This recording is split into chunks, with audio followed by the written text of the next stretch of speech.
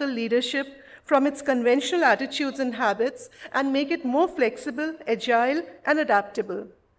The aim is to identify new leadership tools, capabilities that are commensurate with emerging challenges and opportunities. We have designed the program to address the new leadership in its different facets and contexts.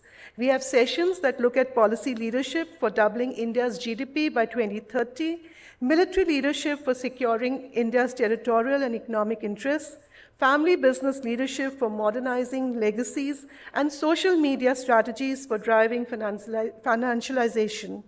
We will address geopolitics' impact on leadership and leadership transformation in the age of AI. We will also have up-close and personal encounters with a legendary filmmaker and a unicorn founder duo. It is a program with great span of issues and an array of distinguished speakers. I'm sure all of you will enjoy it. We want the sessions to be interactive, and I would urge all of you to engage with the speakers and the panelists by asking questions. Not comments, but questions. After the NLC's conclusion, please stay with us for the presentation of this year's AIMA Managing India Awards.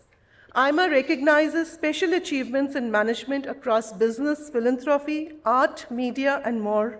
And tonight, we will honor some of India's best CEOs, companies, startup founders, and two icons of Indian media and entertainment industries. Please do join us in applauding India's best and the brightest. We do have some constraints due to security, and we would need to clear the hall in the afternoon around 3:30. We have tea arranged for you at Shah Jahan at that time, and we get back into the hall latest by 5:30. Security is pretty tough this time.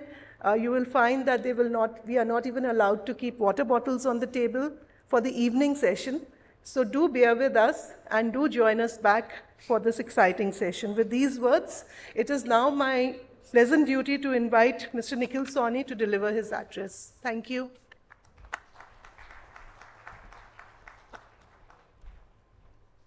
Thank you very much, Rekha. A very good afternoon, a very good morning, ladies and gentlemen, and it's a pleasure to have you at our 9th National Leadership Conclave. Rekha, thank you for introducing the program today, and we look forward to an excellent conclave, even though we are in the middle of national elections, and I'm sure the audience would enjoy the day ahead. Ladies and gentlemen, this conclave is taking place when India is voting to elect its government for the next 5 years. It's a perfect demonstration of the importance of leadership in a competitive arena. Through India's democratic system is tiered, and its voters are limited to electing representatives who in turn elect their leaders. In practice, the voters simply want to elect the country's CEO. For them, the leader's image embodies everything that matters. In the corporate sector as well, leadership matters most. Through changing economics and technological trends, leadership remains central to the competence and competitiveness of companies. In fact, 2024 is a year of referendum on national leadership throughout the world. About 64 countries with nearly half the population of the world and a big chunk of the global economy will vote on their leadership during 2024. The future course of the world will be set in this year's elections in the United States, Russia, the United Kingdom, India, Indonesia, South Africa, South Korea, and Taiwan, just to name a few. Never before have so many countries ever lined up to determine their destiny in one given year.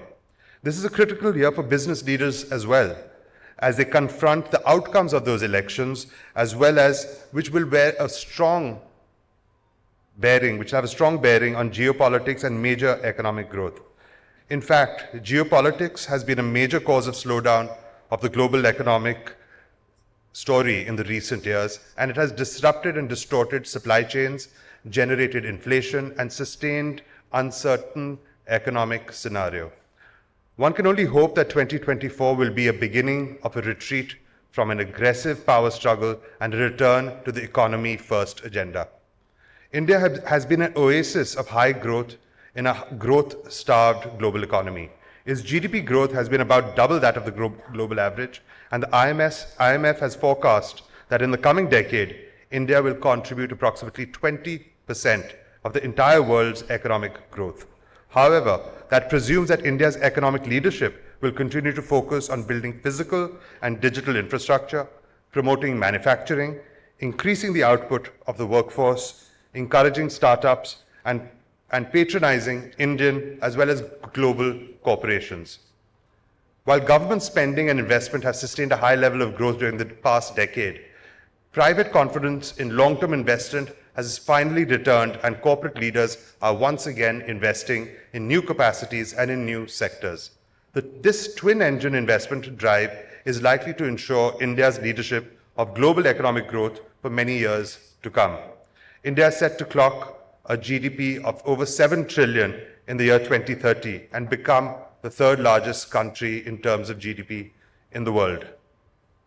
But that eventually depends on a continuous refinement of Indian management and leadership. I cannot stress this again, a continuous refinement. In fact, if India can avoid leadership mistakes and mishaps, it will become a high-income country by 2047, which is in the next 25 years. It's important that even if the leaders change from time to time, that the leadership of a country or a company must maintain a broad continuity of vision.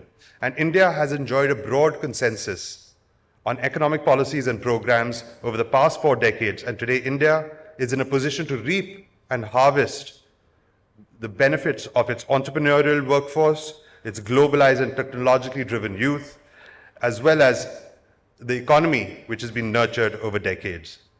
India's leadership across different regimes has shown significant flexibility, agility, and adaptability in adjusting to strategies with the need of the time and the need of the hour. And this is thanks to India sitting with an opportune demographic and an opportune demography, but also the skills and capabilities which we all know and recognize in this room, but which we need to impart to the broader management and leadership base out there. This is an era of fast and frequent changes in technology, business models, competition, consumption, ethics, politics and policies, and regulation and geopolitics, to just name a few. In this era, it has become essential for leaders to practice flexibility, agility, and adaptability, which is exactly the theme of the session of this conclave today. In this fast-paced changing world where we have challenges of decarbonization, which will impact each and every one of us, besides the companies which we represent and the institutions that we represent, we also have the opportunity of artificial intelligence in front of us. The productivity gains that we will benefit from in the years and decades ahead is for us to discover. But are we opportunity placed to be able to leverage this wonderful tool and this wonderful opportunity?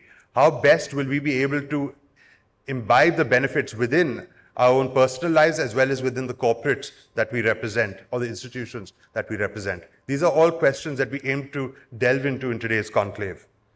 But equally is a flexibility that we need to have as business leaders to be able to survive as we deal with a more complex and a more uncertain world, with changes happening extremely quickly. Agility has become a must at organizations as they need to act in anticipation and respond quickly to economic and market developments.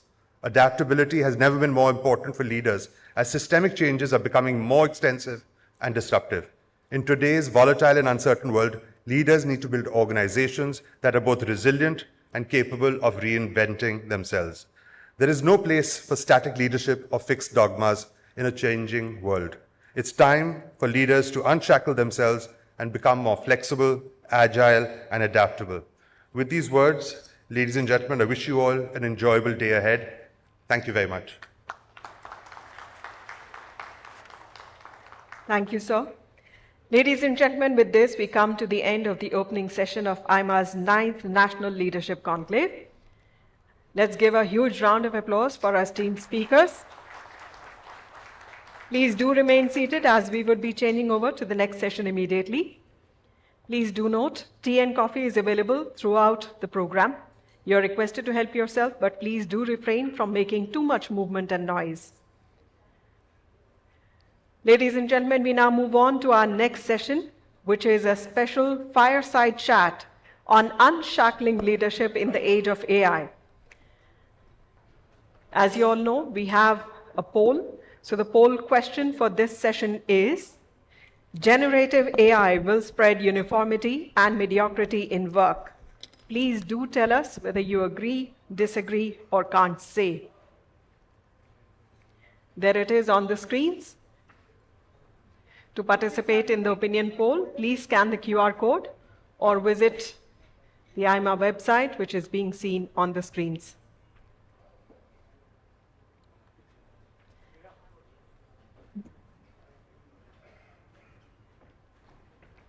We have with us Mr. Pradeep Khosla, Chancellor, University of California, San Diego, who will be in conversation today with Mr. Nikhil Sawhney, President AIMA, and Vice Chairman and Managing Director, Triveni Turbine Limited. Ladies and gentlemen, please join me in welcoming them with a huge round of applause.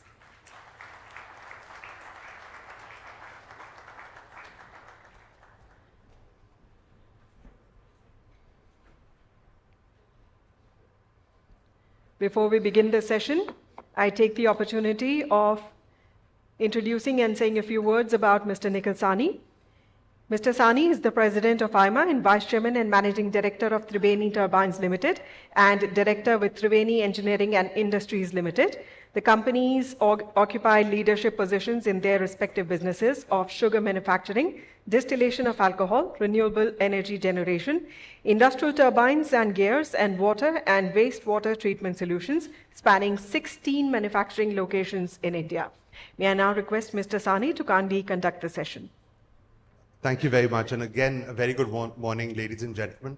It's my privilege to introduce you to Dr. Pradeep Khosla, who's the Chancellor of the University of California at San Diego. So, firstly, Professor Khosla, it's a pleasure to welcome you and to have you in this session. You are a luminary, and I don't think that Professor Khosla, let me tell you a little bit about him.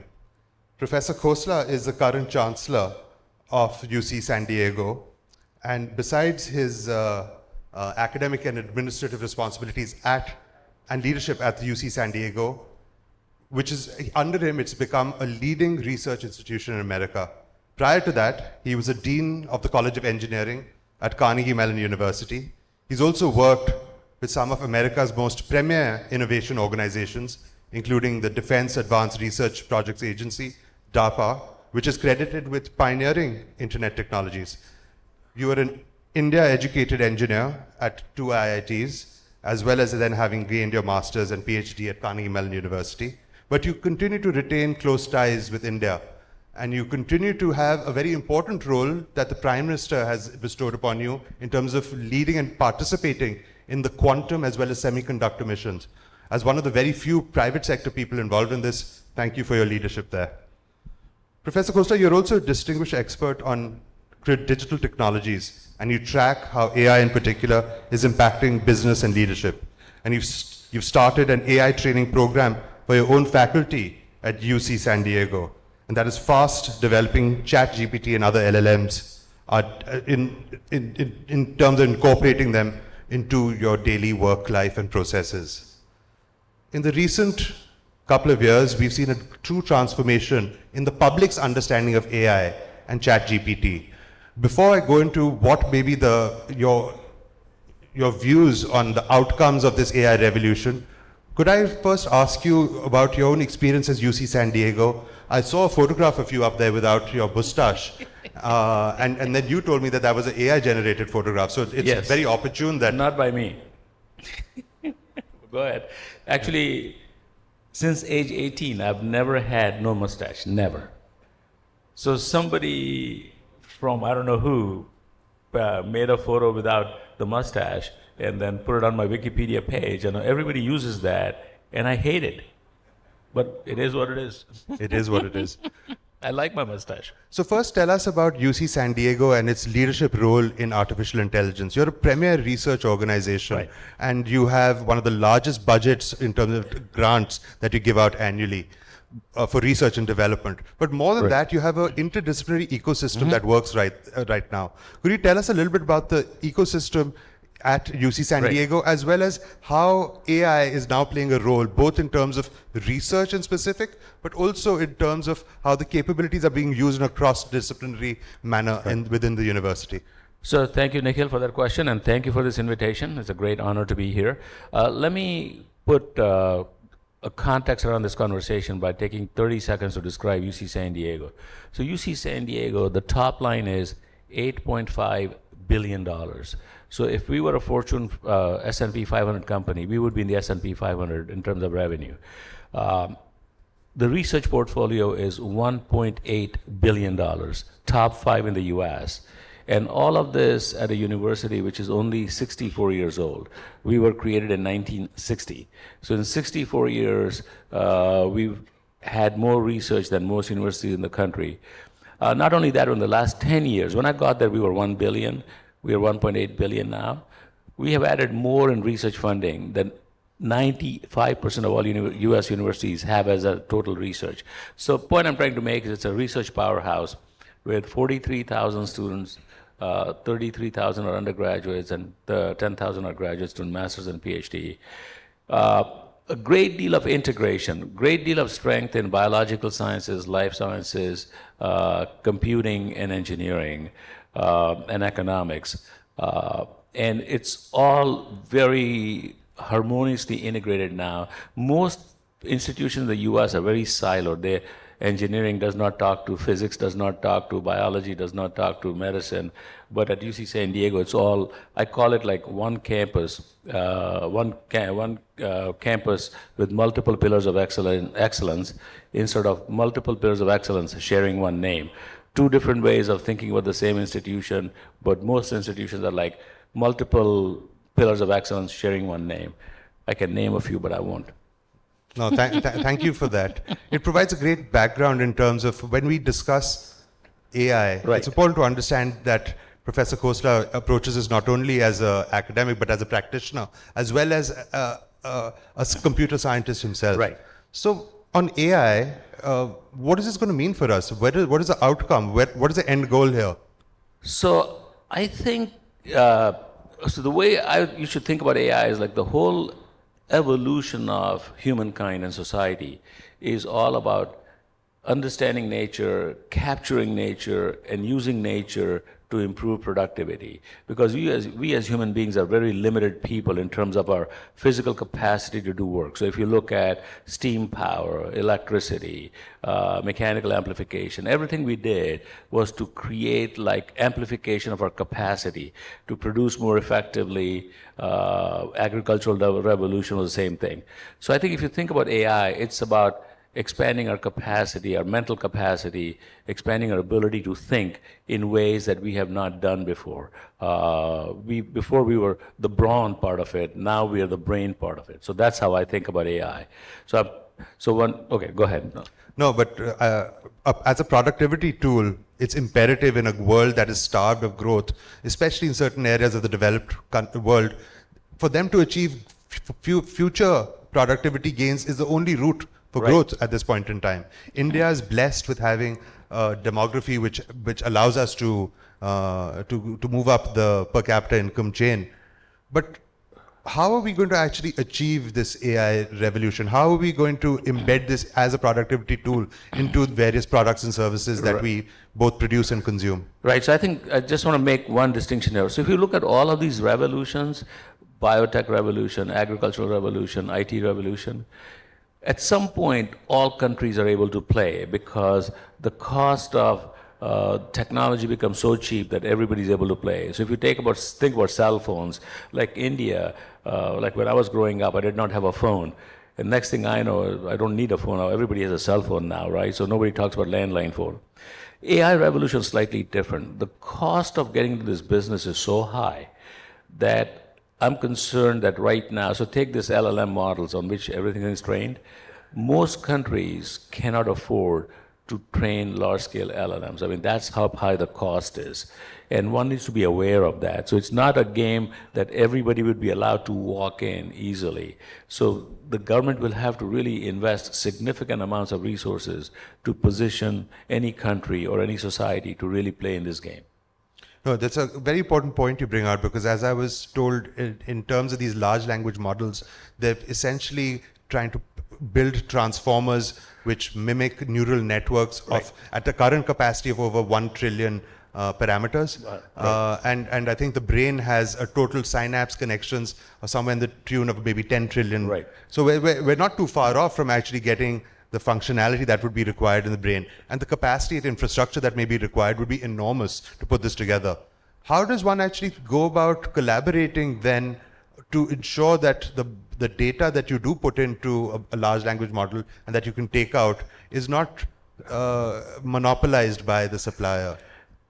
So it's going to become very challenging, okay? So the reason it has worked in the US is because for a long time, until very recently, the data, suddenly we all gave our data to various places for free this and a free that, including the airlines, the Walmarts, the CVSs, everybody got our data.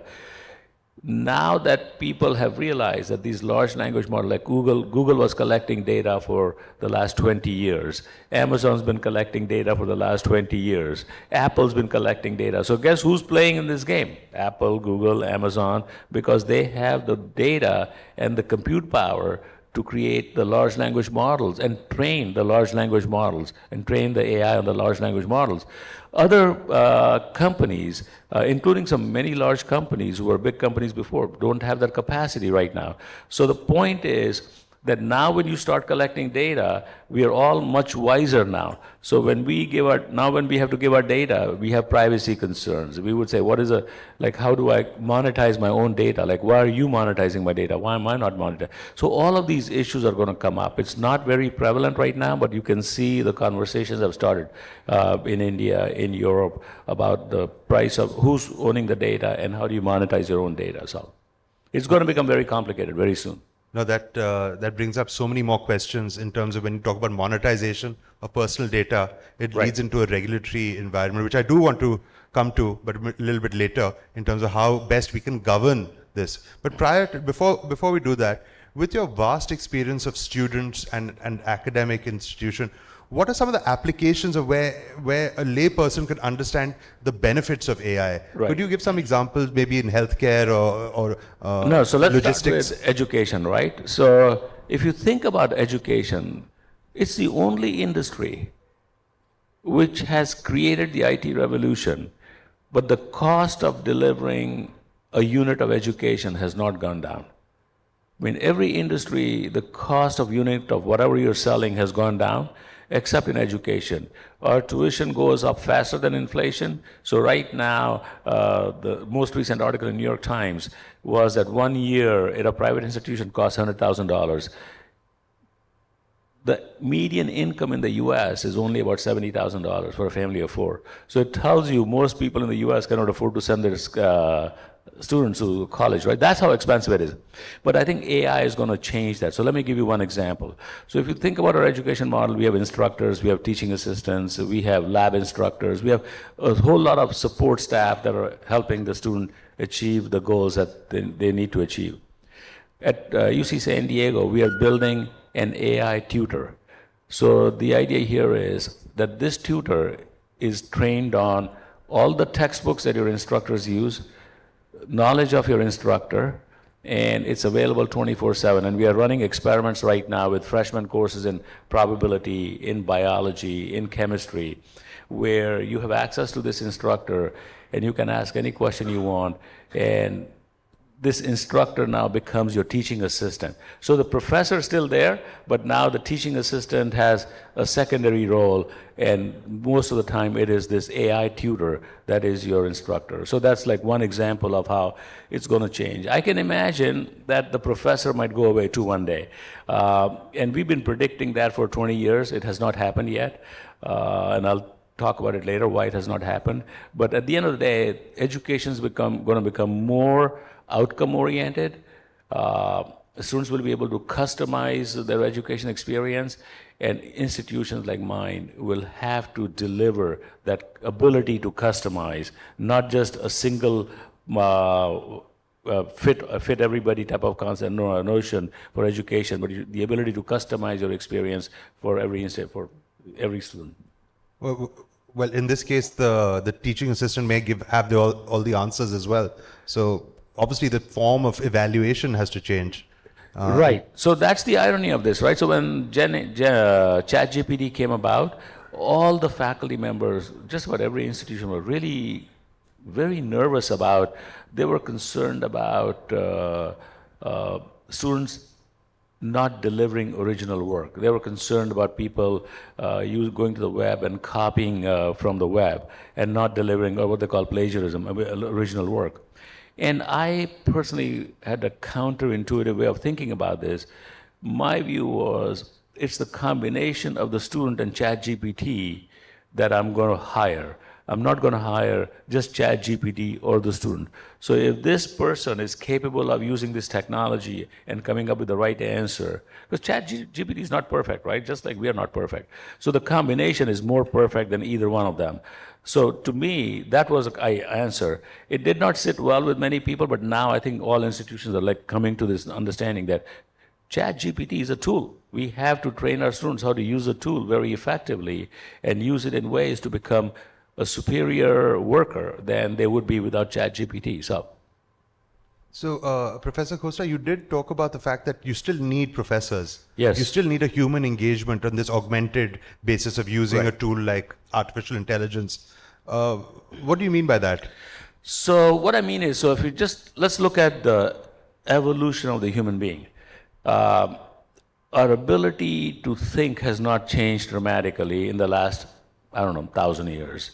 Our ability to grow has not become faster in the last 1,000 years. So we are a very slowly evolving organism. AI, on the other hand, is extremely fast evolving, from knowing nothing to knowing everything in a matter of a few hours or a few days, right? So when human beings, when we go to college, it's not just about knowledge acquisition. That's how we position ourselves. But it is about emotional maturity. We are not going to mature faster just because we have AI. It's going to take the same amount of time.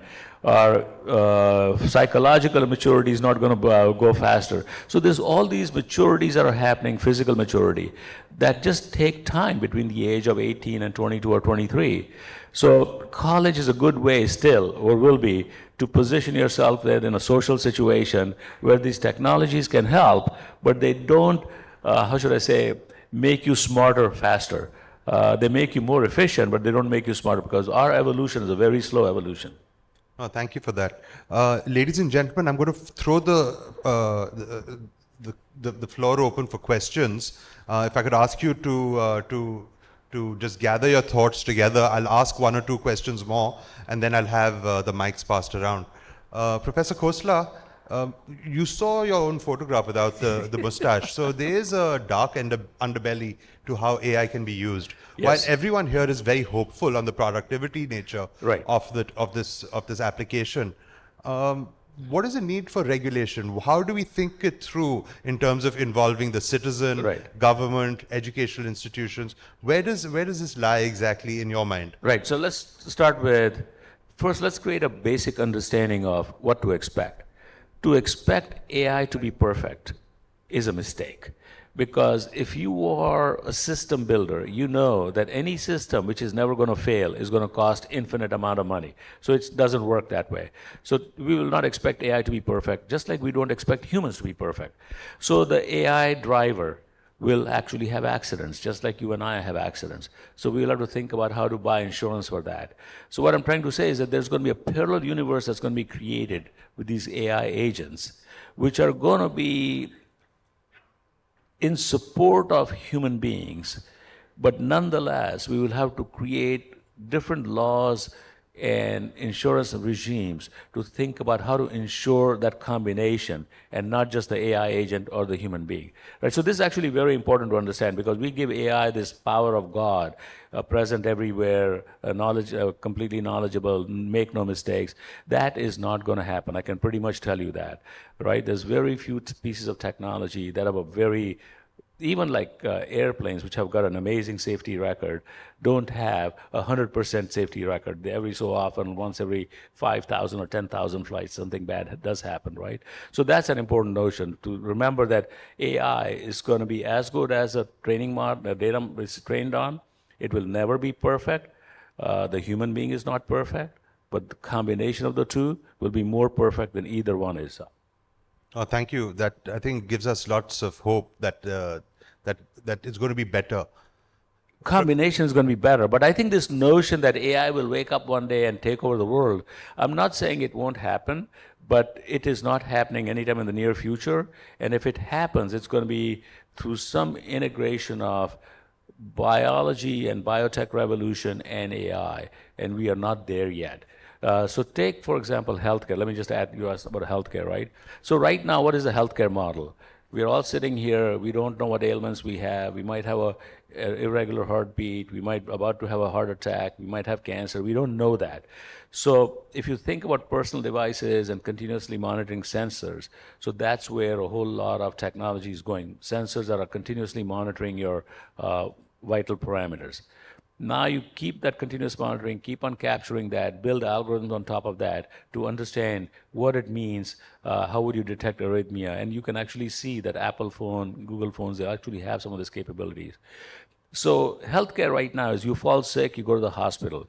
Healthcare in the future is going to be continuous monitoring, where the system will know that you're not doing well or you're on your way to being sick, and the system will call you and say, hey, you know what, Mr. Sharma, this is the time to go to the doctor now. Why don't you go there and talk to the doctor? So it's going to fundamentally change from bad stuff happening, what we call episodic monitoring or episodic doctor visits, to like continuous monitoring, continuous health monitoring. And by the way, we do that. If you are a jet engine, no, I'm not saying you are, but if you look at a jet engine, it's being monitored continuously.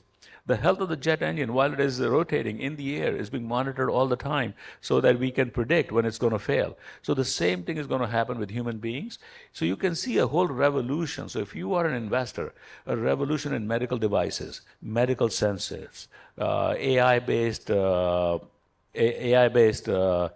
treatments, especially in hospitals, where if you go to a hospital and you're there for like 1 month or 2 months or 2 or 3 weeks, you can get sepsis, and sepsis will kill you basically. So we have built algorithms at UC San Diego, just recently released, where we can detect sepsis before it happens. So we have reduced our mortality rate by like 30% just by this AI method and monitoring the patients in the ICU where you cannot move. So.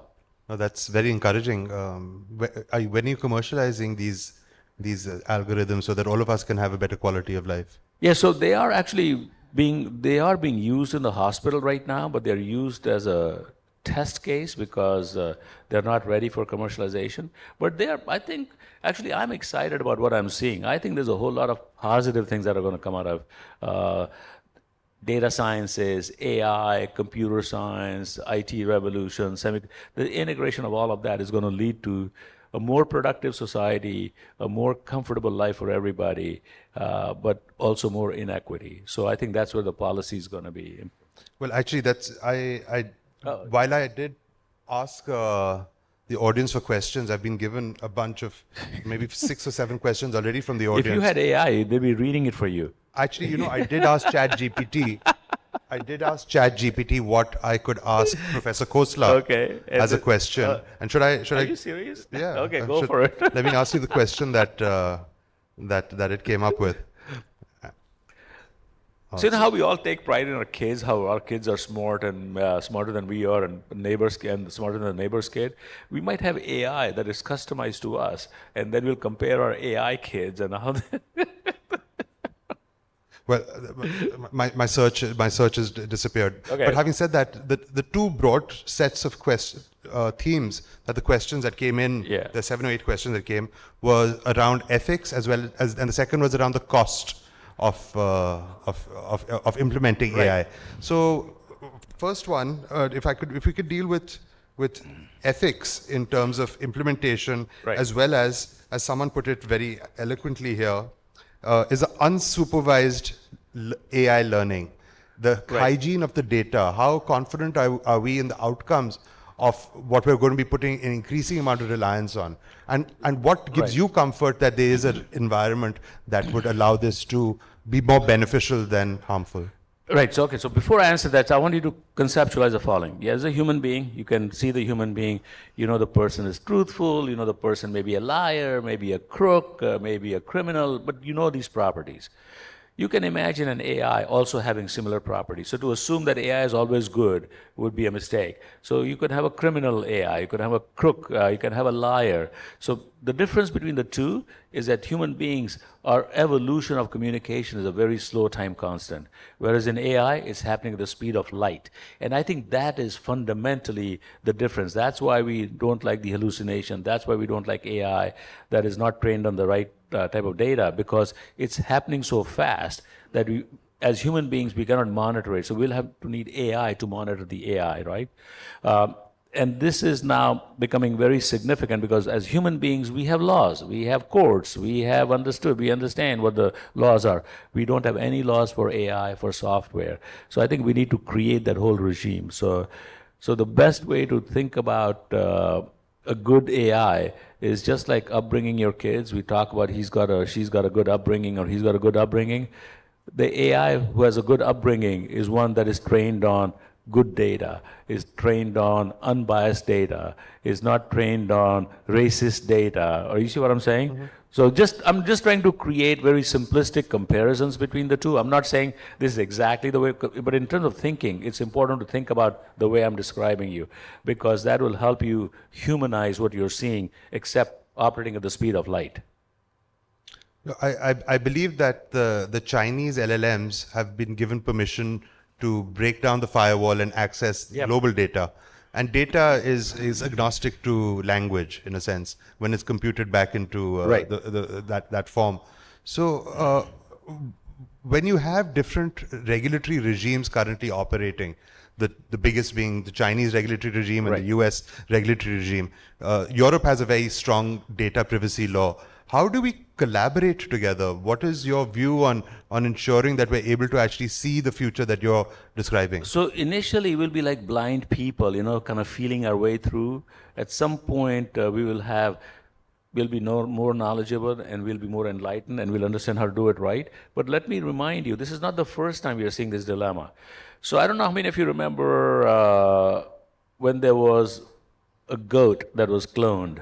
And we had talked about no cloning, and the US was stopping it, and the Chinese were the first people to create, you remember that, or a baby calf, I can't remember. It was either a goat Dolly. or... Dolly, right? So that is actually more scary than AI, by the way, because you can imagine that a whole human race that looks like us is basically genetically built, and it's operating within us. AI, at least we can recognize. Right? So what I'm saying is, this is not the first time. So trying to become nervous and create a situation where we're all running around scared would be a mistake. So we have seen this before. This is not the first time. So we will take some time to understand the implications and how to create laws and regulations.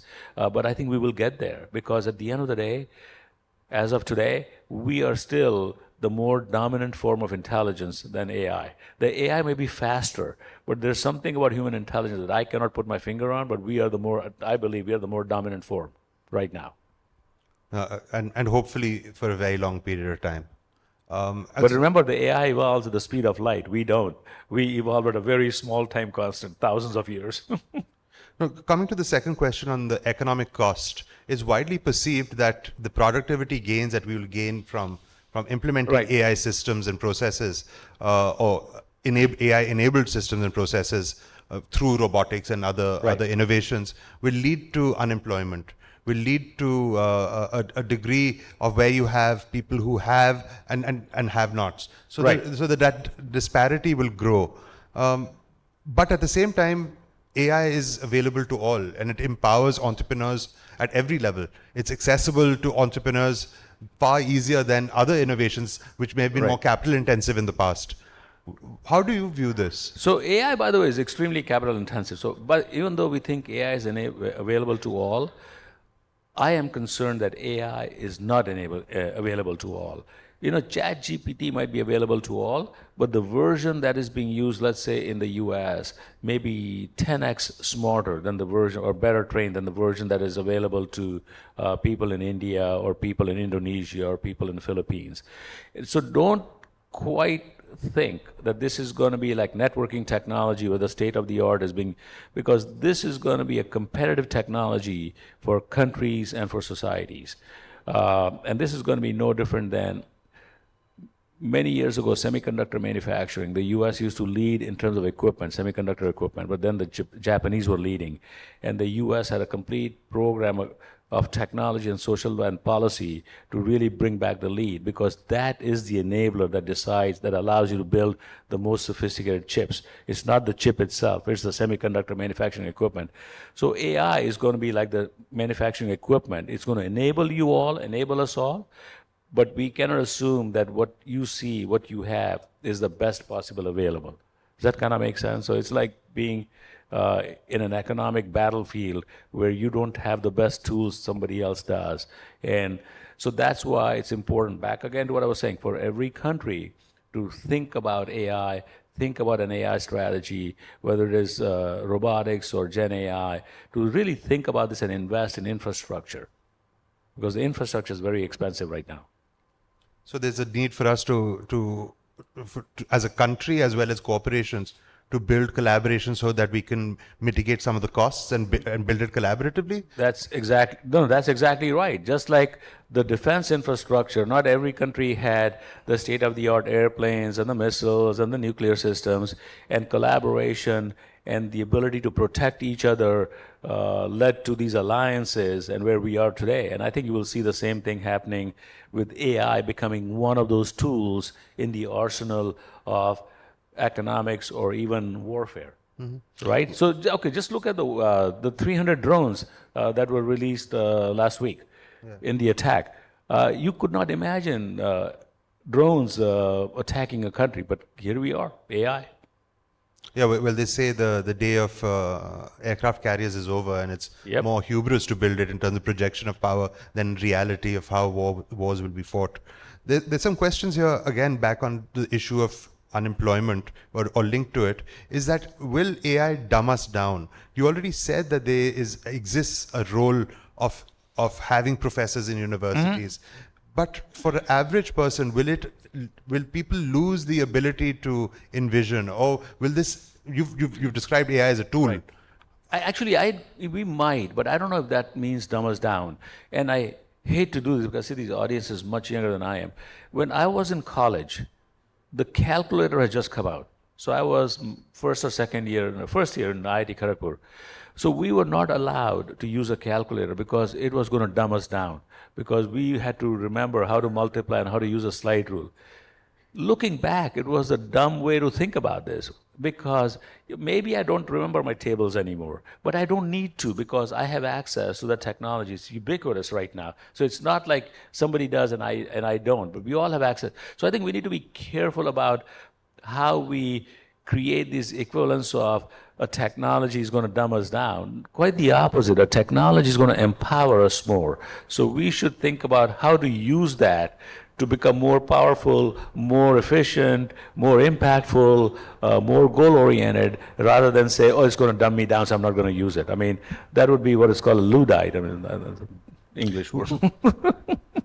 When you, as a corollary to that, when you in your university and the students and professors help build algorithms for a variety of different applications, do you benchmark the impact of one versus the other? How do you determine funding for some projects versus? So I don't know about funding. So funding to me is based on what I think is interesting to explore.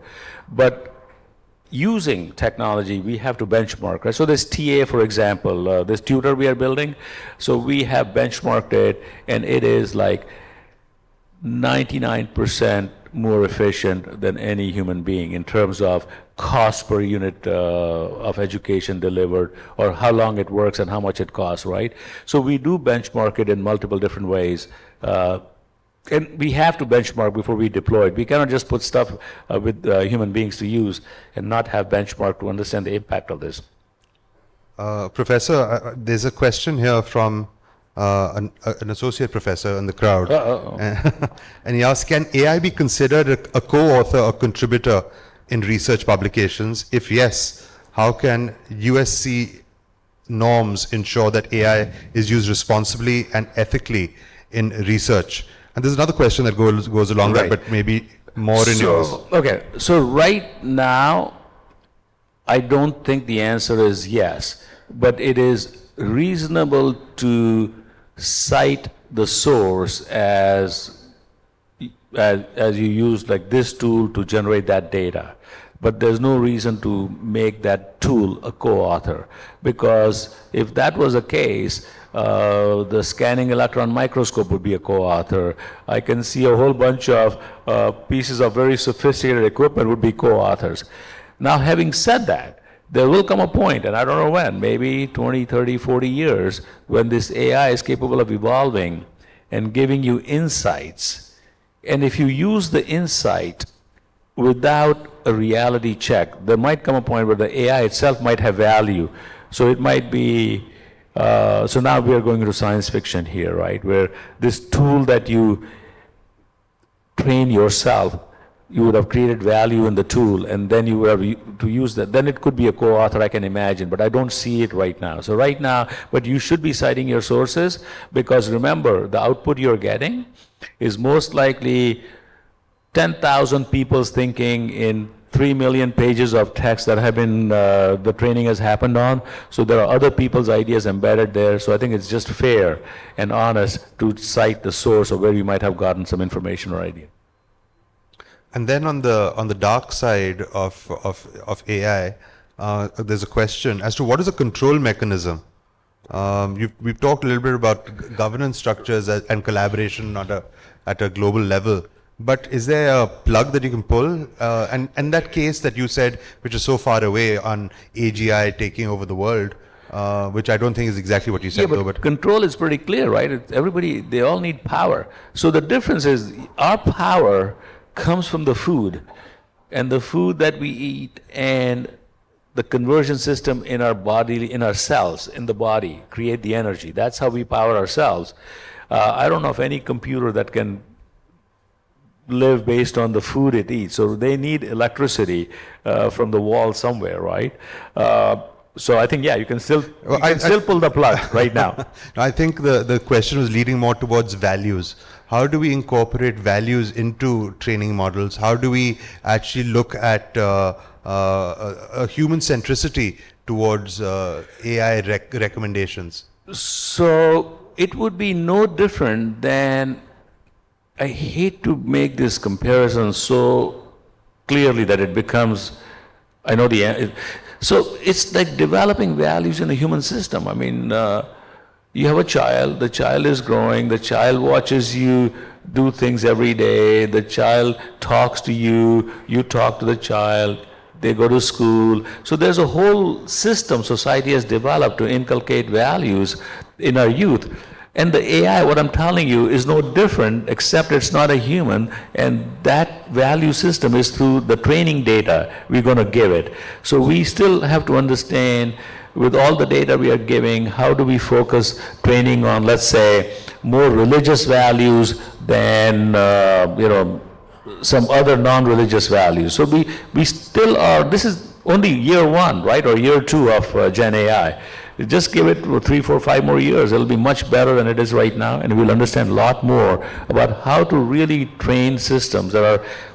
So imagine in the end, an AI should be trained to every individual's capacity. It should complement every individual. So it becomes a complementary source of amplification. So not everybody will have the same AI, because then there's no differentiation. So I can see a point where if you are an athlete and you are not that good at, let's say, logical thinking, the AI you would use would be better at logical thinking, and some AI might be better at scientific thinking. I'm just making this up right now, but I can see these modules being trained to really suit our individual shortcomings, and as a combination make us more effective and more useful. But no, we are useful anyway. So. No, it gives immense hope that you as a chancellor of a university see AI as complementary to your students' educational aspirations and their educational work. There's a lot of fear that mothers and parents have about their children using things like ChatGPT in their homework. And it's very encouraging that you think that maybe we should encourage them. But we are not where we can customize. So look, as individuals, like when you have a child, you decide, Do they go to an English medium school or a Hindi medium school? Do they go homeschooling, or do they go to a large school, private school, small school, public school? So all of these are ways that we are inputting into the young human being, and we don't see it that way, but they are being trained, quote unquote, as they grow. So that's why we end up growing into different human beings, even though biologically we are all the same. So think about AI as the same thing, and we are not there yet. We have one LLM, or we have 5 LLMs, and we have customizations, but we don't have the ability to create an AI for every individual to match to complement our capacity. Okay. The 2 questions which have come here, which I think are Okay. quite wide apart, but I'll ask the first one first. What pedagogical changes, tactics what pedagogical changes and tactics can be used to make effective use of AI? You know, I honestly don't know the answer. Not many years ago, when right before COVID, when we were talking more about online education, we came up with this notion of the inverted classroom, where the idea was that you would come to class in small sessions where the instructor will talk to you, and the large sessions will happen online. Now, amazingly, when I was a young student at IIT, it was called tutorial. The class was only 30 students, but then we had tutorials of 5 students. So it was more customized. That's what Oxford does. That's what Cambridge does. So here we are using technology now to recreate that same situation. So I don't know what pedagogical changes will happen, but I can tell you students will be empowered to interrogate the AI without fear. So right now, when you have to ask a question of your teacher or TA, you might think it's a stupid question, and if it's not smart, the teacher might think you're a stupid person, so you don't want to do that.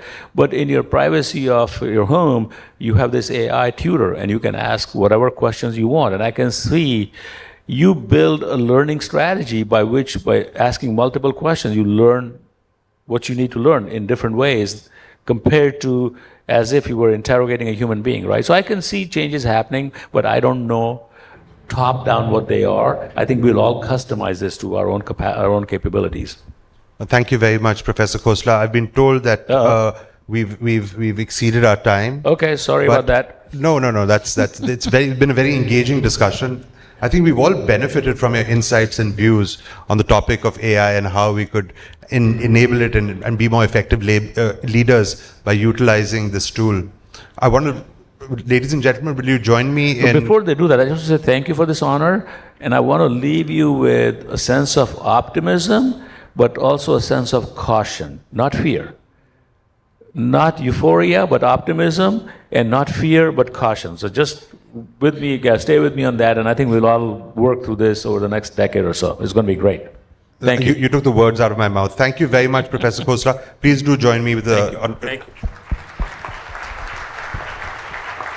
Thank you, sirs, for this wonderful and informative session. May I now request Mr. Sudhir Jalan, past President AIMA, to please join us on stage to kindly present mementos to our distinguished speakers of the session as a token of our gratitude and appreciation.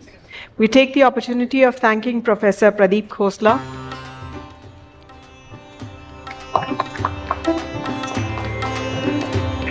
Our thanks to Mr. Nikhil Sawhney.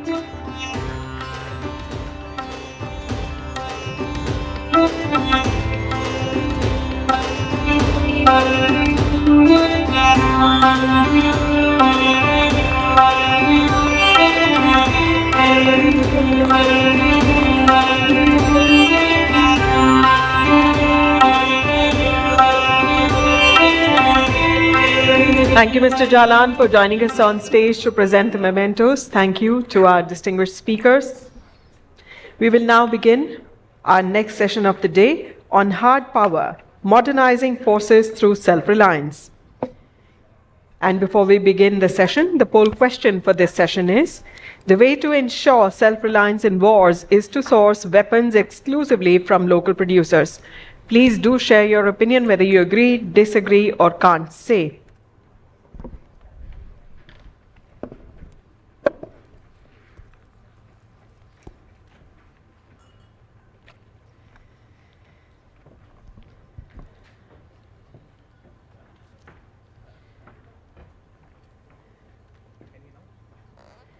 Please do remain seated as we get ready to have with us General Manoj Pande, PVSM, AVSM, VSM, ADC, Chief of the Army Staff, India. Joining him is Mr. Sanjay Kirloskar, past President, AIMA, and Chairman and Managing Director, Kirloskar Brothers Limited.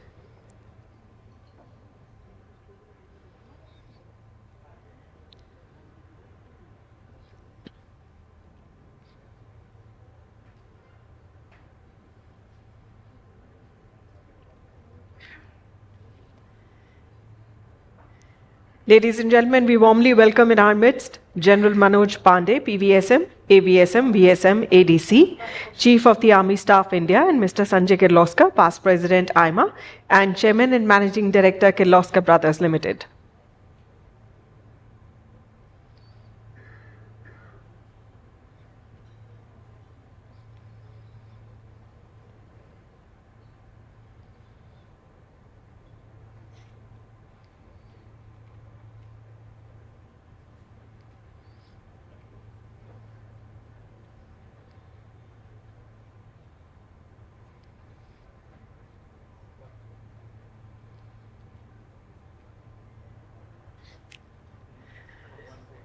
Please join me in welcoming them both on stage with a huge round of applause.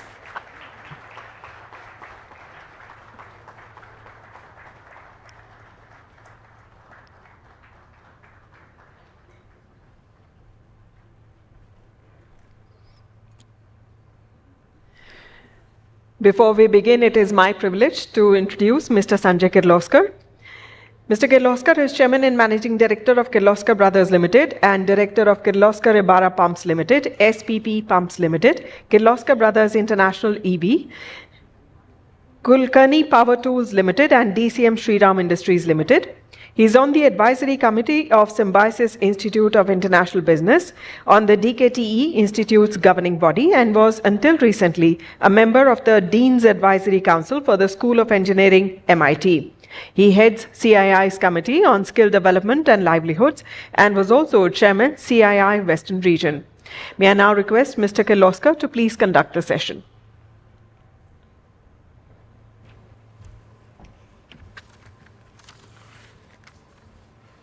General Manoj Pande, PVSM, AVSM, VSM, ADC, Chief of Army Staff, India. Ladies and gentlemen, a very warm welcome to this special session. Today is Hanuman Jayanti, and therefore I'm very proud to welcome the Chief of Army Staff, General Manoj Pande, PVSM, AVSM, VSM, and ADC, to the 9th National Leadership Conclave. General,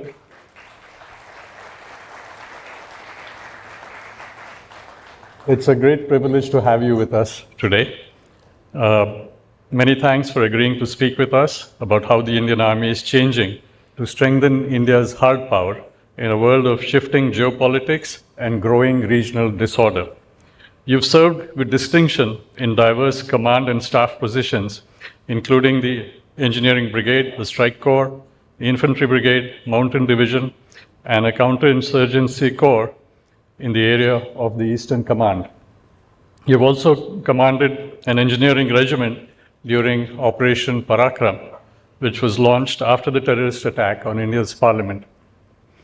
You're the first sapper to be made the Chief of Army Staff in India, and your engineering background is clearly reflected in the Army's new emphasis on self-reliance in war systems. You've recently said that the Indian Army's dependence on imported war items and technologies has to be brought down to nearly zero. You have highlighted the fact that even importing the best technology leaves India a generation behind in capability. Recently, you were involved in Operation Bharat Shakti in Pokhran to highlight the capabilities of locally produced weapon systems. You have emphasized the importance of local production of ammunition as it determines the capacity of a force to sustain a war. So at this time, I'm reminded of the War of 1812 between the United States and Great Britain. You know, the third verse of the American national anthem, the Star-Spangled Banner, contains these lines, "And the rocket's red glare, bombs bursting in the air. This national anthem was written by Francis Scott Key on a battleship called the HMS Minden. And what's so special about this battleship? This ship was built by Jamshedji Wadia in Mumbai.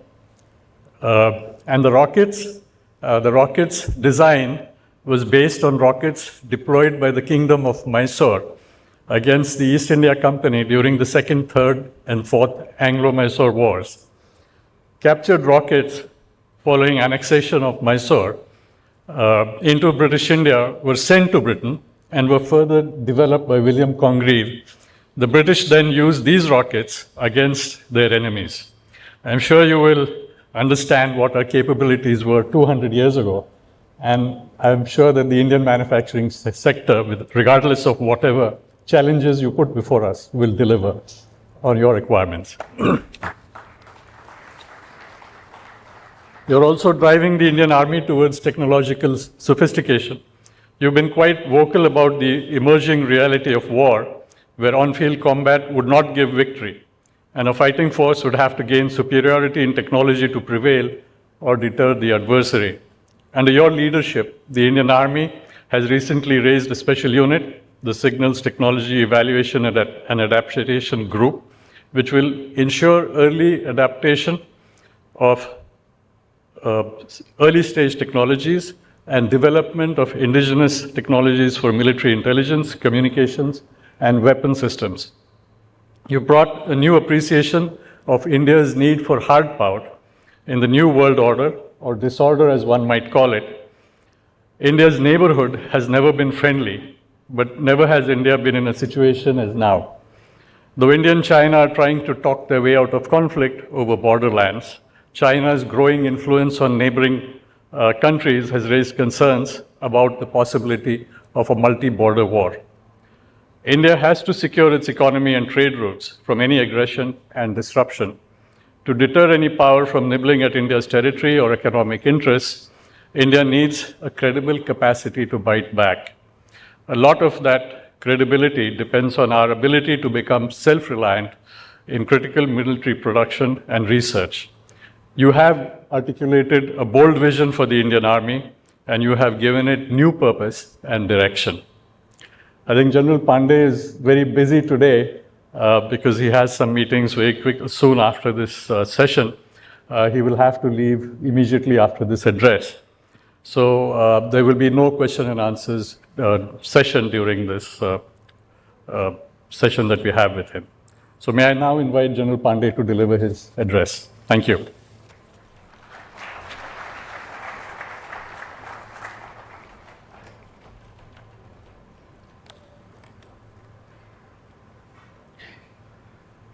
Mr. Nikhil Sawhney, President, Ms. Rekha Sethi, Director General and Council members of All India Management Association, former presidents of AIMA present here today, industry leaders and corporate representatives, members and research scholars from the academia and various think tanks, management students, friends from the media, ladies and gentlemen, a very good morning and Jain to all of you. It is indeed a unique opportunity for me to address industry leaders, research scholars, management experts, and students all under one roof. I shall share my thoughts on the relevance of hard power in India's rise and how we are shaping hard power capabilities and modernization through self-reliance. Today, the nation is charting a remarkable journey of progress and development.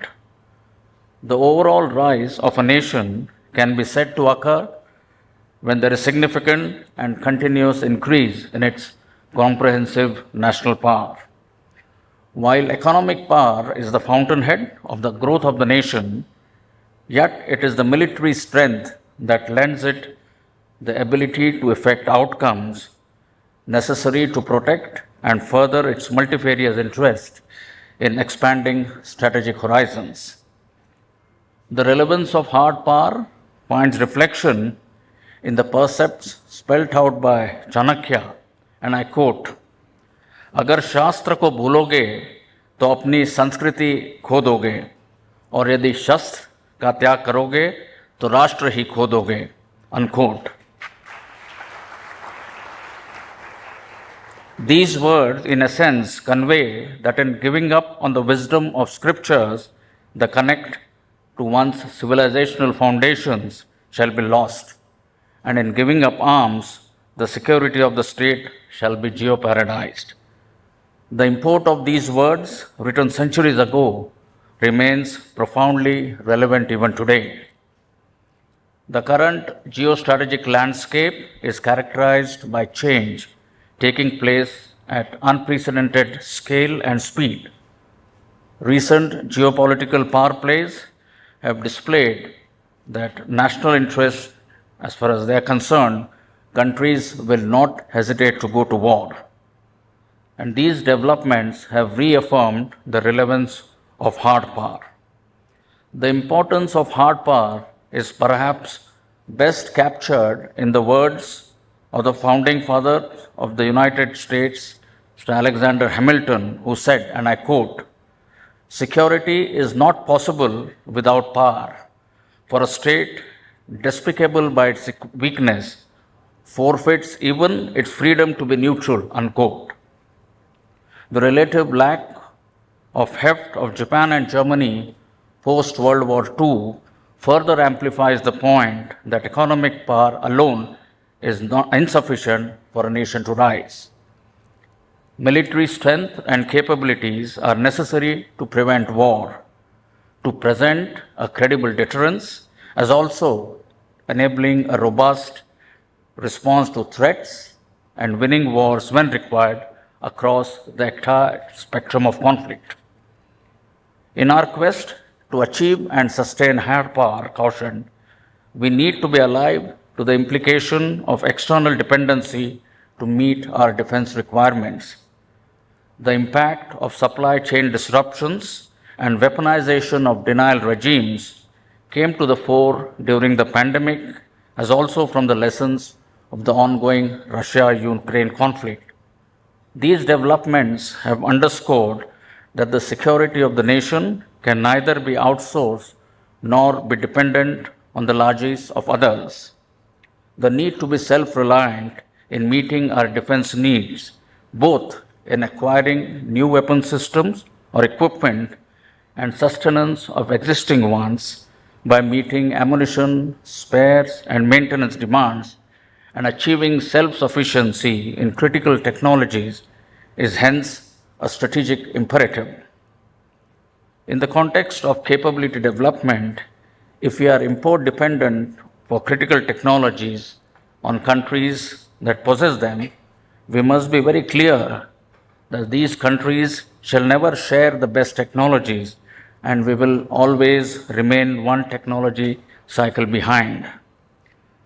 Let me now briefly touch upon the Indian Army's transformation initiatives, of which modernization, technology infusion, and Atmanirbharta are key facets. The unprecedented trends in the geostrategic landscape, the limitless potential of disruptive technologies, the transforming character of modern wars, and the profound changes in the socio-economic domain are the four key drivers of our transformation efforts. The Indian Army's vision for the future is to transform into a modern, agile, adaptive, technology-enabled and self-reliant future-ready force capable to deter and win wars in a multi-domain operational environment across the full spectrum of operations so as to protect our national interests in synergy with the other sister services. In order to effect the desired changes in consonance to this vision, we had initiated the process of transformation more than a year ago. The transformation roadmap entailed 5 distinct pillars, which are force structuring and optimization, modernization and technology infusion, improving our systems, processes and functions, human resource management, and lastly, promoting jointness and integration with the sister services. I shall focus this morning on modernization and technology infusion, as part of which we are pursuing new and niche technologies for absorption into our warfighting systems. This is being given effect through a focused capability development and sustenance roadmap, which conforms to our commitment to the vision of Atmanirbharta. To achieve Atmanirbharta, it is essential that an effective defense industry ecosystem is created in the country. The foundational building blocks, in my opinion, for developing this industry defense ecosystem are resource allocation, enabling government policies and provisions, a viable market, and a fair competition. Now, this edifice has been put in place. The linkages amongst academia, research and development establishments, industry, and users or the services are critical for this ecosystem. It is through this integrated network that we can develop core competencies in critical technologies and production of systems and subsystems with a clear focus, scale, and speed necessary to meet not only our defense requirements but also harness the same for export of military hardware in the future. The government has taken a number of enabling actions in this regard, such as simplification of industrial licensing, deregulation, inclusive participation of private sector, foreign investment liberalization, incentivization for transfer of technology, promulgation of positive indigenization lists, dedicated R&D budget for domestic capital procurement, enhance delegated financial powers, corporatization of ordnance factories, laying emphasis on defense exports and establishment of defense corridors. The services have been a facilitator for policy execution and providing a viable market for indigenous defense manufacturers. A number of steps have been taken to leverage the vibrant startup ecosystem, innovation potential, and capacities of domestic defense industry in emerging technologies. Core technologies such as AI, machine learning, quantum computing, augmented virtual reality, cyber, biotechnology, energy, and space are available in the private commercial domain. Our intent is to harness these technologies and catalyze their conversions to meet defense needs. The Indian defense industry, on its part, is rising up to the challenge. The industry is investing significantly into research processes and advanced production and manufacturing techniques, and is today producing cutting-edge military hardware with modern technologies. Currently, we have close to 340 indigenous defense industries working towards fructification of 230 odd contracts by 2025 that entails an outlay of about 2.5 lakh crores. The key areas of technology infusion span across all domains of warfare. Towards improving mobility and protection, the ongoing procurements include light strike vehicles, all-terrain vehicles, light specialist vehicles, and bulletproof jackets. Battlefield situational awareness is being enhanced through border surveillance systems and nano drones. For target acquisition and precision fires, we have swarm drones, loiter munitions, and new artillery platforms such as the 155mm mounted gun system, towed gun systems, the ATAGs, and new generation ammunitions which are either terminally guided or canister launched. Night firing capability is being enhanced through night sights for small arms and handheld thermal imagers. And the effectiveness of our communication is being upgraded through software-defined radios. We are also deploying terrain-specific electronic warfare systems, drones and anti-drone systems along our borders. Logistic capacities and efficiencies are being augmented by employing logistic drones. Induction of new platforms for mechanized warfare or mechanized forces, such as the light tanks and the improved combat vehicle, and for army aviation, such as the medium altitude, long range endurance, remote-led piloted aircraft systems, and the light utility helicopter are some of the equipment which is in the pipeline. Apart from weapons, systems, and equipment, we are pursuing 45 niche technologies which have been identified for military application. 120 indigenous projects are currently underway to develop and absorb these niche technologies. These follow multiple routes of innovation, incubation, and development.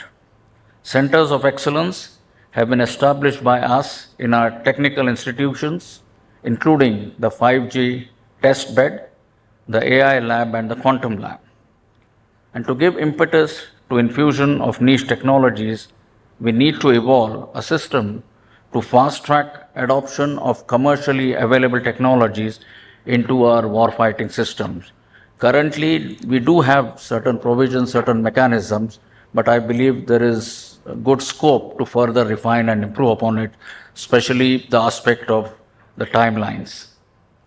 Indigenize to modernize shall remain our mantra for capability development. The Army's ex-import defense contract, which 20 years ago stood at 30%, are at near 0% for the last 2 financial years. Presently, our inventory contains a mix of vintage, current, and the state-of-art equipment.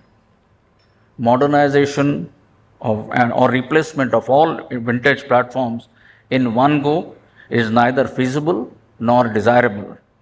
We shall be spacing out our upgrades and new procurements as per the evolving indigenous capacities. We intend to scale up the ratio of vintage to current to the state-of-art equipment substantially by 2030 with a focused Atmanirbhar capability development roadmap. Concurrent to infusion of technology into our warfighting systems, actions to review and refine our operational concepts, employment philosophies, tactics, techniques, and procedures are also being undertaken. The training methodologies have been revised to ensure the required technical threshold in the soldier manning the weapon systems and equipment. Commensurate force restructuring initiatives are also underway as a consequence of new and niche technologies that are being inducted. The year 2024 is being observed across the Army as the year of technology absorption. Becoming self-reliant in acquiring new weapons and equipment is not good enough. Our aim is to be able to indigenously source or produce all that is necessary to fight, that is the ammunition, spares, and other maintenance requirements. Army's ammunition inventory currently comprises 175 variants of different caliber and type, of which about 134 are being manufactured indigenously currently through the efforts of the DRDO and defense public sector units.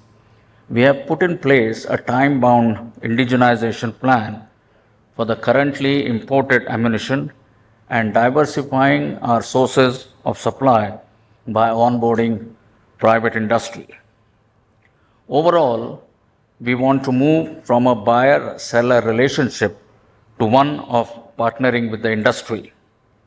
A possible approach to develop the defense industry ecosystem would be to adopt the national champion concept, wherein we identify and support indigenous industries in strategic sectors to become leaders in respective core competencies and exploit their excellence in innovation, production, and competitiveness on both national as well as global scales.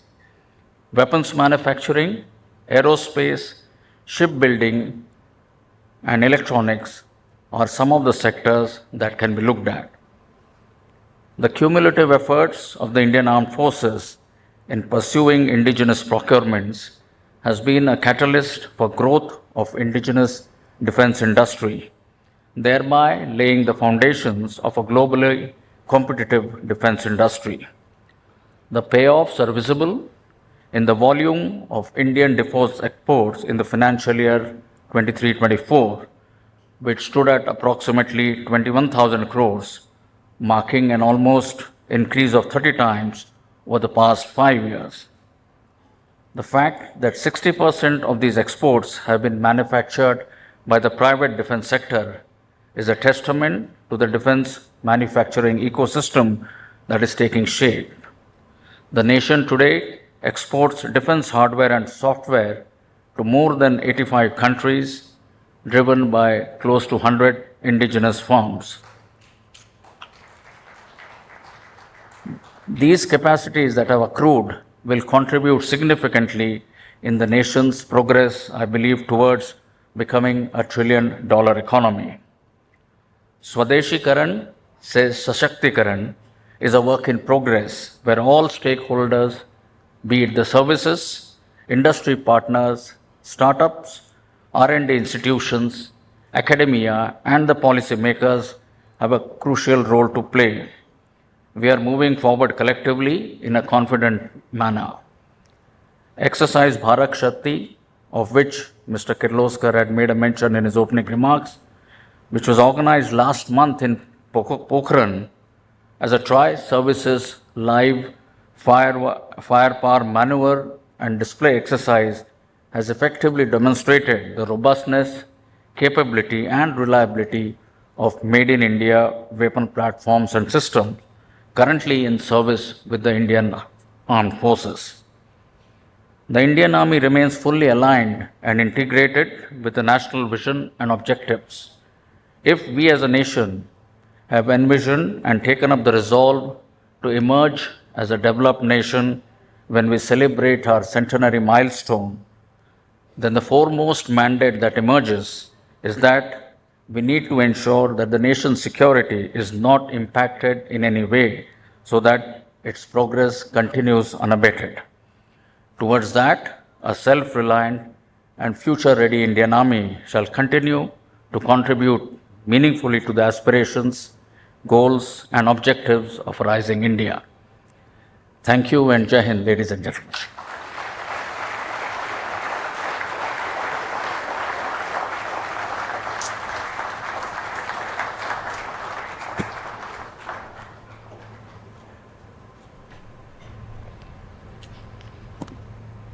Thank you, General Pande, for your keynote address. I'm aware that you have very few minutes left, so let me just wrap up the session. I noted 2 points that you mentioned. One was security of the nation cannot be outsourced. And the other one was that we need to reduce dependence on others to project hard power.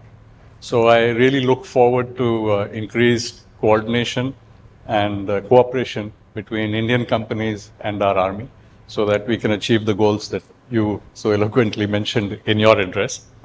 You know, all of us admire the professionalism and the fighting spirit of the Indian Army and really look forward to it becoming a lean and mean, future-ready fighting force. So with that, let me end the session.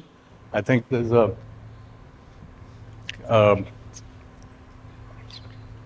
sorry.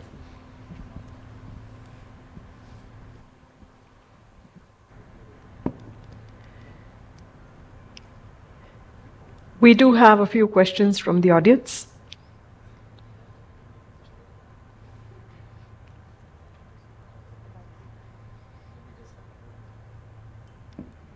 Maybe a couple of questions.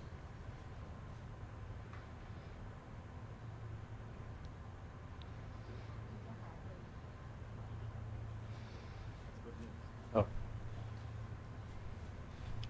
Mr. Jalan. Sir. General, we have been hearing about the unified command. Why it's been postponed for some time. When do you feel that it will become operational? Well, currently, amongst three of us or amongst four of us, we are deliberating on number of issues. It's a complex process. We need to get it right. We've studied models which are currently prevalent in different parts of the world, but we need to come up with a solution which is tailor-made to meet our specific requirements. So I'd leave it here to say that we are deliberating, discussing on number of issues, and once we have a framework that gets finalized, we'll surely be putting it across. Till then, I think it will be premature to sort of comment on how and when of it. Yeah.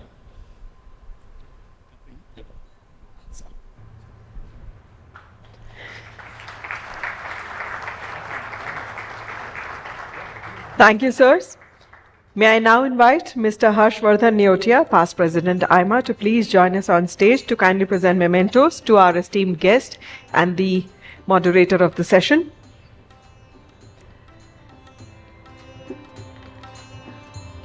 Our thanks to General Pande. Thank you, Mr. Kirloskar.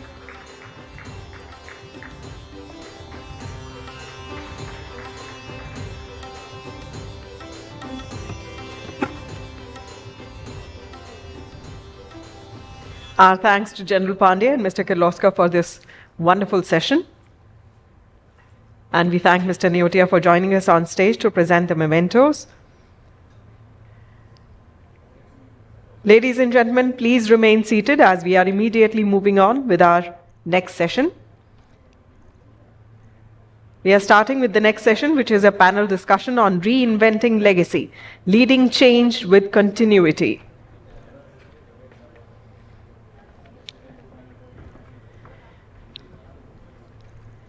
The poll question for this session is, young members should head family businesses in this era and not the seniors. Please do let us know what is your opinion, whether you agree, whether you disagree, or you can't say.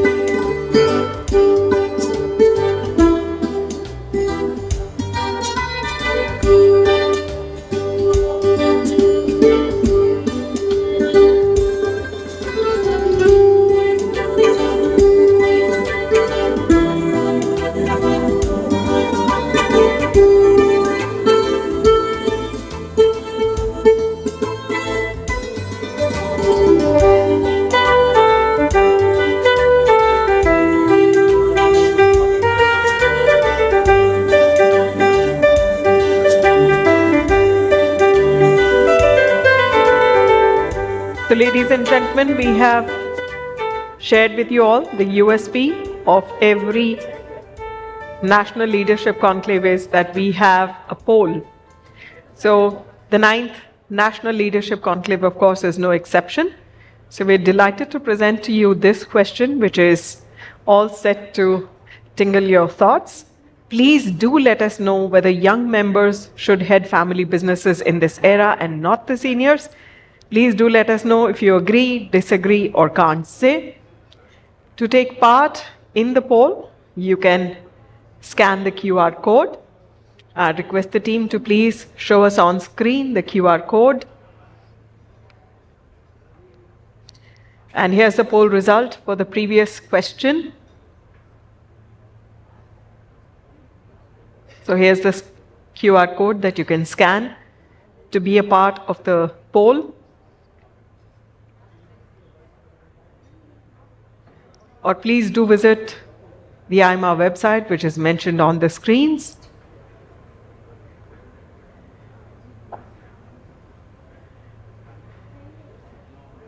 If we can see the results of the previous poll.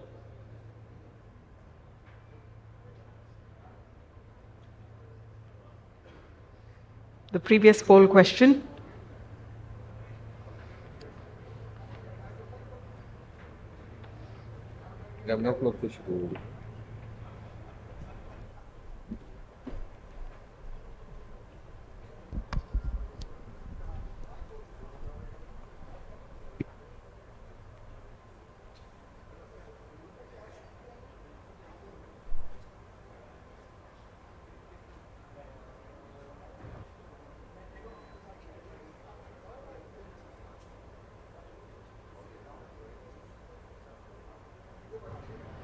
So this is the poll result from the session just concluded.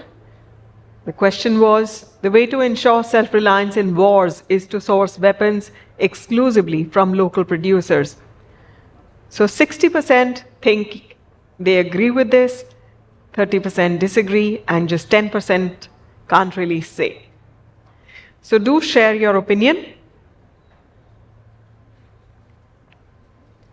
Once again, a gentle reminder, the question for this session, the poll question is, young members should head family business in this era and not the seniors. Please do let us know whether you agree, whether you disagree, or you can't say.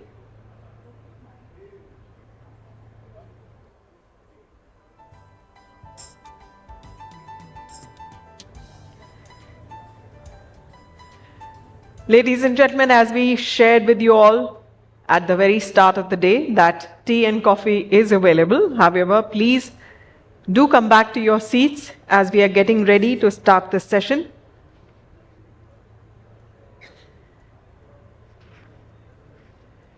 Please bring your coffees and teas back to your seats.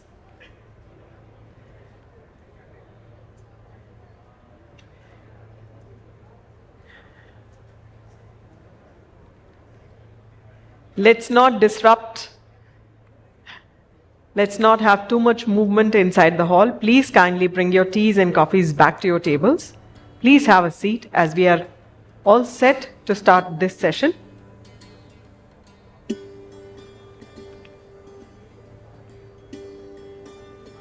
May I once again request all the people who are still standing at the back to please kindly come back to your seats. Please be seated.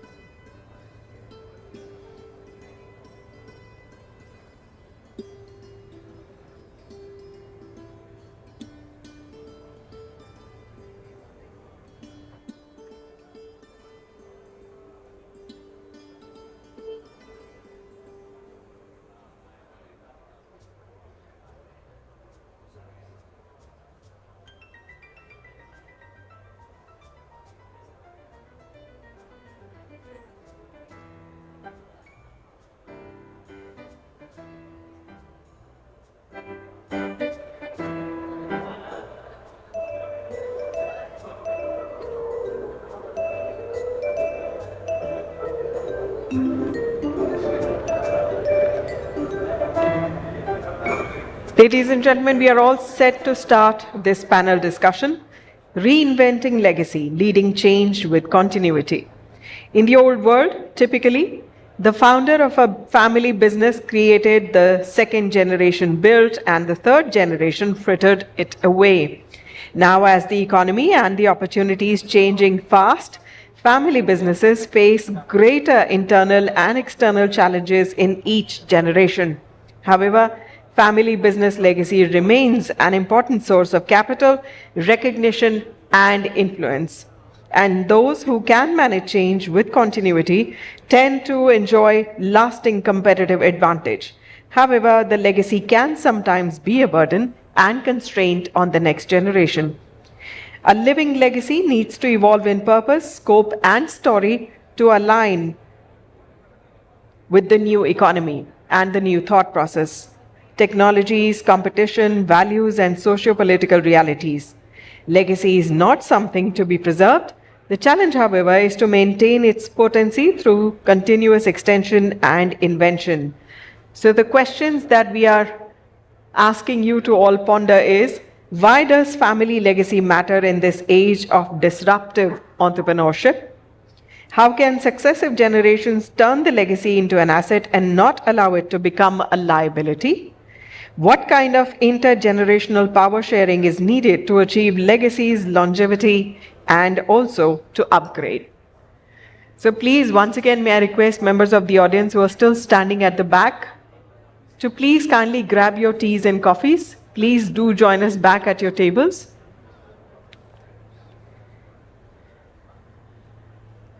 We promise you a very stimulating discussion. This is a panel discussion, Reinventing Legacy, Leading Change with Continuity.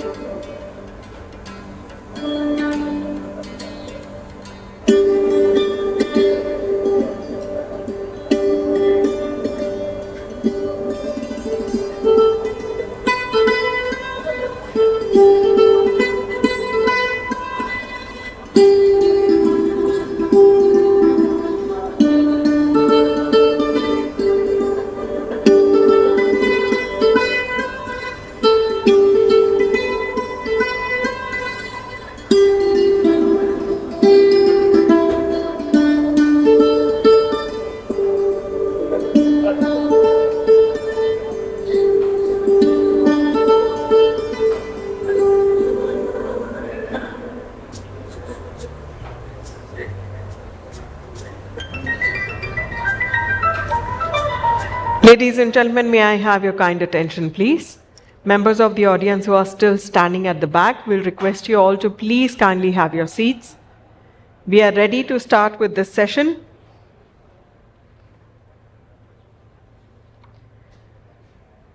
We are now beginning our next session, which is a panel discussion on reinventing legacy, leading change with continuity.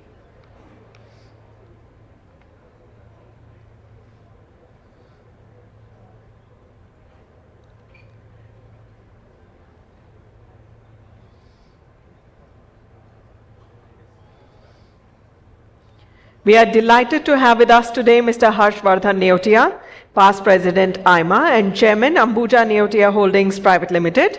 We warmly welcome on stage Mr. Piruz Kambata, Group Chairman Rasna Private Limited, Mr. Vineet Agrawal, Managing Director Transport Corporation of India Limited, and Mr. Shiv Siddhant Kaul, Managing Director Nico Engineering Services Limited. Ladies and gentlemen, please join me in welcoming them with a huge round of applause.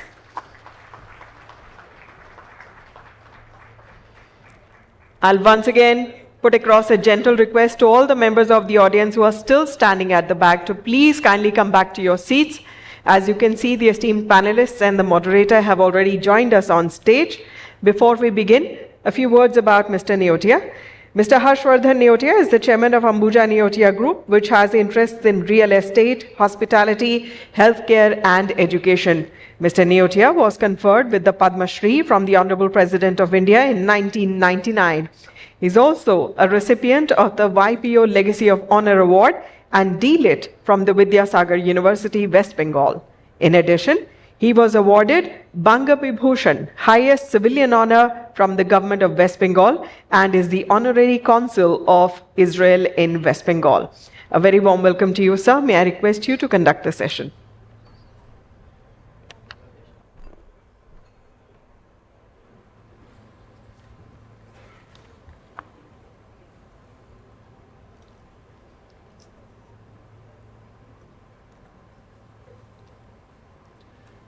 Good morning, ladies and gentlemen.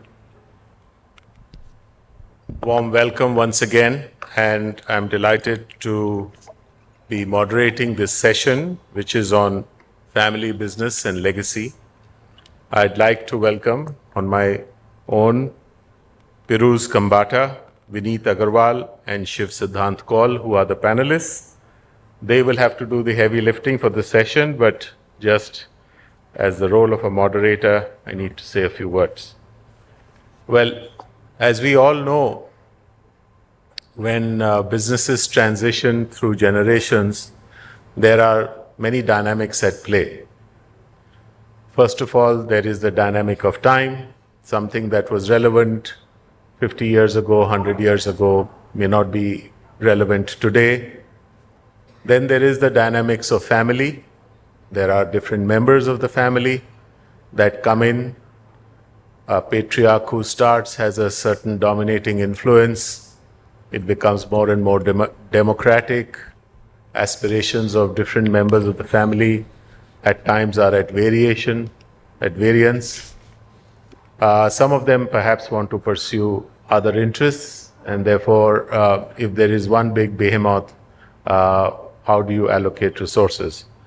And of course, finally, it is the ever-changing dynamics of markets, of the economy, of obsolescence, technology, and the rest of it.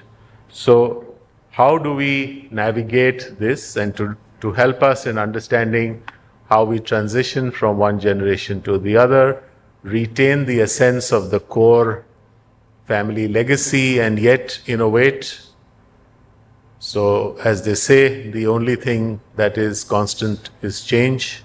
And how do you embrace change which retains the legacy and yet is nimble enough to adapt to the changing times? So, we have with us Piruz, who has transformed his business that was founded by his grandfather, who sold soda from bullock carts. And it was further improved by his father, who sold flavored concentrates. And this has been modernized, rebranded, and expanded into the Rasna brand, which is a household name today. Vineet was in the trucking business, his family, and he has now modernized it into a multi-modal logistics corporation with a big focus on supply chain management. Siddhant, of course, comes from a long legacy of the Nico Group, who was in various engineering products and is innovating, diversifying. They set up the Nico Park, famous in Kolkata, and how he is taking the legacy forward. So this is really the three, I would say, second, third generation leaders of family businesses trying to give us a peek on what makes the ingredients of a successful transition from the old to the new.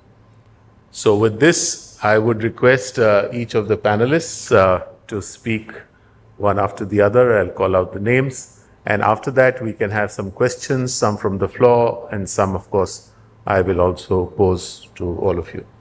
So, Piroz, if I may start with you, you can speak from there. Thanks, Harsh.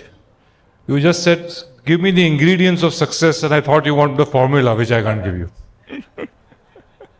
The core of any good soft drink business is a very guarded formula. A lot of people talk about something in the colas and something in... But the truth is, it is there. And luckily for me, because I started quite young in the lab, I had the formula, I reinvented formula, it is all here.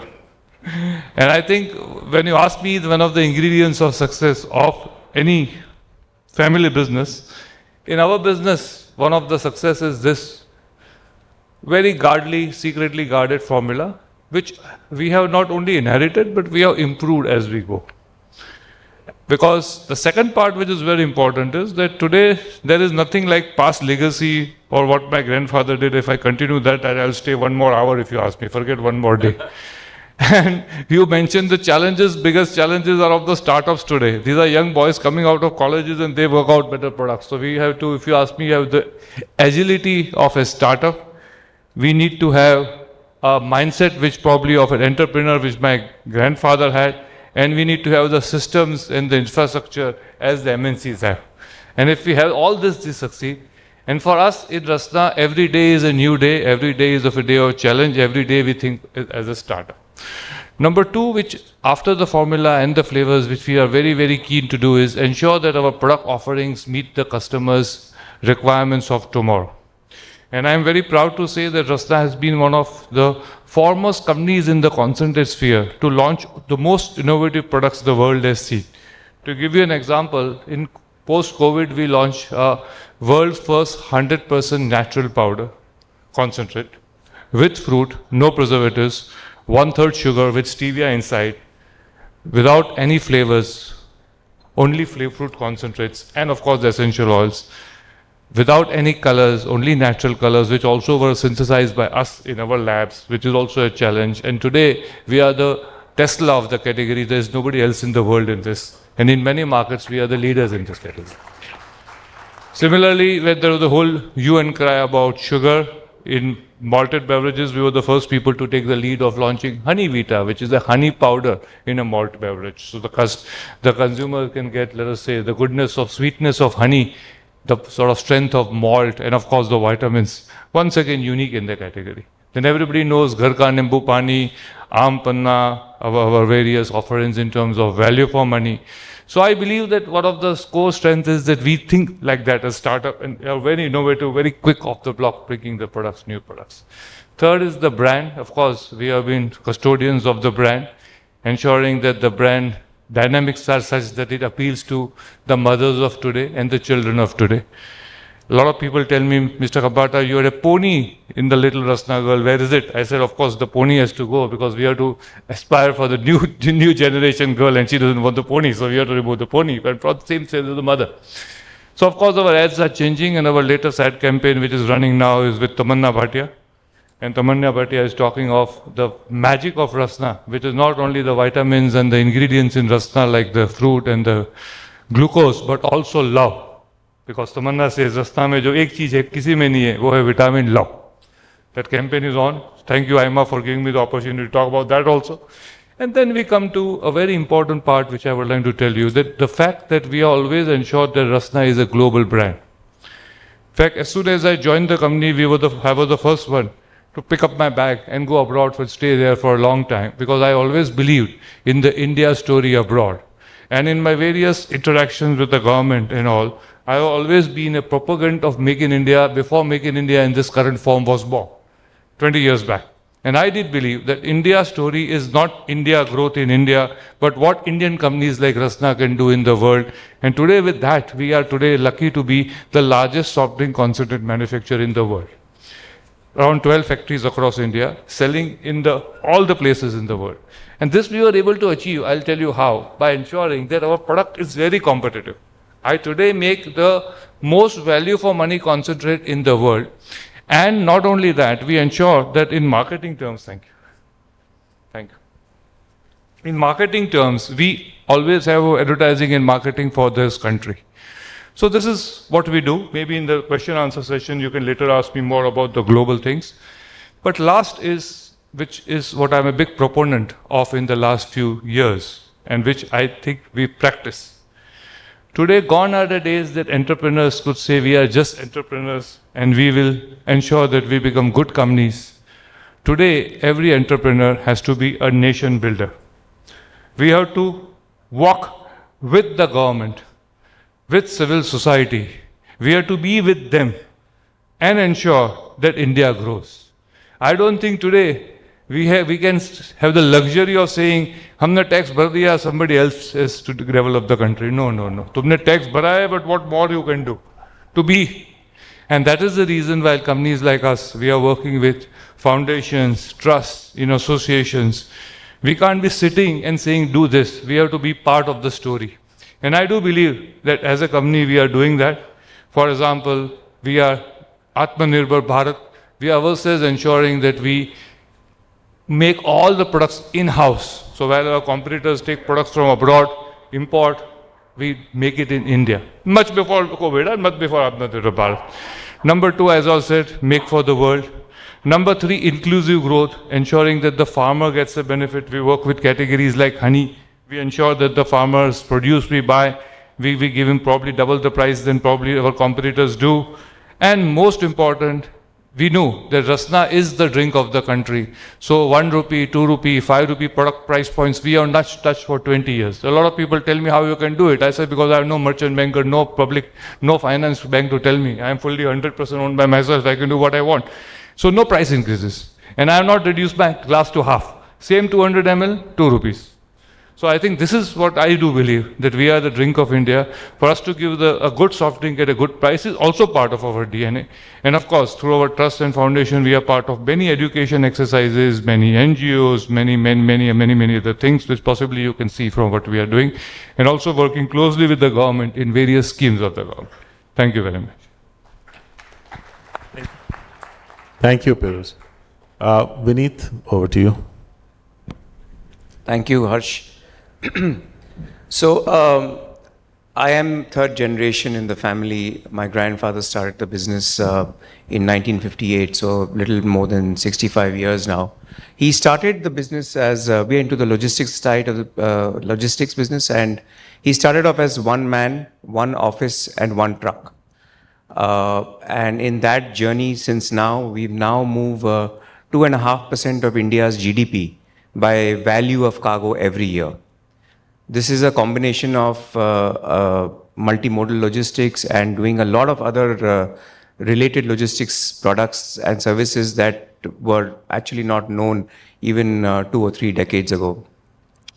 So if the key success factors, if I have to recount what are those, I think the first and the most important thing is value systems. Culture eats strategy for breakfast. This is a famous line by Peter Drucker, and it's absolutely true because we've seen it in our organization for the last decades. It's the culture of the organization, the value system that one has created, which lasts. Our culture value system is denoted by something that we call CORE, C-O-R-E, which is customer focus, ownership, responsiveness, and empathy. And this is what has guided us in the last several decades to be at where we are in terms of forefront. Which means that there are certain policies that we have in, for example, in HR policies are very, from the outside seems very tough, but from inside it is people who have adopted it have found it to be very, very useful. We have one of the lowest attrition in the industry at 10%. We have the highest employee satisfaction rate in not just in our industry, but amongst all industries. This was a study done by Korn Ferry. And again, we attribute it back to the value system. And I think we have taken some harsh decisions in the past, but we have not ever compromised on these systems. The second is, I think, very critically looking at what the customer wants. I think Mr. Kambata also mentioned this specifically, but understanding specific needs of the customer is very critical. And by doing that is not possible by looking at reports, by looking at talking to consultants only, but more importantly, to be on the ground, to be at the field, to understand what they want really. So when I joined the business almost 30 years ago, I did not have a table and a chair for 6 months because I was asked to go to every single place possible. I was traveling 25 days in a month. Thank God I wasn't married that time. But it was a phenomenal experience. It was a phenomenal learning experience that when you're meeting customer on the ground, when you're seeing and understanding what they are saying, you are able to develop an appreciation of their business and then build on that to build services and products that they will need at that time and for the future. So when I joined the business, we were doing just basic trucking. Subsequently, we launched an express company, a supply chain company. We formed 3 joint ventures, all because we could identify very, very simplified needs of the customer. And amazingly, in the logistics business, we could see that it is very, very differentiated. So customer focus is the aspect that has also driven growth.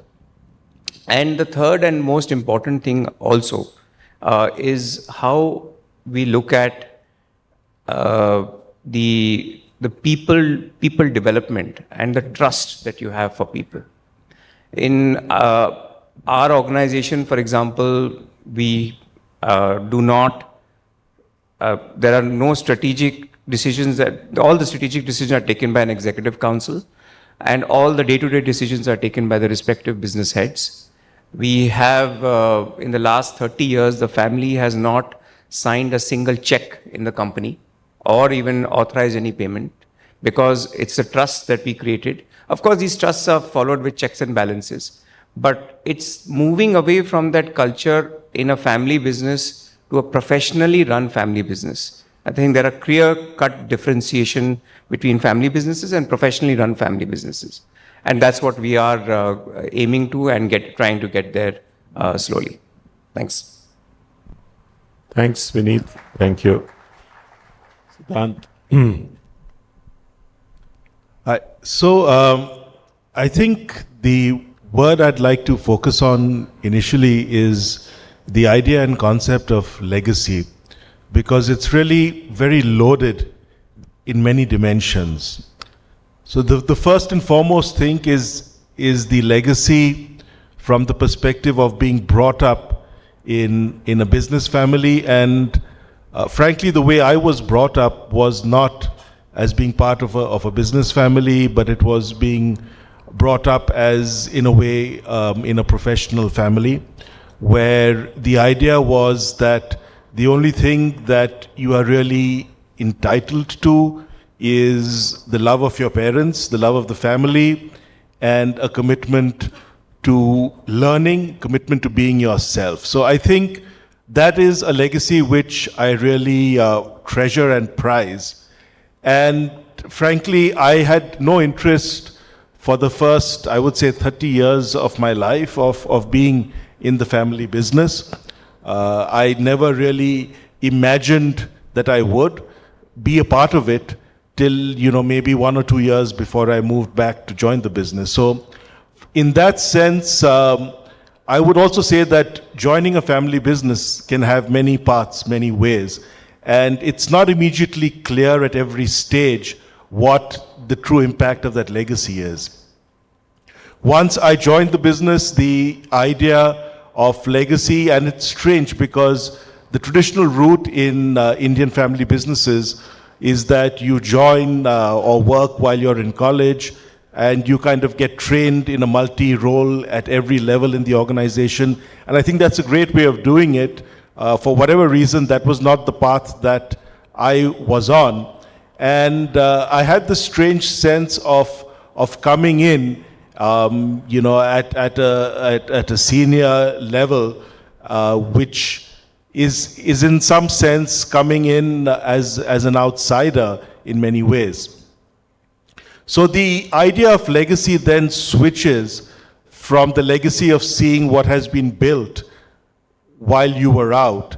And I think that was also for me a very fascinating way, because you get a sense of what the culture of a place is, you get a sense of how that links with the value systems that you had growing up in the household. And in many ways, in my case at least, it was very closely linked. Moving on in the organization, the idea is how do you interpret and make that legacy something of your own? And I think that's in many ways a continuous process. It's a process which requires constant work. So you don't become part of the legacy becomes you, and you transform that legacy to make it your own. And that's the third part of the legacy journey, is making that legacy your own. And some things are new, some things are the same, but it's very much an expression of your individuality, of the uniqueness of your particular family. And that's really what puts the family in the business. I would say for many reasons, all family businesses are tremendously dependent on professionals, tremendously dependent on outside leadership, outside management. But what makes it a family business, and all of us on the panel have referred to that, is that system of deep-rooted ownership, of deep-rooted care, and of deep-rooted responsibility. And that is what separates a long legacy family business from something that is, a first-generation business or a new business or a business that's removed from the family legacy. I think the best-known family business, which is the Tata Group in India, there's a very strong sense of legacy and culture that's there, not just, in the family, but at every employee level. And I think that's the idea of legacy with which we should strive to run a family business. The next question that was there in one of the thinking points, I think, is the idea of how do you really prevent yourself from destroying a company in the third, fourth generation. This is something that studies have pointed out. In the context of India, I think what India has done differently is that we've tried to professionalize the legacy giving. We've tried to professionalize the way that children are brought up. And the sense of unique Indianness in having a responsibility not to your family, but to the extended family of the company, ensures that many people feel very strongly about every stakeholder, whether it's unionized workforce, whether it's a transitory CEO, whether it's a junior level executive. The idea is that you have to empower and co-opt, and you have to be talking to everyone. It's very easy to get kind of buttonholed into your own office, the moment you only listen to one section of your stakeholders, you start running a process by which you can destroy very easily the legacy that has been built in. Because family businesses started out as an entrepreneur-driven organization where the entrepreneur or the founder spoke to everyone in the organization. It was a very flat hierarchy. As we corporatize, professionalize, essential bureaucracy and those processes creep in. It's unavoidable. It's part of being in a professional organization. But the family part of it, I think, especially in Indian context, it's to our advantage and part of the legacy to actually break those bureaucracies at your level and listen to everyone at every stakeholder. So whether you're walking a factory floor, whether you're speaking to your field level marketing people, that's basic practice that is required to keep yourself grounded. And that brings me to the third point I'd like to make, is you need to be always honest to yourself. And that's where the family part really helps in, whether it's, your parents, your siblings, your spouse, your children. And you need to stay true to yourself and not get caught up in the trappings of being in control. In India, unfortunately, the culture is of flattery. Everyone is there to flatter you, but at the heart of every flattery is the risk of being deceived. And don't give in to that deception. That, again, is extremely dangerous. So being honest to yourself, being true to yourself, being clear-headed about what you have done and what the team has done, what the organization has done despite you, what the organization has done because of you. These are things that you need clarity on at every stage of your journey in a family business. So I'll stop there and we can continue. Thank you. Thank you, Siddhant. So let's dive a little deeper, and we have spoken about things which are positives, I think, in all the three experiences. But I think the biggest teacher is a negative event or a challenging event which we have not been able to overcome. We overcome, then it becomes a positive. But when we don't overcome, it leaves behind a lesson. If I could request all of you to sort of go back in memory lane and figure out that one event in your life that didn't work out and what you learned from it. And the second question, diving deeper into this, is that in family businesses, particularly if you are the third generation, which most of you are here, you have many competing siblings, you have other members, not all of them either equally interested or equally maybe competent to do the job, but yet there is aspiration, there is a distribution of wealth, and all of them create their own dynamics and complications. And how have each one of you navigated that? Whoever has faced it, maybe somebody didn't have that challenge, but whoever has faced it. So I don't have an order of preference, whoever is ready can go. The second question is easy. I was one son, two sisters, not interested. So to create competition, I have 4 children. 2 boys, 2 girls. And as of now, all are interested. So I told them that is good. The winner would be the one who goes ahead. And in Parsis, we don't have that problem. Parsis, there's a problem of nobody there. Sometimes when big families talk, coming on this on the lighter part. On the first part, actually, if you ask me, the biggest learning we had is that it's better to stick to what we know to do. And honestly, it is not true that I have not tried, and I'm very I don't mind talking about it, because it's always a learning. A lot of people say, Piruz, you have to diversify into things. So for example, 2-3 years back, we made an app. Probably the only knowledge I got is what is app business, what is computer, how it works, but total flop. But I can say, yes, I learned. But I'm very happy that I learned, because now I know how it works, all this e-com and all that. Number 2, similarly, we got into some real estate type of business. Once again, I don't have any knowledge, probably others have. Real estate is about managing not the land but the government, which I was a total flop. So, because we Parsis, we can't do that because we are straight. We call I have to call a spade, so that never works. So it was a total flop. So gone.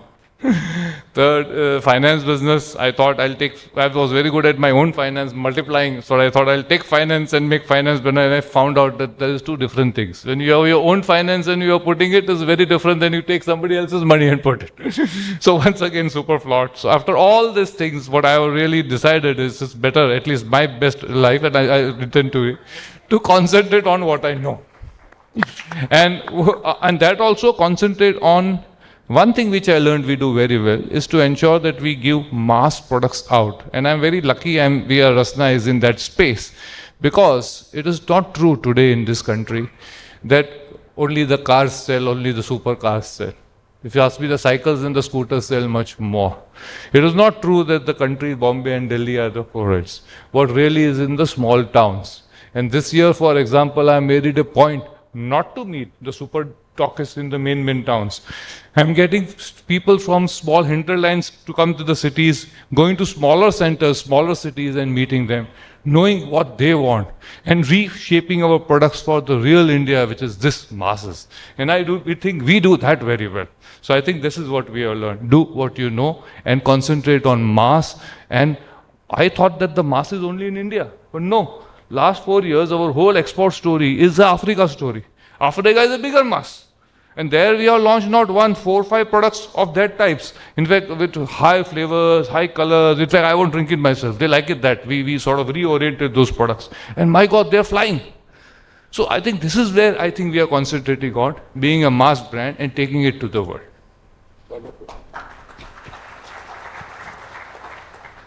So a specific challenge around the time that when I joined the company was already 35, 40 years old. So there was obviously a lot of legacy that was still there and built up, and it was a single business. And there were a lot of people that were even there from my grandfather's generation that were working in the family, in the business. And around the same time, we had a larger family separation. So there was a lot of, I would say, just protect what was there attitude, and some of the older guys were there saying that, I know it all. What will this young boy who's just come from, and that too, I came from the US. I did my undergrad in the US and came back. What will he do? And then around that time, and a specific example is around emails.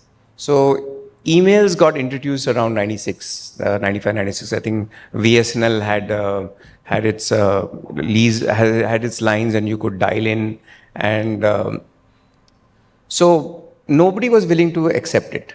They said, we will still write letters, and once the emails, so I stopped sending from my father's office. I told them that do not send any message now on telex or fax or any written communication, send via email. And let's see how people respond.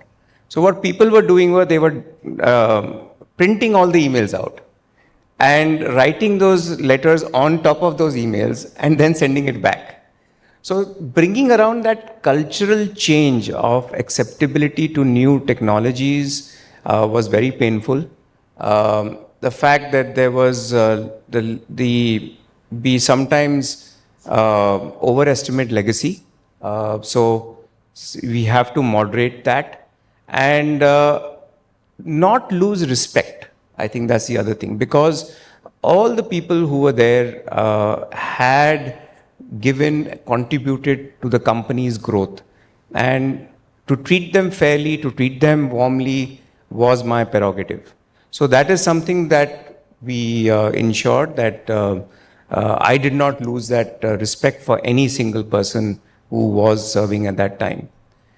In terms of managing siblings, etc., I think all family businesses have those challenges. What we have done in the last decade or so, we've created family structures, we have a family constitution, and that drives us. That is something that is ensuring that there is harmony. Thank you. So, just the only thing I would add here is the idea in terms of making mistakes is the difficult thing of being in a family business is to try and separate emotion from rationality. So there was, I remember my class 10 maths teacher used to always say, when doing math, be rational, not emotional. And, you know, I think the same approach taking to issues of, say, control versus shareholding, or of going back, reversing decisions, or leaving, you know, emotions out of it when doing a deal, not doing a deal, investing funds, not accepting funds, not accepting funds, whether PE, strategic, etc. Those are decisions where I think you need consensus, but you need to have a strong sense of rationality and stay away from the emotion of having built it and stayed on. So that's difficult. I think it's very easy to get it wrong, and you know, perhaps that's one kind of mistake which really is what we need to learn from. Thank you. So we can open it up for some questions from the floor. Yes, please. Yes, can someone take a mic, please?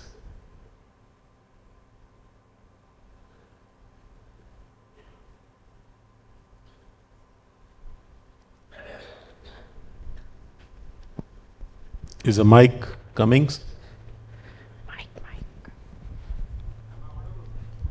Yeah, you are audible.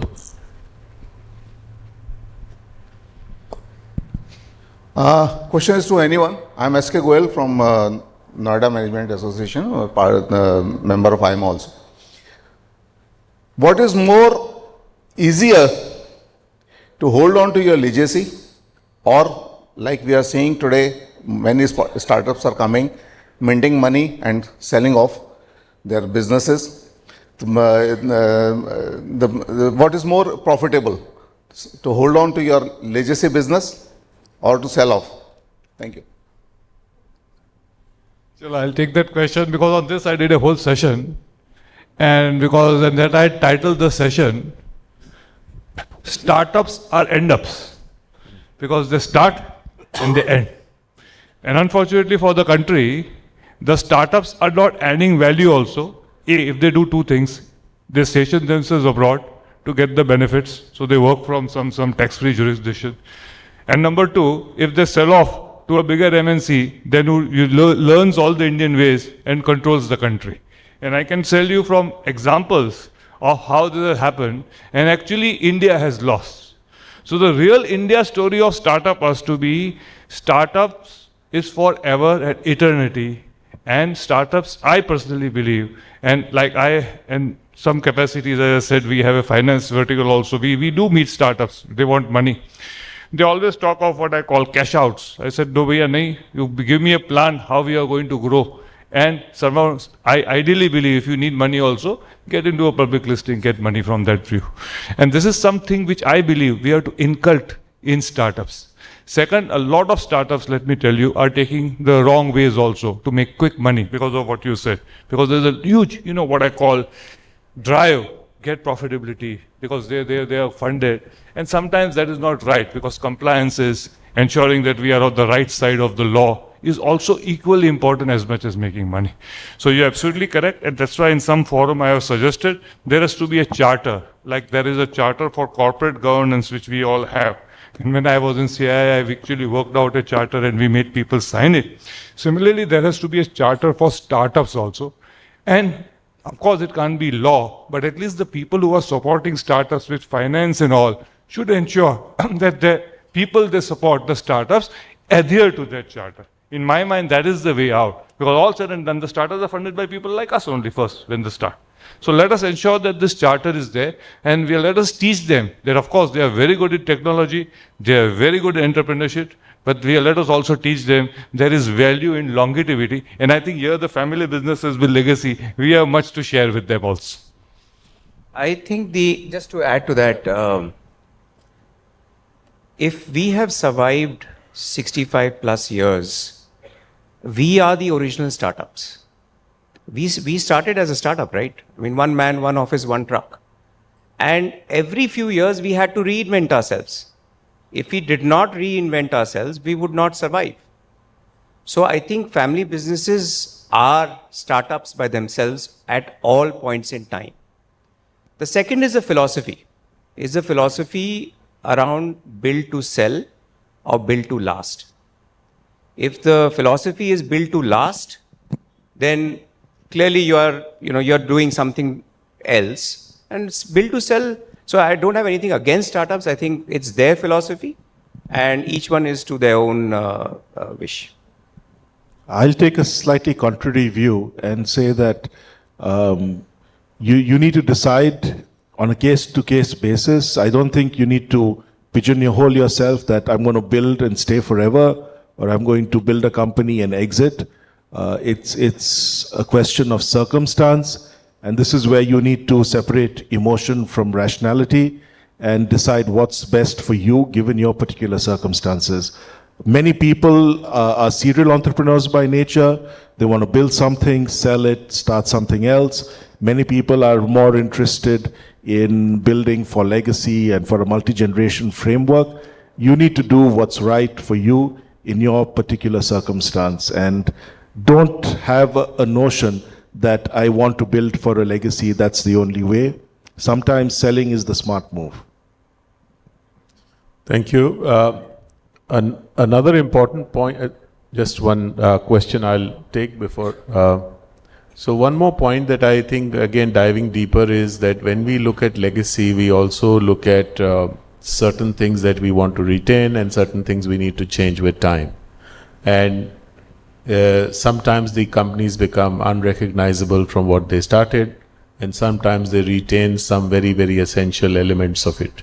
How do we, or how do each one of you look at this, that we don't throw the baby out with the bathwater when we are changing ourselves with changing times? We retain some of the essential qualities that made us what we are, and yet we change.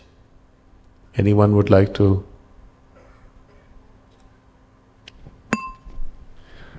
No, I did mention, see, there are certain elements, I'm not talking of the brand, because Rachana is seen more as a brand. As a philosophy, and, not but I'm just coming to it. Yeah. So behind the brand, when we look at it, many times we are tempted to do things which are not as per our brand's DNA. But I've been very conscious to ensure that the way we use the brand, the way we put the brand, we don't throw the baby out of the water, but ensure that the brand follows what I call a brand architecture, a brand ethos, which we have. Similarly, the company also, we know what we have to follow. But you are absolutely correct that we cannot be, in the name of change, harming the core of what the organization or what the brand stands for. And I think Rachana has been a proponent of that. That's why if you see, across all Indian brands, in any categories, there is not a single Indian brand today, other than possibly owned by a cooperative or a government, which is the market leader in his category for 3 decades, except Rachana. And in my category, there are all multinationals of the world have come from 91. When liberalization started, some came to me and also said, Mr. Gambata, sell off. I said, no, thank you. And many people told me, what will happen? All food processing will be taken over. Nothing has happened, at least for me. And we have grown. And in fact, 2 or 3 MNCs had to walk away after coming to India because of us. And we are competing with them abroad also, with market share. So I think this shows that when we have a strategy, what I have, and I still believe, and tell you that what is important now is forget the past, forget the legacy, is to grow for 47. I agree with our Prime Minister's vision. India should be the most developed country. And for that, each one of us in this room has a role. As a businessman, as an entrepreneur, as a part of civil society. And I think my role is very clear. How do we ensure that Indian brands are among the topmost brands in the world, as today we see foreign brands are? And that's where I see India, honestly. And we have to work and strive for it. That's what I do. Wonderful. Should we? Yes, please. Can we get the mic to the gentleman?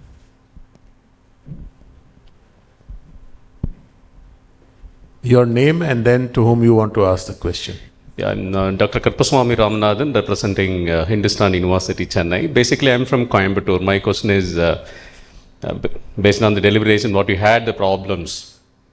If you take Coimbatore, it's known for its diversity.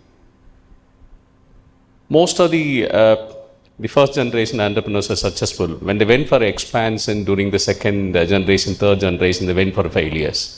But there are certain entrepreneurs, they went for a diversification from textile to motor pumps and now automobile components. Even some of the small companies, they started their companies in China as a subsidiary to some of the main industries.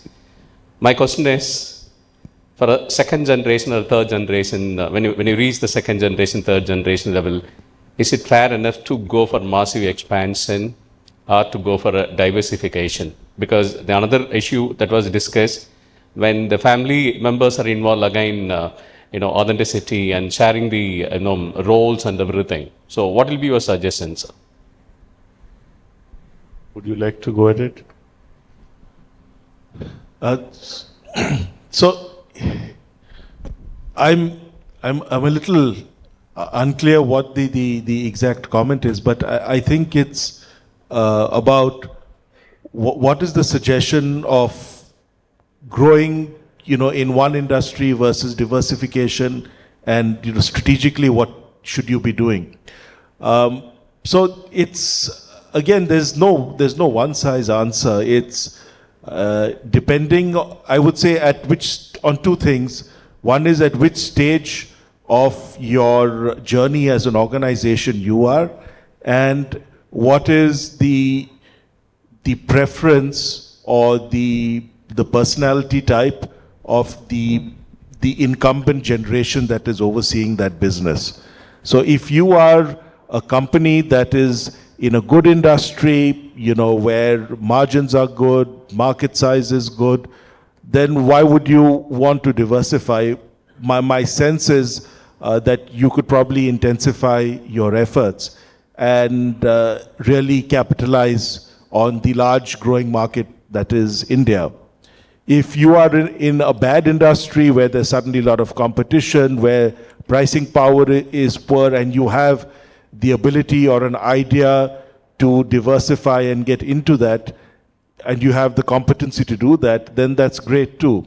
I think the key is to not do these things on your own, to always have a sense of what you bring to the table and what you don't bring to the table, and make sure that you have the right people who can complement what you have before you take such a strong strategic decision. So always work in a team. Don't, just go on your gut feel. Make an informed decision and make sure you have the right skill set to attack that new industry if you're diversifying. Just to add to that, and I agree with what Siddhant said, as a family, we decided to just stick to one business, which is logistics. But we added diversification in logistics, various areas. And we are a listed company, and the focus that we could bring because of that helped to actually talk to our investors and others that, look, this is the business and the only business that we are in. So in the last 24 years, our stock has delivered a 35% CAGR year on year because of that focus. Fantastic. So we'll just take two questions, one by the young gentleman there and one here, please. That's it. Good morning, sir. I have a question which is having two aspects. The first aspect, you rightly said the startups are the end-ups, because I think the startups are not for real India. With the GDP so low, just 10% of Bangladesh, we are having the startup which are only for the top 1% of India, right? Where India is taking chai at 10 rupees or less, we are having the startups which is MBA chai wala.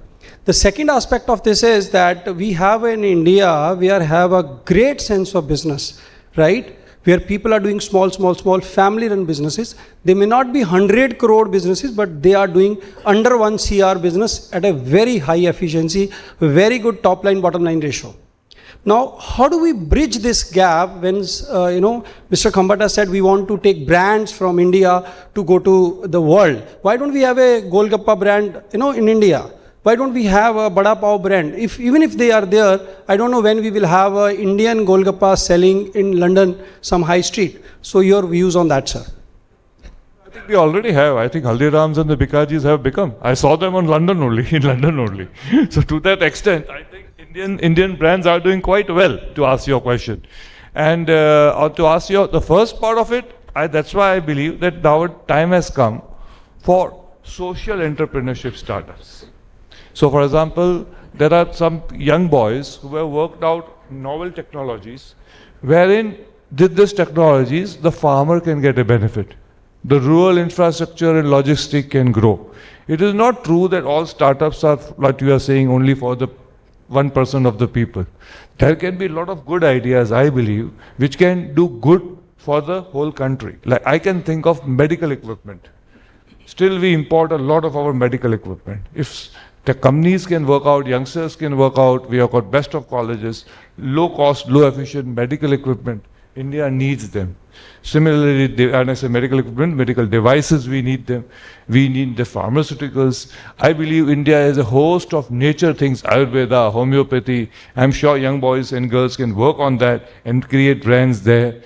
Third, I do believe that there is a lot we can do in the social sector, ensuring that we help the women health groups work out on their own, give them ideas, technologies, so they work for us and give. So these are the type of things I do believe will really shape India, and not those few startups we are talking about. This is my belief.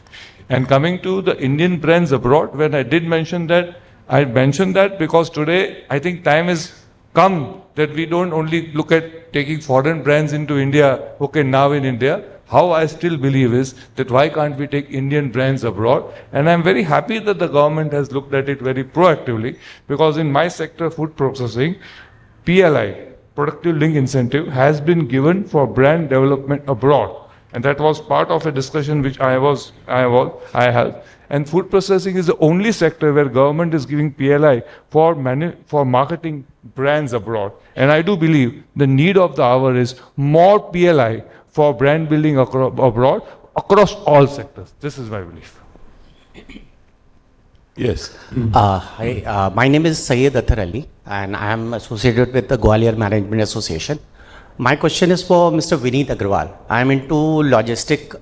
My company's name is Value Freight Private Limited. We are a logistic and freight forwarding company.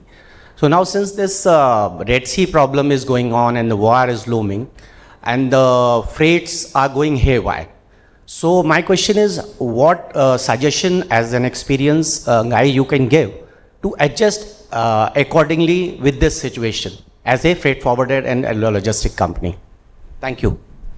I think this is probably not the forum to discuss specific things, but we can talk about it offline. But generally speaking, it depends again, what is your long-term vision of the company. Do not take decisions which are short-term is what I would recommend. Just last question for me. Yes. I am Debasis Sanyal, Dr. Sanyal from Great Lake Institute of Management, Gurgaon. Gen AI is totally different from the previous generation. They think differently, they see technology in a different manner, and they even challenge the legacy form of business, many of them. And they may not believe in legacy form of business. They want to do something which is unique maybe.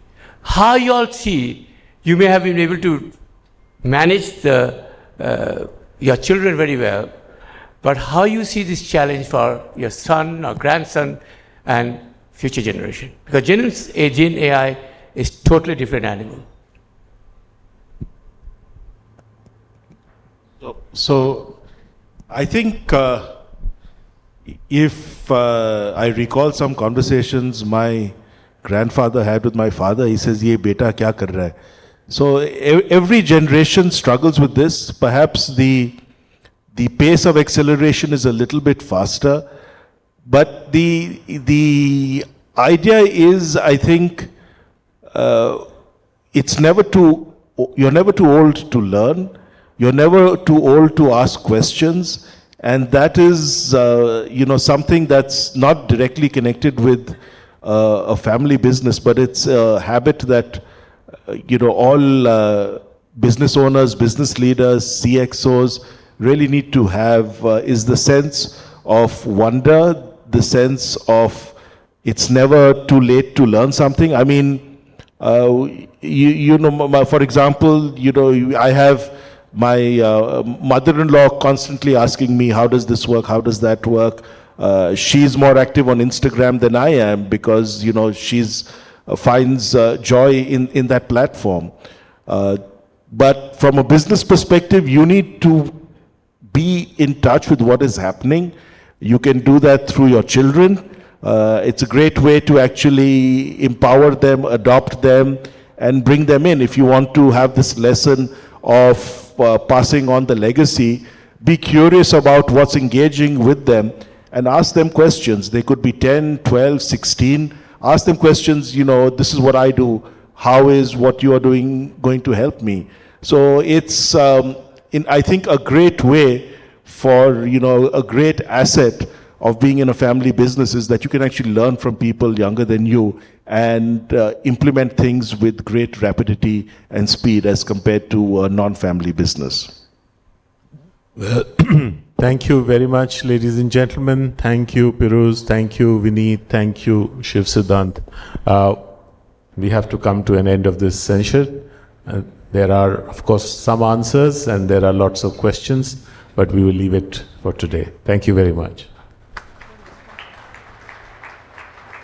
Thank you, esteemed panelists. Thanks to the moderator. May I now take the pleasure of inviting Mr. Sanjay Kirloskar, past President AIMA, to please join us on stage and kindly present mementos of this session. We thank Mr. Harshvardhan Neotia, past President AIMA and Chairman Ambuja Neotia Holdings Private Limited.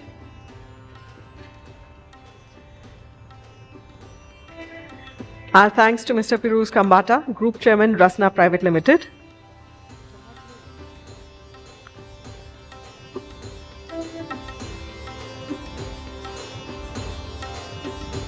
Our thanks to Mr. Vineet Agrawal, Managing Director, Transport Corporation of India Limited.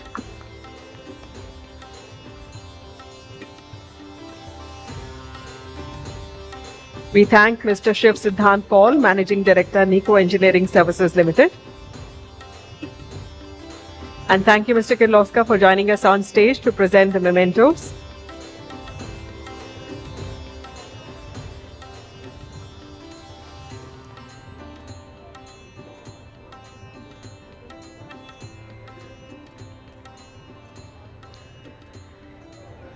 Ladies and gentlemen, please remain seated. We are ready to start the last session before lunch.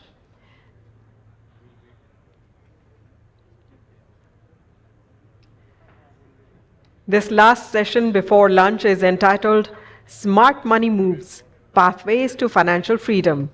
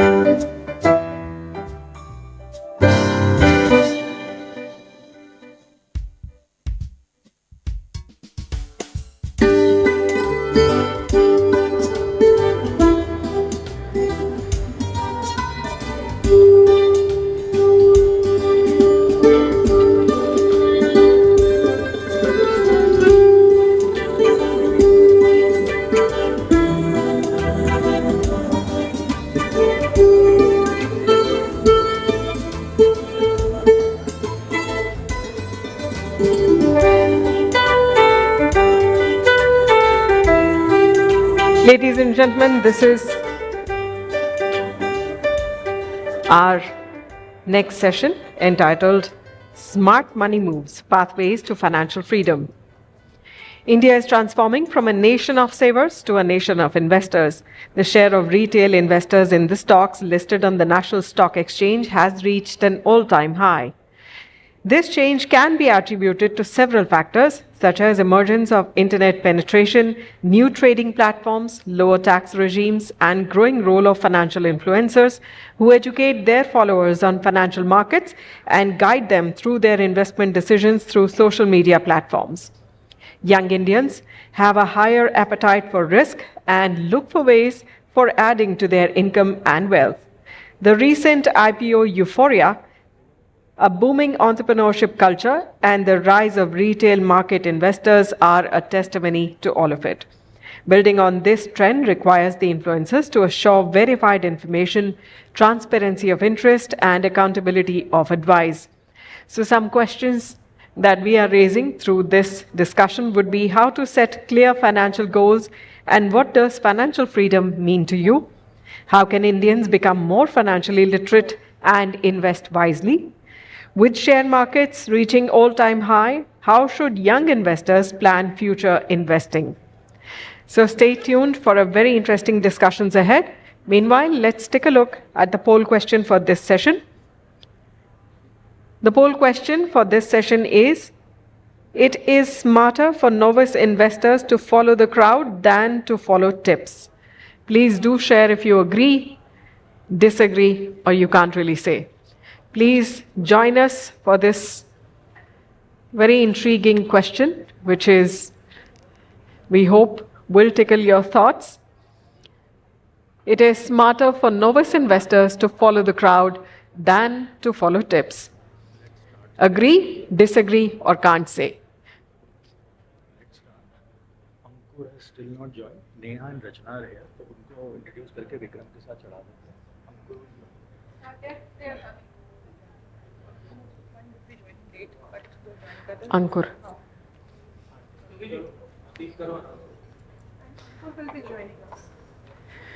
So ladies and gentlemen, for this session today, we are delighted to welcome on stage Mr. Vikram Chandra, founder, Editor-G Technologies. A very warm welcome. We also take the pleasure of warmly welcoming with us on stage Ms. Rachana Ranade, founder, Rachana, Ranade and Associates, FinFluencer, entrepreneur, teacher. We are going to receive Mr. Ankur Warikoo, founder, WebVeda content creator, WariCrew speaker, author, but he is delayed, so he will be joining us in due course.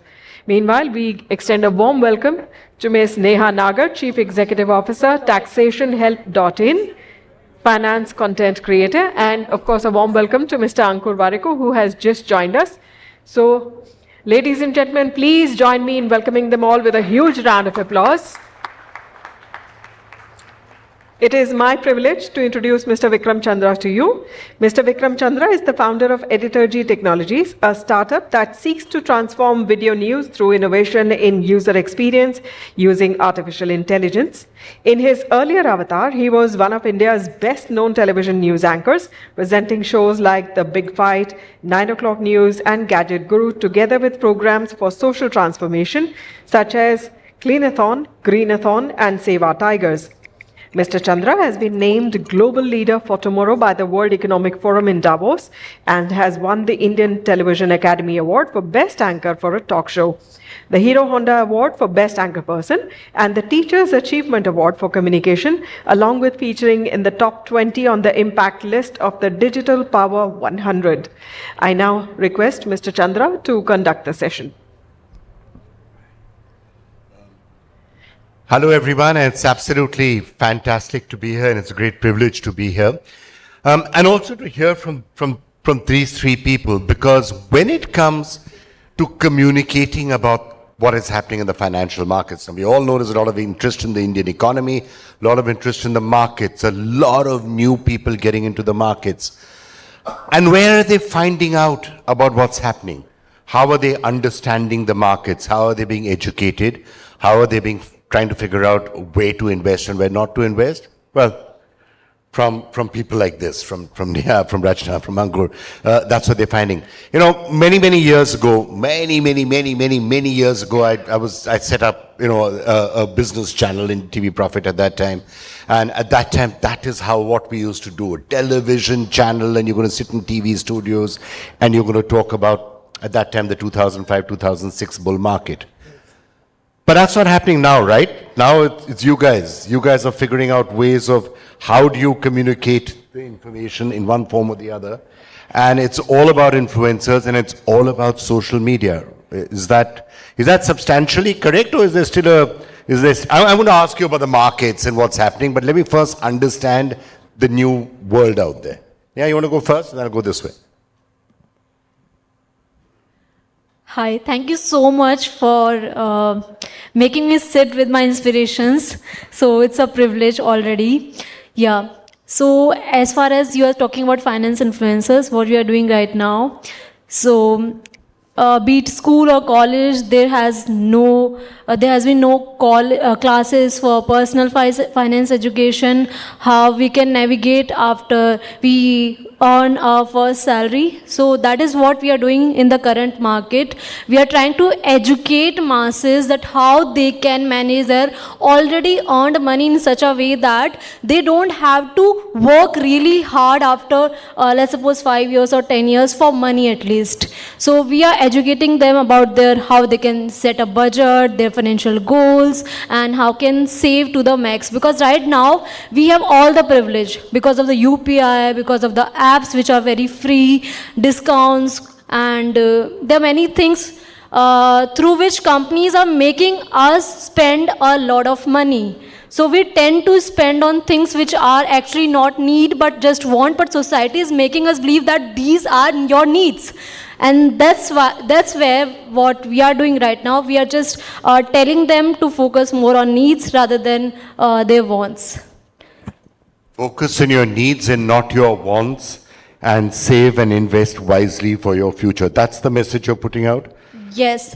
So the message hasn't changed that much from all people giving good, sensible financial advice for the last, 500 years. But the mechanism has changed. Yeah, nowadays everything is available on EMI, right? And that is why our household debt is increasing, which is right now 40% of our GDP, which is actually huge. But because even if you are buying a 1,000 rupees shirt or 5,000 rupees ka speaker, then also everything is available on no cost EMI, and that is actually no cost. उसमें सिर्फ थोड़ा सा processing fees होता है, otherwise it is no cost. तो होता क्या है कि because it is easily available, तो जो नहीं भी चाहिए होता है, we tend to buy it right away. Okay. So that's where we need to educate our young generation कि भाई थोड़ा बच के. Okay, I am going to return to the message that you are doing, but I'm going to just stick on with the medium for some more time. The fact that it's this influencing, world and not the same message going out on TV channels. What's the sort of an experience you're getting? How many people log on? How many people watch? How do you translate that? How does the business model, by the way, of all of this work for individuals like you? Sure. So, hello everyone. I think the new medium which kick-started somewhere around, I think 2018, post-Geo I can say, that is where the real boom for social media happened. Many people keep on asking me, is it TV versus social media? I doubt, because I feel that both are going to coexist. TV didn't kill newspaper, that still exists, radio exists, television exists, so it's all about coexistence is what I feel. Of course, the percentage viewers... By the way, you don't have to be polite because you think I'm TV, because I have not been with TV for 6 years, and I've been predicting the demise of TV news for a long period of time, so in case you were being polite for that reason, don't. I am just being honest. So I think that is it puts a big responsibility on people like us who are categorized as finance influencers. I think, do we influence? Yes, it is up to us whether we put a good influence on the people or whether we put a bad influence. So I think all those who are into this category of finance influencing, I think majority of us do understand our responsibilities, and what we try to do is we try to simplify those concepts which were never taught back in school or colleges, like Neha says. Now, if you are asking about how many people log on and how many people actually consume this content, I started my journey back in 2019, that's just barely 5 years ago, and my English YouTube channel is about to hit 5 million subscribers right now. I started a Marathi channel. 5 million subscribers. I'm just going to pause on that data for a while. How do you build that up? Like, how do you have to spend? Look, typically how it works in TV or most other things is you have to first invest a lot of money in getting that traffic and then you build it up. How does it happen here? Is it organic? I think for me, return on investment was infinity because I started shooting with my mobile. I didn't have a studio setup. I started creating content in my storeroom, and that is the reason why, you know, in my same society where I stay, in my earlier videos, you can easily hear the cooker whistles blowing up. You could hear children screaming, "Mummy, I want my tiffin," and all sort of, you know, voices around my videos. They were very much a part of my video. I used to make fun while these, you know, noises come up. But I think if you know what you are delivering in your content, I believe content is the king or queen, whatever you say. It doesn't matter whether you have a fancy setup. It doesn't matter whether, you know, all sorts of flashy animations are a part of your video or not. If the content is good, your videos are going to perform, is what I totally believe. And what size do you need to be before you start making money? Like 5 million, obviously you make a lot of money, but at what level do you start making money? For somebody watching this and saying, "Mujhe bhi karna hai." So of course YouTube has their own thresholds. It's something like 4,000 hours of watch time and 1,000 subscriber base is where you start making money. So YouTube says you need to at least build $100 as a revenue, then it will be paid off. So I remember a small story about my first ever $100 which was paid out by YouTube. The first ever video that I put up on YouTube was Basics of Stock Market Part 1. And has anyone seen that, by the way? Basics of Stock Market. Kya baat hai, kya baat hai. And yes, others, my channel name is CA Rachana Ranade. Please subscribe to my channel and hit the bell icon, right? Now you know how she got to 5 million, by the way. Now you know how she did it. Right? Well, that video, when I put up back in 2019, it's a 90 minutes video. And that, I mean, I don't know, it just went viral. Again, that is where I believed that if the content is good, people are going to watch it. If you read the comments go something like this, that first it was like, how can I even watch a 90 minutes video? So we put it under the watch later tab. And when it kept on coming up, we started watching it. At one point in time, we paused it. We got a notebook and a pen. We started jotting down the important points that we were learning out of the video. And I have Instagram stories being shared, tagging me that, you know, Rachana ma'am, we learned all these things from your video. And today that video has almost 28 million views. So I think that is how the journey begins, with a small phone. But if you are giving good content, people are going to watch that. You just need to have conviction on what you are saying, whether it's correct or not. Okay, I'm going to leave this session. I'm going to go and try that right? Immediately after this is done. Well, Ankur, in your case, again, you know, building this sort of a viewership, building the traffic, building the engagement. In your case, you're now reaching a level where people are probably talking as much about your six packs as they are about the latest state of your portfolio. And I hear both are doing quite well. It's thankfully doing well. It's all consistency, as Rachana had mentioned. But for some numbers, there are about 450 million people who visit YouTube every month from India alone. That's an obnoxiously big number. So when you see the likes of all of us, and with absolute all respect, like Rachana has been the best teacher I could have ever asked for from an online perspective, 5 million, which is round about 1% of that entire population. And you add all of these up, we're still in the same range. So we haven't even scratched the surface of what this entire country and the ambition and audacity of the youth of this country wishes for and aspires for.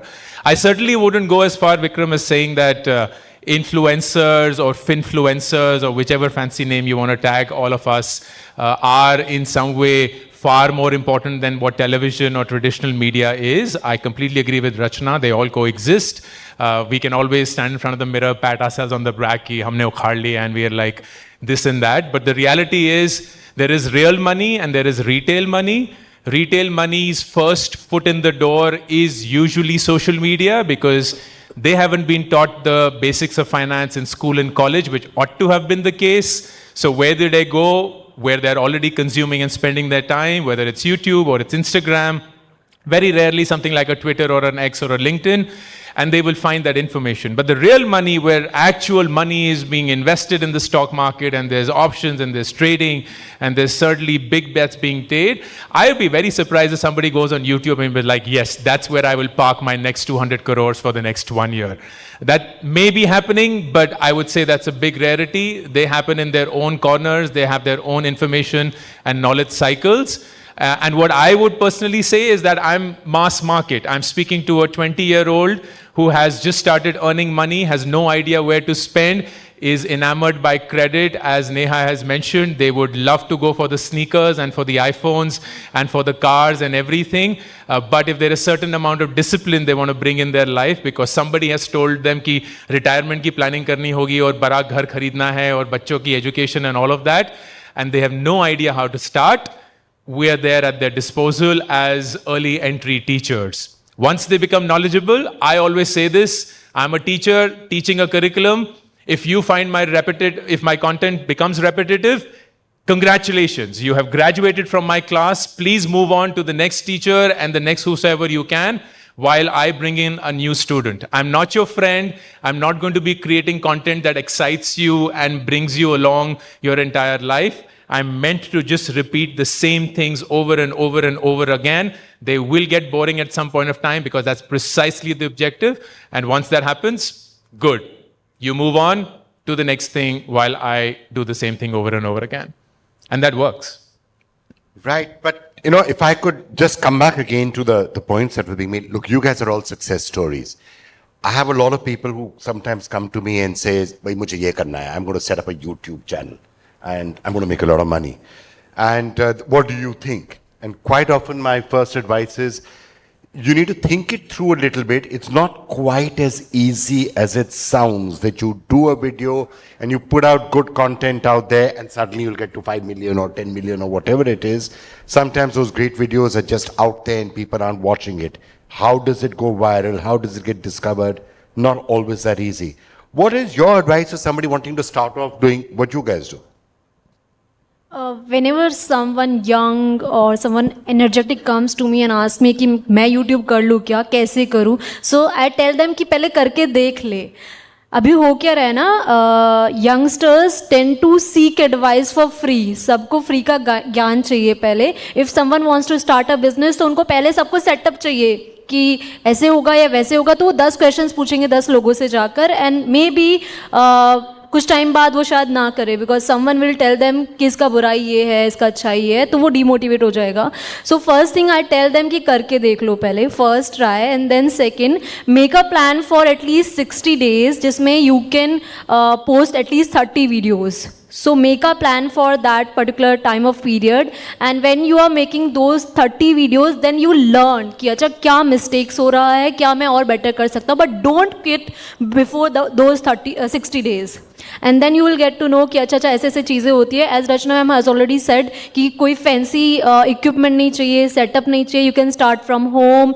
Even I started content creation 2020, अभी मुझे 4 साल हो गए, but still मेरी videos में अभी भी मेरी बच्चे की आवाज़ आती है. तो मतलब ये चलता रहेगा, चीज़ें लाइफ में चेंज होती रहेगी. डिस्कवरेबिलिटी एक तो है कि आप अच्छे वीडियो क्रिएट करें और उसको सामने डालें. दूसरा है उसकी discoverability, because you could have some absolutely fantastic videos and great content out there which nobody watches, because at the end of the day getting people to come to it is one of the biggest challenges. 250 million people coming on YouTube, but there are millions and millions of videos out there, and probably more as more and more people want to start putting it. How do you get discovered? बात कहाँ से होती है? Demand check करना पड़ेगा, because I started in 2020 जब एकदम finance का बूम था. डीमेट जो स्टॉक इन्वेस्टिंग करने के लिए जो डीमेट अकाउंट होता है उसका नंबर्स हर महीने 10 लाख न्यू इन्वेस्टर्स आ रहे थे, तो उसमें ऑलरेडी डिमांड था. सो आई डोंट से कि मेरा जो जर्नी था वो डिफिकल्ट था, because in the first 3 months only I got 3 lakh followers, right. So it was quite easy, but I started somewhere जहाँ से मुझे खुद का नॉलेज था, because I was in the finance industry since last 5 years before 2020 already. So I started from my own industry and I had a vision कि मुझे करना कुछ है तो इसी इंडस्ट्री में करना है. एंड देन आई सॉ कि अच्छा डिमांड कहाँ है. I was into taxation, I was running a tax firm. So my clients use to ask me कि भाई ये जो गवर्नमेंट ने MSME पैकेज निकाला है इसमें क्या क्या बेनिफिट्स हैं हमारे लिए. ITR का डेट डिले हुआ है, GST का डिले हुआ है, तो इसका कुछ क्लैरिफिकेशन हमें दो, कैसे क्या चीज़ें करनी है. तो सेम वे कि अच्छा पब्लिक मुझसे ये पूछ रही है तो लेट्स मेक वीडियोज़ ऑनलाइन. तो that's how I started putting, and then from the comment section I started taking inspiration कि लोगों को और क्या जानना है. And then slowly I moved my content from taxation to stock market then personal finance. So we have to actually check कि कहाँ पर डिमांड है, but that demand should be aligned with your industry, with your expertise. Don't try to be someone else. So that's, I think, a very, very good piece of advice. Ankur, let me just get you in on that, because sometimes when you're starting off and you're putting the videos out there, you say, where am I going to get the most immediate number of views? What is it that is going to be the most popular? And quite often, people believe that the way to be popular and the people to get views is to not necessarily be doing education or doing high quality content, but doing the more sensational, doing the more, what you think is going to get views very quickly or likes very quickly. How would you suggest somebody should make that plan? And especially in finance, sometimes that can lend itself to just giving quick stock tips. Sure. Easier way to do it than to try and educate someone on taxation. So at a broader level, if someone were to start content creation, and particularly on YouTube today, my plan would be the following. So there are two worlds that are coexisting right now. One is the short form content, which is catering to the attention time spans of this generation and more. And it's exploding. It's frankly a double-edged sword where we are just swiping up constantly. We're addicted to that. And we don't even know कि कितना जल्दी वक्त बीत जाता है. And then there is this long form, 30-minute, 60-minute, 4-hour long podcast where you go deep into a topic or a conversation. And both of them, in my opinion, are needed now because the world is becoming more and more competitive. So if I were to give a playbook, the playbook is you create 3 to 4 pieces of short form content every week. That gives you demand.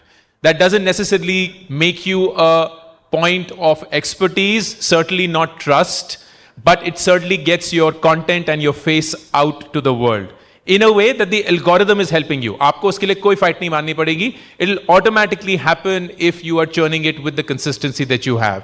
And then you have long form content, which should be a minimum of 1 a week and ideally 2 to 3 times a week, where you would draw people's trust and they begin to see you as somebody with expertise and somebody with deep, rich content. And these two will then be a nice, happy mix. I've often found people, Vikram, struggling if they over-index themselves on short form.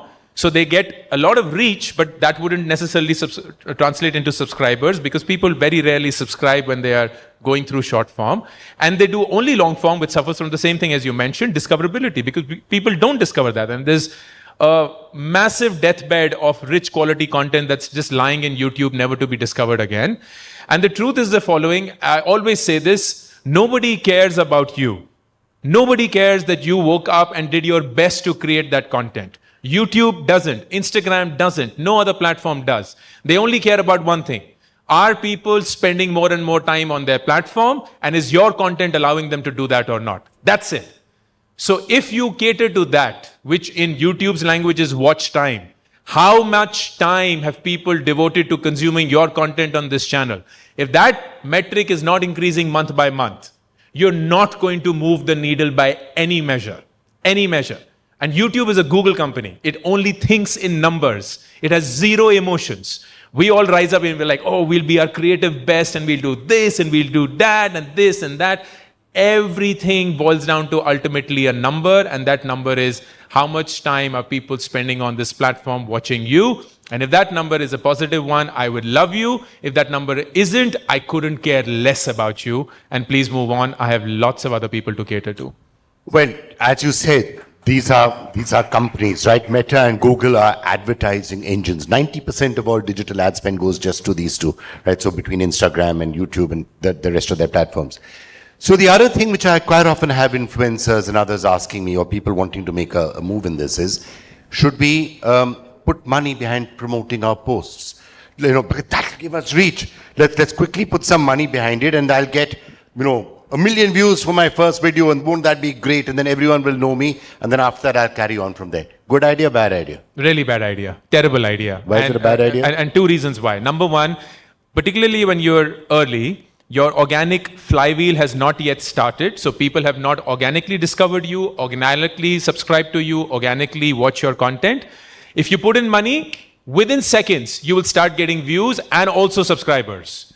But the second you stop, they will all go away because they were forced to watch your content. They did not choose to, and they certainly did not do it willingly. So what's happened is that the percentage of paid contribution to your total contribution of subscribers is massively high. The ideal mix, and I'm not suggesting that it's a bad idea to promote your content, only do it when you can get to a point where your paid contribution to total subscribers will be no more than 10 to 15%. Which means you have to wait for your organic to get to a certain sizable point, after which you start seeding it with a little bit of promotion to inorganically make your content grow. So just on that point, and I'm going to come back to the other two of you on that.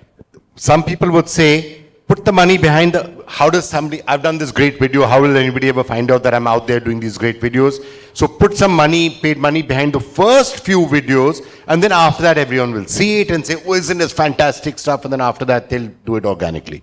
The algorithm doesn't support that? No, I wouldn't, certainly again. Because, so this is a very dispassionate view. There is no great video in a content creator's life. There is no great video. Even her first video, she may think it is 28 million now, but is that the greatest video she's ever created? No, she's done far better than in many other ways. We just get very emotionally attached to our video. मैंने इतनी मेहनत करी, मैंने इतनी fight मारी, वो सारे pressure cooker की आवाज दबा के, बच्चों को कमरे में बंद करके, I made all of that. Nobody cares.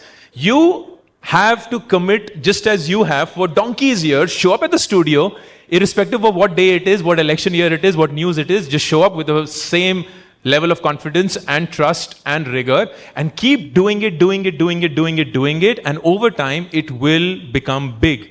The problem is, and that is not a problem of this generation, so I don't want to sound old and all dismissive. The problem is this generation, for no fault of theirs, does not know what it is to wait. Because everything is instant. So you need a book, click. You need clothes, click. You need cabs, click. You need food, click. You need movies, click. You need love, swipe right. Jo bhi chahiye. It's just available when you want it. So they have not been trained in an India where we grew up, where we had to stand in line for everything in our life. From doodh to ghadi to phone connection to even movies. Wednesday 7 p.m. Chitrahar. Agar bijli nahi hai, tough luck. Next week. That's only when you get Madhuri Dixit and whosoever you fancy. But that is not the training. So they are used to one video blow up, but it's a game. I say this with like Neha's testimony, and she was very generous when she said 60 days. I'm like, 700 din se pehle, agar tum give up ke mode mein ho, don't pick up YouTube. It is not going to happen, bro. Before 700 days, nothing will move on YouTube. It may on Instagram, 700, and may you, God bless, luck out and whatnot. But clinically, when you look at it, nobody is a Mr. Beast probability. Everybody here is going to earn it the right way. If you don't have the temperament and the conviction to pull this off for 700 days, you should not sign up on day one. Period. I think that's very articulately put, and you're absolutely right about not knowing what content will work. If I consider the amount of effort and time and everything I put into doing all sorts of content, if I think about it on YouTube, I think the video that had 3.8 million views, I don't know how many million views there was about a hole in the ocean, which when we finished the thing, I said, why did we do that story? Can we just drop it, please, from the final rundown? And we said, a little short on time, usko chhod do.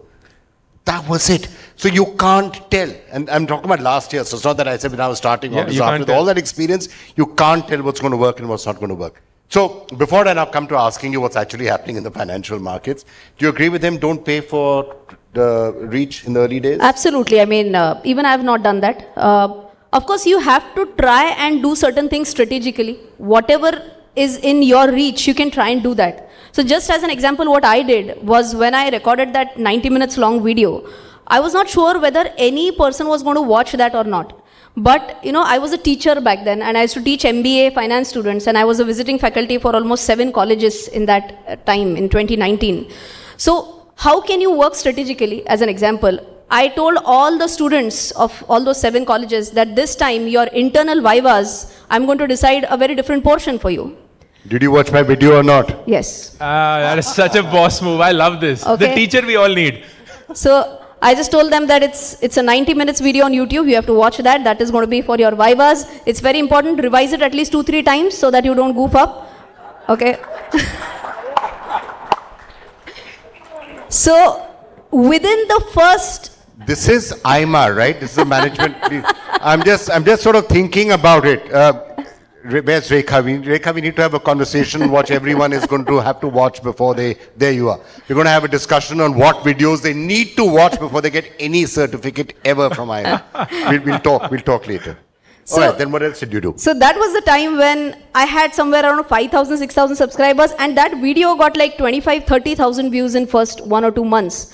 And in fact, my first ever $100, which I was talking about, YouTube stopped that because they felt that this is something, it just can't happen. This is something spooky. What is wrong? I mean, how can a 90-minute video get 25,000 plus views in no time? So they said, first we'll investigate into it. If we feel that there were no bots involved, they are real views, then only we'll release your payment. So I think everyone has to understand what is your strength, what is your weakness. Accordingly, you can strategically plan out and get views in a very organic way. I'm noticing him scribbling notes as fast as he can while you're saying all of this, which is alarming me a little bit, but all right. Hacks 101. Yeah, this is a hack that we actually hadn't heard of before. All right, before I turn now to where you all think the financial market is, one last thing which should be said. Look, if you're giving people advice, it's one thing. If you're saying invest sensibly, fine. Don't blow up all your money and invest for your future. You can't go wrong with that, right? Tax advice, maybe you give somebody wrong tax advice. But what's often starting to happen is that people are just giving, ye stock kharido, ye stock becho, ye stock kharido, ye stock becho. That's what SEBI also is starting to get alarmed by. Because it's one thing if people are giving advice and it's making a genuinely bad advice, but sometimes it could be manipulation, sometimes it could be insider trading, sometimes the person has got another reason to be giving that advice. How do you guide against that? I think health and wealth are the 2 most important things in anyone's life. If you advise wrong in both these aspects, anyone's life can get problematic, right? Yesterday only I was watching a video which was on health actually, जिसमें there was a doctor who was telling कि हमें बासी खाना नहीं खाना चाहिए, ठीक है. फिर उसके बाद थोड़ी देर 15-20 मिनट बाद मुझे एक और वीडियो पॉपअप हुआ, उसमें वो again a doctor was saying कि बासी खाना खाना चाहिए. उसके जो न्यूट्रिएंट्स लॉस होते हैं वो सिर्फ विटामिन सी लॉस होता है, एंड वो पिकल के साथ अगर आप खा लोगे बासी खाना तो जो एक न्यूट्रिएंट लॉस हुआ है वो भी मैनेज हो जाएगा. सो आई गॉट कन्फ्यूज्ड कि भाई दोनों ही डॉक्टर है, अब मैं किसकी एडवाइस लूँ. सो सोशल मीडिया पे एक्चुअली में ऐसे होता है कि one influencer is saying something else and second वाला कुछ और बोलता है. तो ये मैंने हेल्थ का एग्जांपल दिया है, फाइनेंस वेल्थ में भी ऐसा ही होता है, right. There is a very famous popular product that is ULIP. अब यूलिप का हम तो सभी लोग I am sure Ankur sir, Rachna ma'am बुराई ही करते हैं, but there are some influencer जो उसकी तारीफ भी करते हैं, एंड देन अगेन लोग कन्फ्यूज हो जाते हैं. तो how I look at these things कि आप एजुकेशन ले लो सोशल मीडिया से, but don't take advice. Like we all said कि we are educators, we are not financial advisers, right. So if you are clicking that follow button, then please don't click it for advice कि मैं कहाँ invest कर दूँ या मैं कहाँ खरीद लूँ. Yesterday I had an event in Mumbai जो मेरे सामने बहुत सारे students थे, right. I was telling them कि क्या क्या हो रहा है वर्ल्ड में, कि कैसे हम EMI की वजह से या इजीली एक्सेसिबल चीज़ों की वजह से डेट ट्रैप में फंसते जा रहे हैं, राइट एंड हम उतना सेव नहीं करें जितने हमारे पेरेंट्स करते थे, और हमारा जो सेविंग का रेशियो बहुत ही कम होता जा रहा है, 5% of our GDP, right and हमारे RBI गवर्नर ने भी इस पर एक स्टेटमेंट दी थी that this is very concerning. तो मैं बहुत बेसिक चीज़ों के बारे में बात कर रही थी। जब सेशन ओवर हुआ, बच्चा मेरे पास आए, तो गेस करो कि सबसे ज़्यादा क्वेश्चन किसके बारे में थे, कि मैं कहाँ इन्वेस्ट करूँ, कौन से स्टॉक में इन्वेस्ट करूँ, कौन से म्यूचुअल फंड में इन्वेस्ट करूँ। तो eventually people if they are watching financial content, they are watching कि मुझे बता दो बस कि कौन से स्टॉक में लगाना है, they are not watching it for education. So first we need to change our mindset, then only हम सही लोगों को फॉलो कर पाएंगे। ऑफकोर्स 100 लोग हैं तो उसमें से 10 लोग ही या 7 लोग ही अच्छे होंगे, बाकी लोग of course they are doing good, but कहीं ना कहीं वो आपको मैनिपुलेट करने की कोशिश करेंगे, राइट एंड कुछ of course we all get offers कि कुछ स्टॉक्स होते हैं कि आप इसको प्रमोट कर दो, लिखी लिखाई स्क्रिप्ट मिलती है, और होता भी ये कि कुछ टाइम बाद हमने तो मना कर दिया, and we see a lot of influencer जो एक ही लाइन गा रहे हैं उस स्टॉक के बारे में, तो वी गेट टू नो कि अच्छा ये इस वजह से हो रहा है, बिकॉज उनका जो बोलने का तरीका है वो मिलता जुलता होगा सबसे। So we need to stay alert. So I say कि if you follow for education. Second, watch them for long term. कोई भी प्रोडक्ट है, be it cryptocurrency, be it P2P lending, any product, financial product, उसको time चाहिए होता है अपने आप को प्रूव करने के लिए, राइट। सो फाइनेंस इन्फ्लुएंसर्स को आप कैसे 1 महीने 2 महीने या 1 साल में जज कर सकते हो, right? You can't judge, so give them time. Unless it's day trading, right? So if you're giving advice for a long-term investor, by definition you need a long time for that advice to work out. So that's perfectly true. Are you concerned about some of the trends that could happen with people if finance influencing becomes giving tips on day trading? Because let's face it, you could have the best stock that you ever choose. It may only work out after 4 or 5 years. So especially if somebody is doing it for malified reasons, or because someone is saying, yeah, it's good, trigger karte hain, let's drive the stock up, drive the stock down, it could ruin the reputation of the entire industry. 100% yes, no doubt, no second thoughts on that. So I always say this, right? You just tell me one industry where there are all good guys. Anyone? It just can't happen, right? So there are going to be good guys in the industry, there are going to be bad guys. So if you are talking about taking money to promote a stock, is that bad? 101% yes, it is. So I think all those who are finance influencers and who have decent enough subscribers or followers, they do have certain checkpoints, and ideally we would not do that. None of us would do that. But what I've heard is that those who are doing this influencing with like 5,000 subscribers, 10,000 subscribers, they get a feeling that koi kya hi meri taraf dekhne wala hai. And that is the reason why they are actually doing these activities. It's what I get to know. I would not like to comment on that because I don't have a first-hand information about whether they are taking money and whether they are doing this or not. Going on to the second thing, what I do, for example, on my channel, I try to simplify, or I try to just give a gist of what is about a specific stock. So just to give you an example, whenever a company comes up with an IPO, the prospectus is 400 or 500 pages. Who is going to find time to read through those 400, 500 pages? No one. Right? So what I try to do is that now I have a team of 4 or 5 people who are pursuing CA or CFA, or who are qualified CAs and are qualified CFAs. So what we do, we sit down, we try to, crunch it down into the most important points as to, let's say, what does the company do, what is the industry to which they belong, what are the financials, what are the risks involved, what are the litigations on the company, what are their valuations. We would just crunch that down into a 10 to 12 minute video so that people get to know, okay, this is the gist. Now I will try and take a decision based on that. Now, could there be a possibility that I am looking at the company from a much brighter side, versus there could be an influencer who looks at it more from a darker side? So, मैं ये नहीं बोल रही हूँ कि मेरे video के बाद किसी ने buy करना चाहिए. But could there be a situation that some person buys that stock and based on some other finance influencer's video, a person sells that stock? Yeah. 100% it is possible. Why not? Is it something good or bad? Kya problem is? There's no problem. I mean, because people have different views on the same stock, that is the reason why stock market exists. If everyone has a buy side on every stock, there would be no trade, right? So there's nothing bad in that. Ankur, on that point, before this there's always a risk of, I mean, not a risk, there's always a possibility that there's going to be regulation, people are going to step down, the government's going to say this is allowed, this is not allowed, the rest of it. And I guess part of the question is going to be, she's right, that there are good actors and bad actors in every industry. Certain industries, what you would call quote unquote bad behavior actually gets rewarded. Take television news, for example, and the more sensational and the more, tabloid you are, the more you shout at people, the higher your ratings are. Is there potential out here that if someone, instead of saying invest for 10 years and put aside this money and, be patient and buy ETFs, somebody is giving good, sound financial advice, it's not as exciting as somebody says, "Main keh raha hu, khareed lo, kal ye badhega."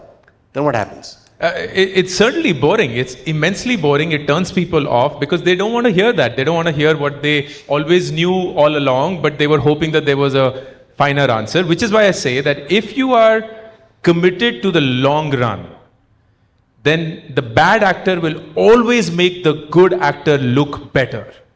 Always. It's the law of nature. But it requires somebody to have that long-term view, because if you are going to just look at the short-term gains that the bad actors will get, you will be demotivated and switch off in 2 years.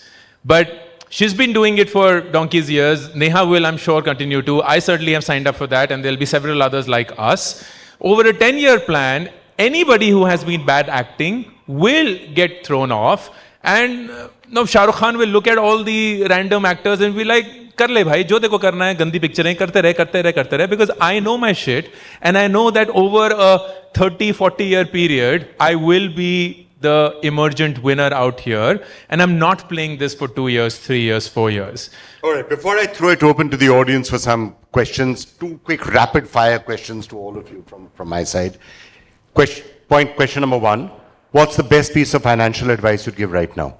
And especially when it comes to the overall market. I'll say be happy, because being unhappy is the biggest positive thing companies have. Unhappy people are the best customer for politicians, for actors, for companies, for everyone. So you need to be happy with yourself first. What if somebody says to be happy is to disregard your advice and buy that handbag instead? Then what? Okay, quick rapid fire to you. Best financial advice is invest in India right now. This is the place to be. We have moved from incredible India to inevitable India now. So I think this is the place to be, and yeah, stay invested.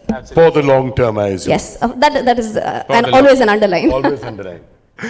My immediate advice would be automate your investments. Don't rely on how much is left for you to decide how much you will invest. The second you get your salary, swept off to invest. Whatever is left, manage your money in that.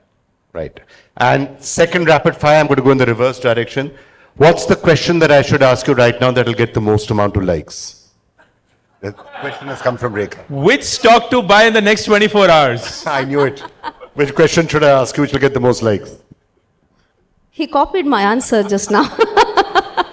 This is the most common question we all get. It is the most common question. Exactly. Sir, ये सब तो ठीक है, बता दो बस खरीदना क्या है? ठीक है, बाद में ठीक है, मुझे बाद में बता देना. When I'll get off, I'll ask you what should I buy. All right, question from the audience. Yeah, the gentleman there.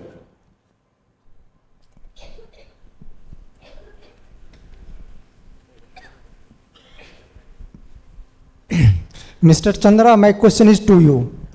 Oh my God. Discussion is going on. If you're going to ask me what stock you should buy, we'll discuss it outside. No, discussion is going on number game. And right now, this planet has population of more than around 7.5 billion. And both created account have more than 8 billion. So if you check, these people are not exist.com, it said account is more than the population of this world. So in such a scenario, how you define the real game behind the scene? The people are saying, I have so many followers. So what the real check on this so inflated game number?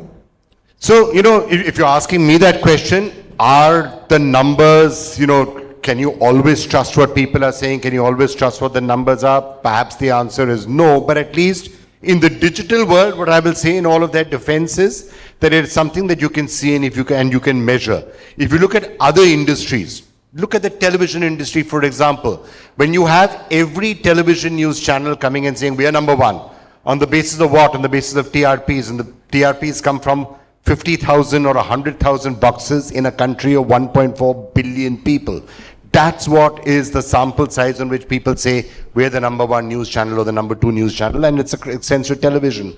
So therefore, in their collective defense, at least the numbers that you're seeing on digital, whether it is 100% correct or not, or whether it can be fudged sometimes or not, sometimes somebody will buy those numbers, all of that is possible. But it's not that it's any worse than you have in other forms of media. Okay. All right. Well, that's another theory. Right. Gentleman there.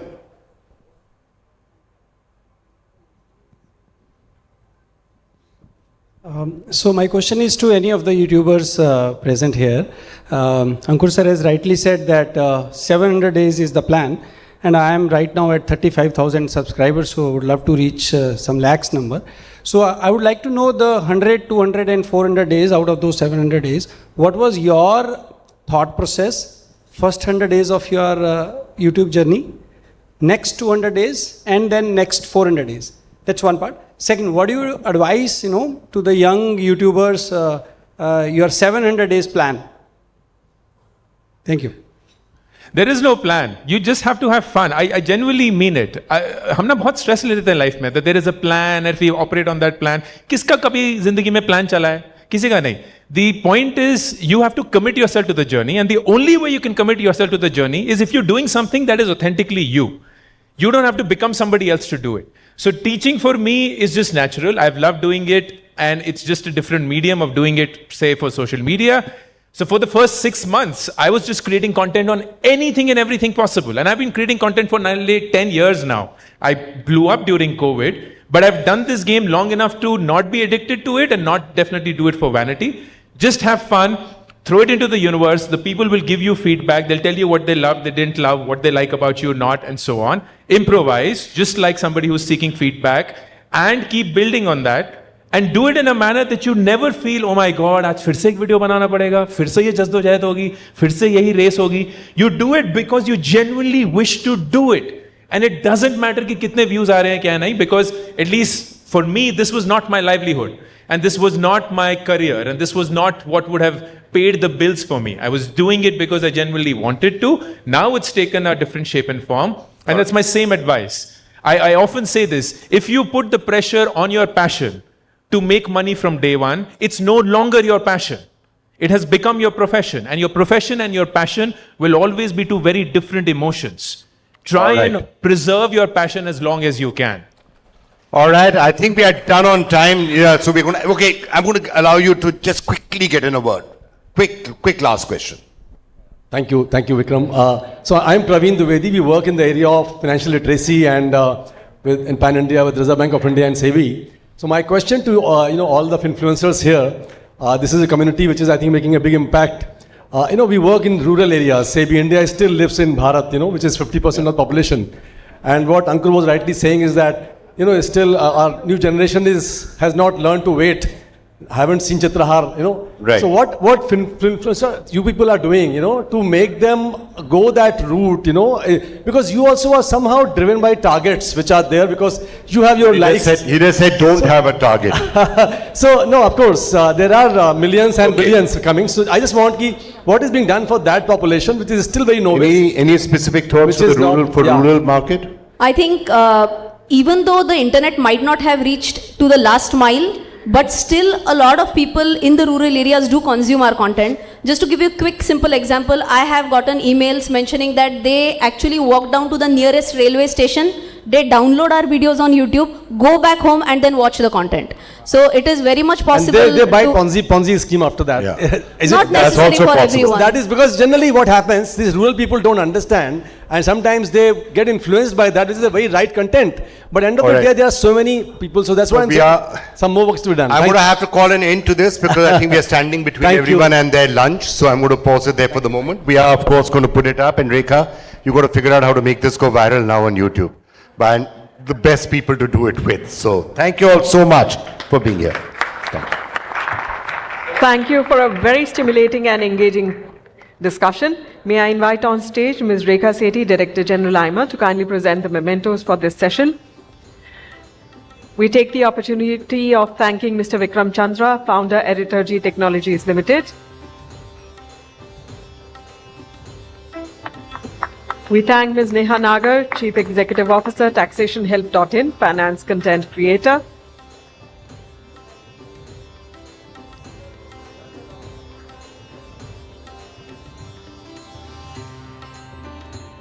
Our thanks to Ms. Rachana Ranade, Founder, Rachana Ranade and Associates, FinFluencer, Entrepreneur, Teacher. Our thanks to Mr. Ankur Warikoo, Founder, WebVeda, Content Creator, WariCrew, Speaker, Author.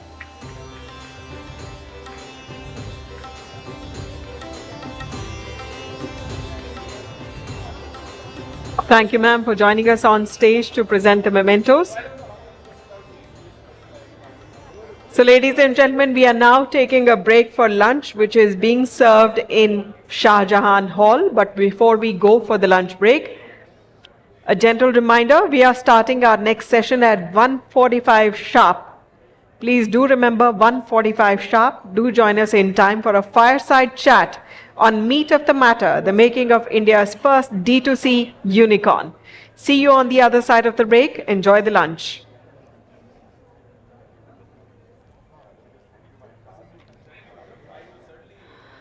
अबे हाथ पैर ठंडे हो रहे हैं बहुत.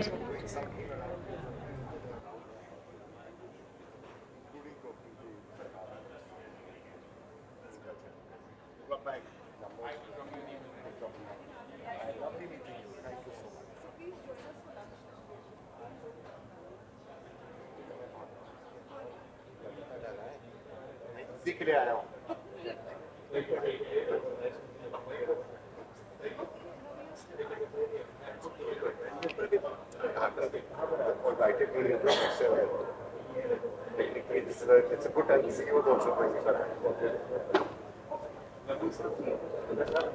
It was really great to hear you today in person. Thank you. God bless you. We are always delighted by your words and difference. Getting what to expect from people here.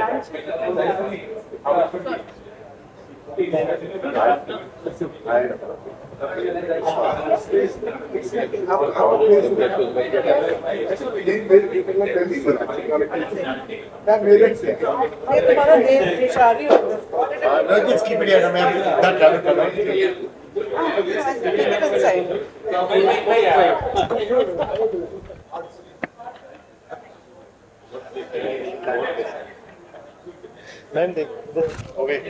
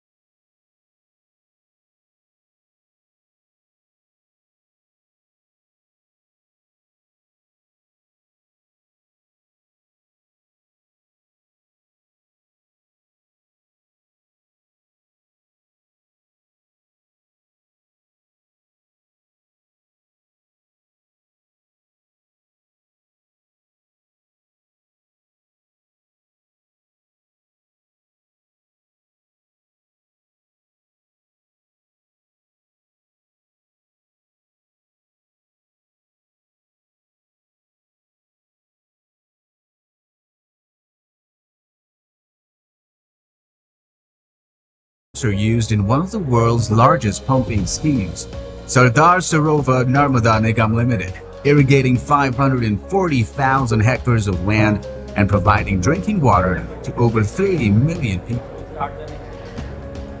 Our pumps have transformed countries. Ladies and gentlemen, good afternoon and welcome back. We request you all to please kindly take your seats. Welcome to the post-lunch session.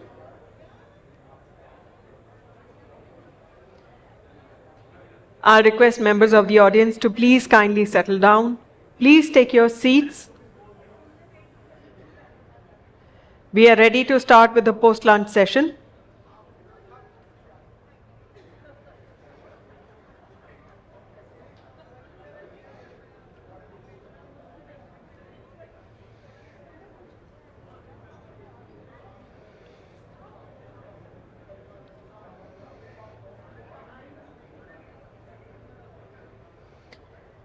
I request members of the audience who are still standing to please kindly take your seats. We are ready to start with the session.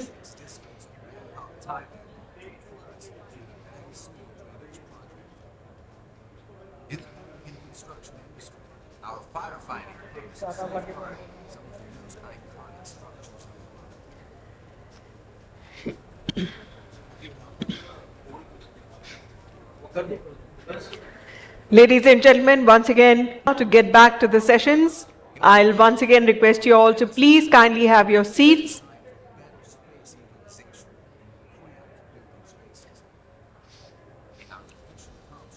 As we had announced before going for a lunch break, our next session of the day is on Fireside Chat, Meat of the Matter, the making of India's first D2C unicorn. Please kindly have your seats as quickly as possible. We are ready to start with the next session. Our poll question for this session is, India's startup sector needs more regulation, not less, to get sustained funding. Please do let us know if you agree, disagree, or can't say. As you can see on the screens, the poll question, India's startup sector needs more regulation, not less, to get sustained funding.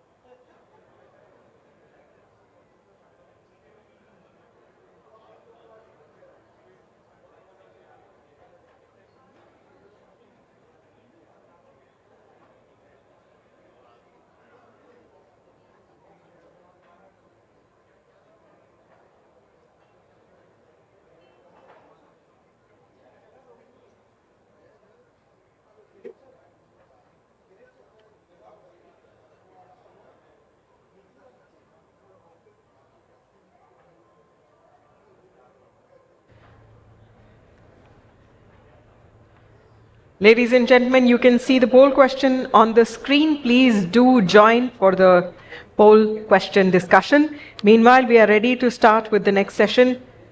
Meat of the matter, the making of India's first D2C unicorn. May I once again request you all to please kindly have your seats. Our esteemed panelists and the moderator is already here in our midst. We are delighted to have with us Mr. Vivek Gupta and Mr. Abhay Hanjura, co-founders, Licious, in a candid chat with Ms. Sumita Karir, Ankur, Deputy Editor, ET Now. So, ladies and gentlemen, please join me in welcoming Mr. Vivek Gupta and Mr. Abhay Hanjura, co-founders, Licious. in a candid chat with Ms. Sumita Karir, Anchor, Deputy Editor, ET Now.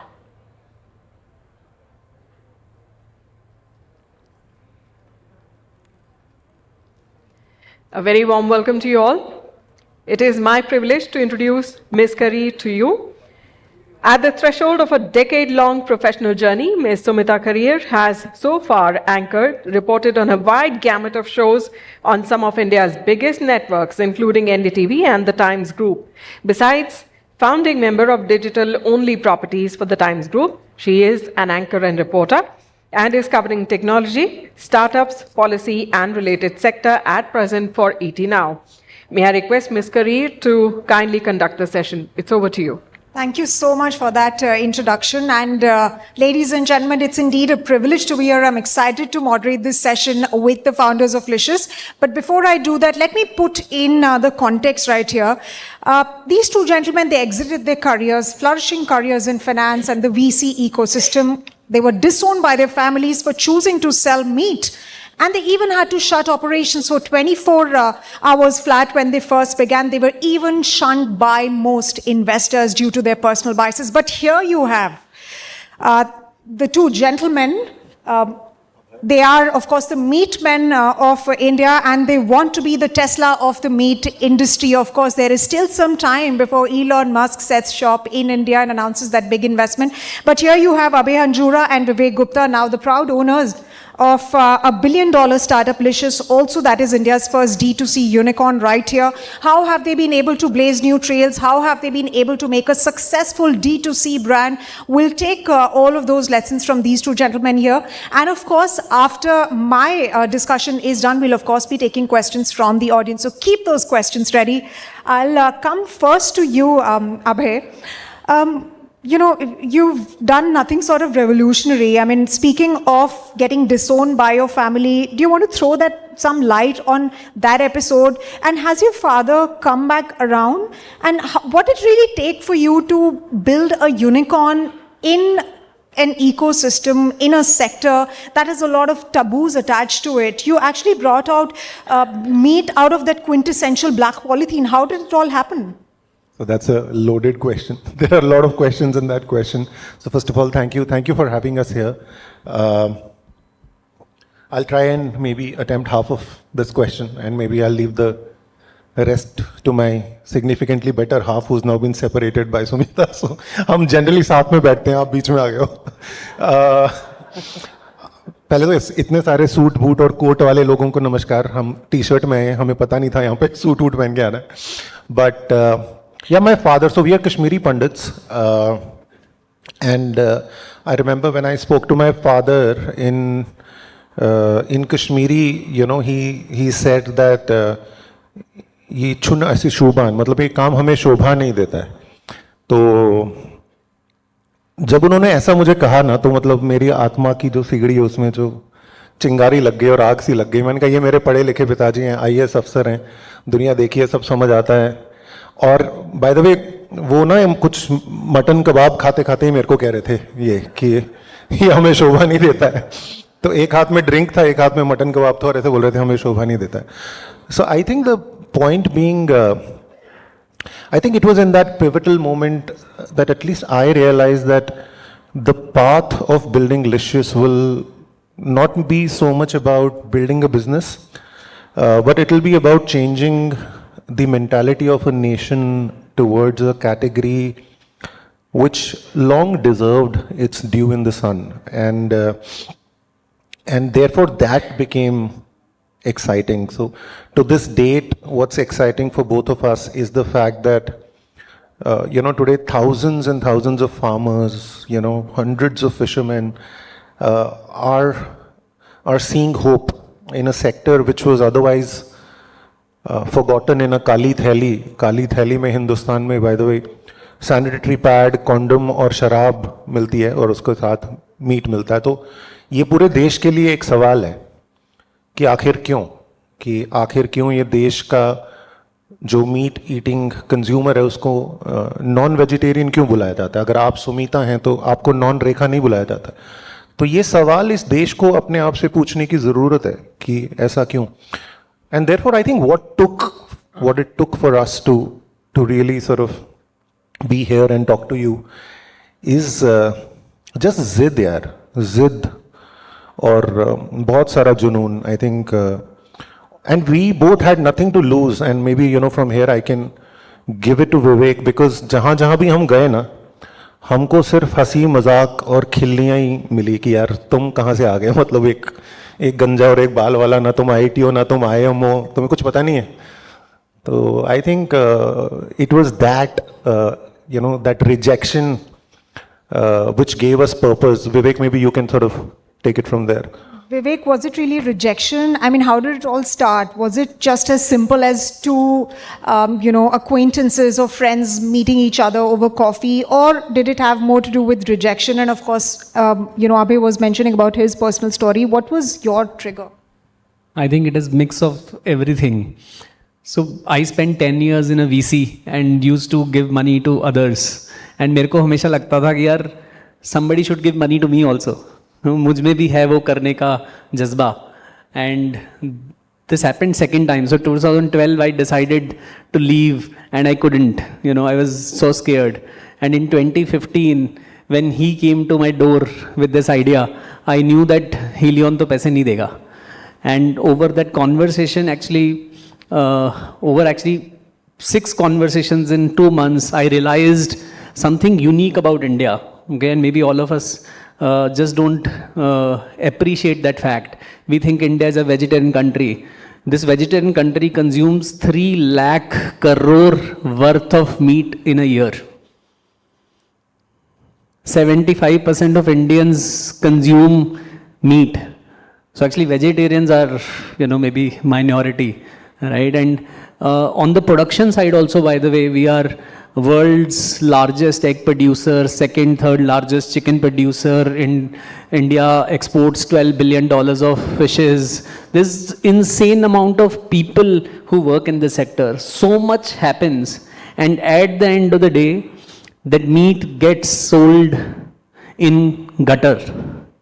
There is no other food item you consume. If you actually go to those meat markets, you don't feel like eating. But the sector is there. And we have done nothing about it. Everything has been branded, organized, packet, milk has been organized, everything has been done. Just this sector, we always worry actually why the sector has been left behind. Maybe somewhere our hypocrisy is not letting the sector come out. So, Abhay, you want to comment on the cultural hypocrisy? I think you have spoken in your earlier interactions as well that this was, you know, also coming in from an ideological position as well, that you wanted to fight the cultural hypocrisy. I mean, look, every entrepreneur needs a villain maybe in their life or a demon in their minds to sort of fight a battle, right? And Vivek and I realized very early on, by the way, we never wanted to build Licious online. ऐसा कोई सपना नहीं था हमारा. We ended up offline because online because nobody wanted to carry a meat product offline. I remember somebody telling us कि a very large reputed modern trade chain guy saying, अरे अगर हमने ये पनीर के साथ में यहाँ पे अगर चिकन रख दिया तो हमारे गुजराती customers क्या कहेंगे? So such was the attitude, you know, that trade was unwilling to carry the product, right? And if it was available, it was in some, you know, in the cornermost sort of corner, lying in a freezer, expiry date has been passed, and, you know, in some 1% focus, 1% revenue kind of a condition, you know, almost sort of notional. And it seemed very strange, you know, you're like, oh God. In fact, it was then that we said, you know what, if we are so committed to wanting to do what we want to do, then you know what, we'll find a way to reach the consumer. And that's how we became direct to consumer. We said, okay, if you don't want to carry us, we'll carry ourselves. And that meant building India's first last mile cold chain network. You know, उन दिनों सुमिता कोई भी नया आया था Swiggy वगैरह तो लोगों को और डोमिनोज तो था बट लोगों रेस्टोरेंट से गर्मा गर्म खाना निकलता था और लूक वार्म आपके घर पे पहुंचता था. तो हॉट खाना ट्रांसपोर्ट करने की टेक्नोलॉजी थी. मीट पेरिशेबल था तो किसी को पता ही नहीं था कि यार ठंडा बस्ता क्या होता है. You know how can you maintain 0 to 4 degree temperature. तो this was all Greek and Latin, you know, for the industry. But we said look, the point is that, and this was to my own dad's point कि I remember the same father who threatened to disown me, and that being a mark of cultural hypocrisy. So Vivek and I were invited to Harvard Business School in 2018 to speak at the India conference there. And it is then I remember my father writing like a 7-kilometer Facebook post saying, my visionary son and his visionary co-founder Vivek Gupta. और एकदम हर angle से photo जिसमें मैं भी नहीं हूँ, Harvard की कोई प्राचीन फोटो भी लगा दी है. But see the difference. That the difference between a visionary and a fool is validation from an institute in Boston, America. And I remember telling Dad that, Dad, how many founders' dreams die at the doorstep of their homes because their parents just don't get it, right? They just don't get it. And therefore it's important to have a co-founder. I was just telling Sumita in the lunchroom that if one of her son or kids pass out of college and say कि यार मुझे startup करना है, how many parents here will say कि चल बेटा जा कर, we are behind you. We are actually generally human beings are so in India so risk averse.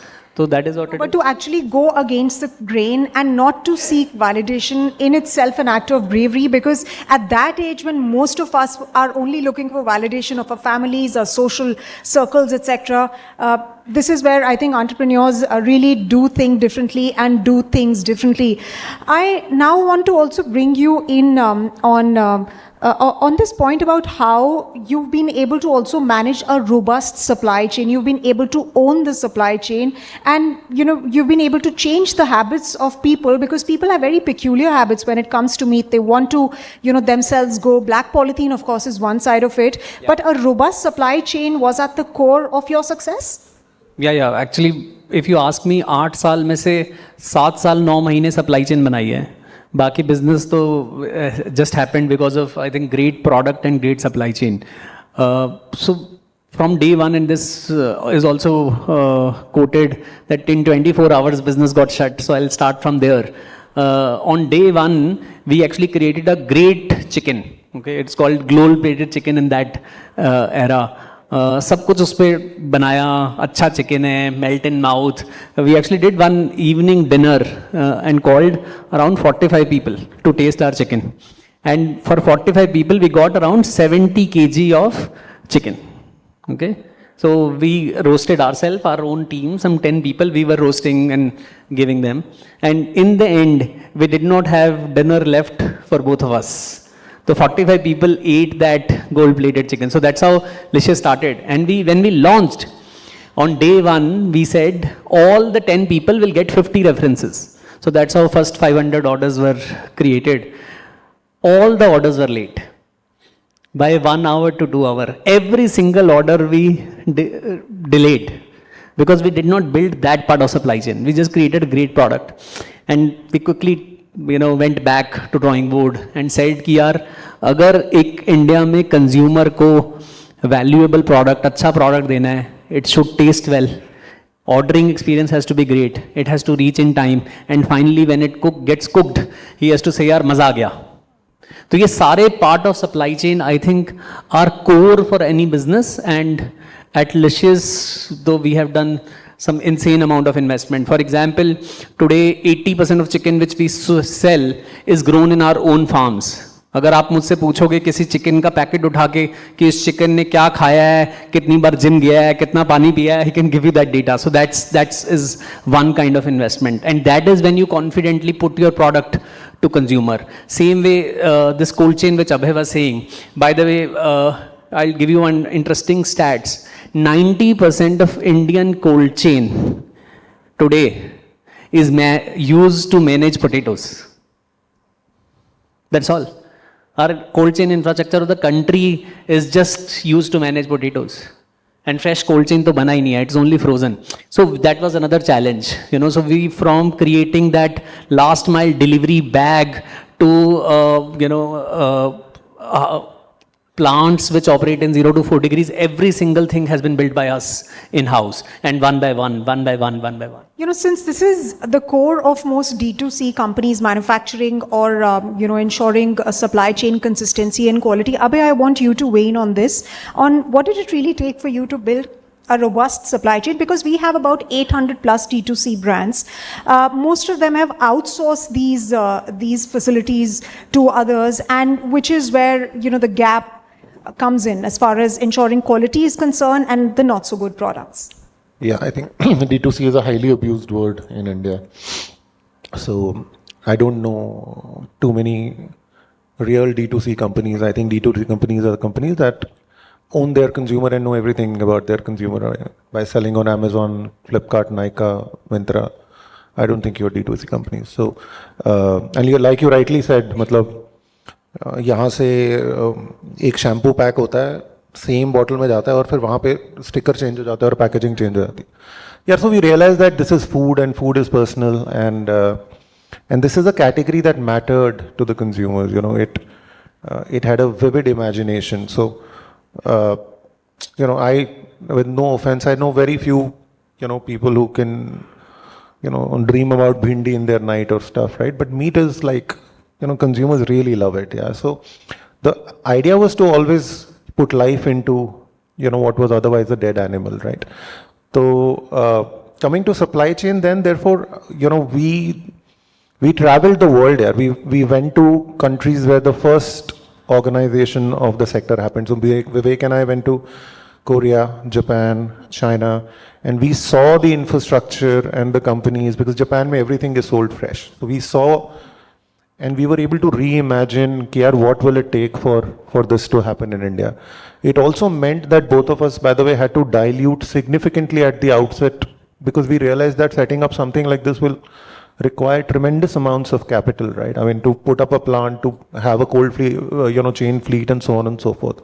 It required that, but I think above all, it required an organizational culture. So it's easy to say quality and supply chain and cold chain, but, there was an internal motto we said that, we'll never sell what we will not feed our own families. And on day one, we had to sort of demonstrate that by walking the talk on values. I remember, in Delhi when we launched our day one, and there's a very interesting anecdote. We barely had, हमारे पास पैसे नहीं होते थे और हमने Gurgaon times के front page पे add दे रखी थी, तो 10 लाख रुपए खर्चा किया था. और हम बहुत खुशी से तैयार थे कि कल बहुत सारी सेल होगी, दिल्ली का पहला दिन है. And the truck came with our products, and our SOP was 0 to 4 degrees, and the product came at 7 degrees. I still remember, and our QA folks rejected the entire lot. And head office में पूरा आग लग गया कि यार 2-2.5 ton माल कैसे reject हो गया. कल हमने अखबार में मशहूरी दे रखी है, कल एड्स आएंगे, ऑर्डर्स आएंगे. But we said this is where the organization's culture will get tested. So we will go out of stock for the whole day. We'll let the 10 lakh rupees, whatever that was, go down the drain. But we will not sell what we will not feed our own families. And that became an example that this is a company that means what it says. So 0 to 4 is not a lexicon. It's a value that you will live and die by. So I think it is a combination of these things, and therefore today we have, built what possibly, no one in the world has built in terms of cold chain for perishables. And which is what really differentiates you from the rest, and which is what really defines as one of the pillars of your success. Vivek, I want to also bring you in here. When Abhay says that most D2C brands, or a lot of D2C brands, sticker chipka dete hain, same product hai, is that a bubble that's waiting to be burst? यार वो तो मैं कैसे बताऊंगा bubble है कि नहीं, क्योंकि अपने असेसमेंट से, ऑब्जर्वेशन से बताइए. आई थिंक अपने दिल पे हाथ रखो और बोलो किसी ब्रांड को देख के कि ये 100 साल तक जिंदा रहेगा. True brands are that. I can swear about one brand and then you can equate every other brand. I can swear by Amul, who एक ज़माने में 1990s में India was milk deficient nation. And today, one corporation has changed the fortune of the country, and India is world's largest milk producing nation. By the way, we had same number of cows we had 30 years ago. So infrastructure tha, producer tha, cow thi, but I think the way organization changed the fortune. And now you put with lenses like that, any other D2C brand. I can say the same thing about Licious, that 100 years after me and Abhay are gone, this brand will exist. Because this has been built with that kind of passion and that kind of belief and that kind of thinking on infrastructure or, culture or quality norms. We always say I'll give you one more data. We do roughly 1 million deliveries a month. Out of that, 92% deliveries per month come from repeat customers. Every month. So अगर हम market नहीं करेंगे तो 90-95% धंधा हर महीना repeat customer देता है. और वो क्यों देता है? Why do you think? It's not about brand. It is about the product which we deliver every time at home. Product and eventually the brand, and speaks volumes about the fact that how you've been able to build brand loyalty in a segment which is seeing a lot of new brands spring up. You have over 800 plus D2C brands, like I said, and it's expected to grow over 5x over the next 5 years. So what did it really take for Licious to build brand loyalty in terms of how you promote the brand, in terms of experiences that you give to consumers? Abhay? Where I think it was very clear from day one that we will be a brand and not a horizontal company, right? We could have always taken the horizontal approach and sort of gone listed on big basket. And I think when it comes to brand, number one, I think is product has to be greater than the proposition. So, good marketing can kill a bad product much faster. What we realized very early on is that yaar, ye category ko legitimize karne ke liye, again, you will really have to change the narrative in a big way, right? So very early on, for example, we engaged celebrities. I remember the first time since India's independence, a meat company played its advertisement on prime time at 8 o'clock. And, we were besieged with complaints saying कि हम जी खाना खा रहे थे, meat का ad कैसे आ गया? So you think about it, people were shocked, right? But then when Anil Kapoor said something, or Junior NTR said something, or, whoever, I mean, today, a bunch of celebs are on our roster, but it was so shocking and new, but, it had to be done. If this category had to be bought out of the closet, it had to be done. So I think it was necessary in some sense to go ahead and over-invest in category creation. And we are glad that as a result of that, many founders got the courage to start up in the sector. There has been a lot of entrepreneurship since in the sector. We know a lot of B2B folks who sort of built. I know people who are building protein companies. I know people who are building offline companies in Delhi. People have written to both of us from Guwahati, and we're not saying that, hey, we are thinking of building, something online here, right? So it gives you a lot of courage and confidence that, look, shuruaat to ho gayi hai. And the only way to have done it is by somebody to have done, this for the category. And look, I mean, that's what category creation is about. Me and Vivek keep saying that, yaar, हमने समाज सेवा की है, and again I have built the point कि यार, founders dilute, ahead of their times, bring in VC, private equity money, but this is the joy, because you end up creating an industry which was not there otherwise. And I think एक अच्छा brand बनाने के लिए ना, you don't need just great marketing. You also need a big purpose. And our purpose is not that यार की meat बना के बेचना है. Our purpose is that all of us who eat meat deserves better meat. And that purpose is driving us. And if any of you have noticed our packaging, on day one we launched a white color, beautiful looking box, and all our investors, advisors said कि यार food में white color की packaging चलती नहीं है, गंदी हो जाती है, and you are also dealing with such a tricky food. And we said यार point is not white, point is we are fighting black. So very important point that you bring about, Vivek. Abhay, let me come to you on this, issue of investors. Aapko aur kya discouragement mili investors se? Because from my research has told me that there was one Indian investor who decided to invest in your company, but the rest, most of them at least initially, were German, Russian and Korean investors. I think... Be careful. Kya problem tha? Personal bias? यार, तो मैंने और विवेक ने venture capitalist को अपना एक terminology दे दिया था उस टाइम पे, but I don't want to talk about it here, but यार, there was just a lot of personal bias, number one, we got a lot of advice कि कोल्ड चेन नेटवर्क बनाया तो पनीर कर लो, दूध कर लो, क्योंकि कोल्ड चेन बनाया है.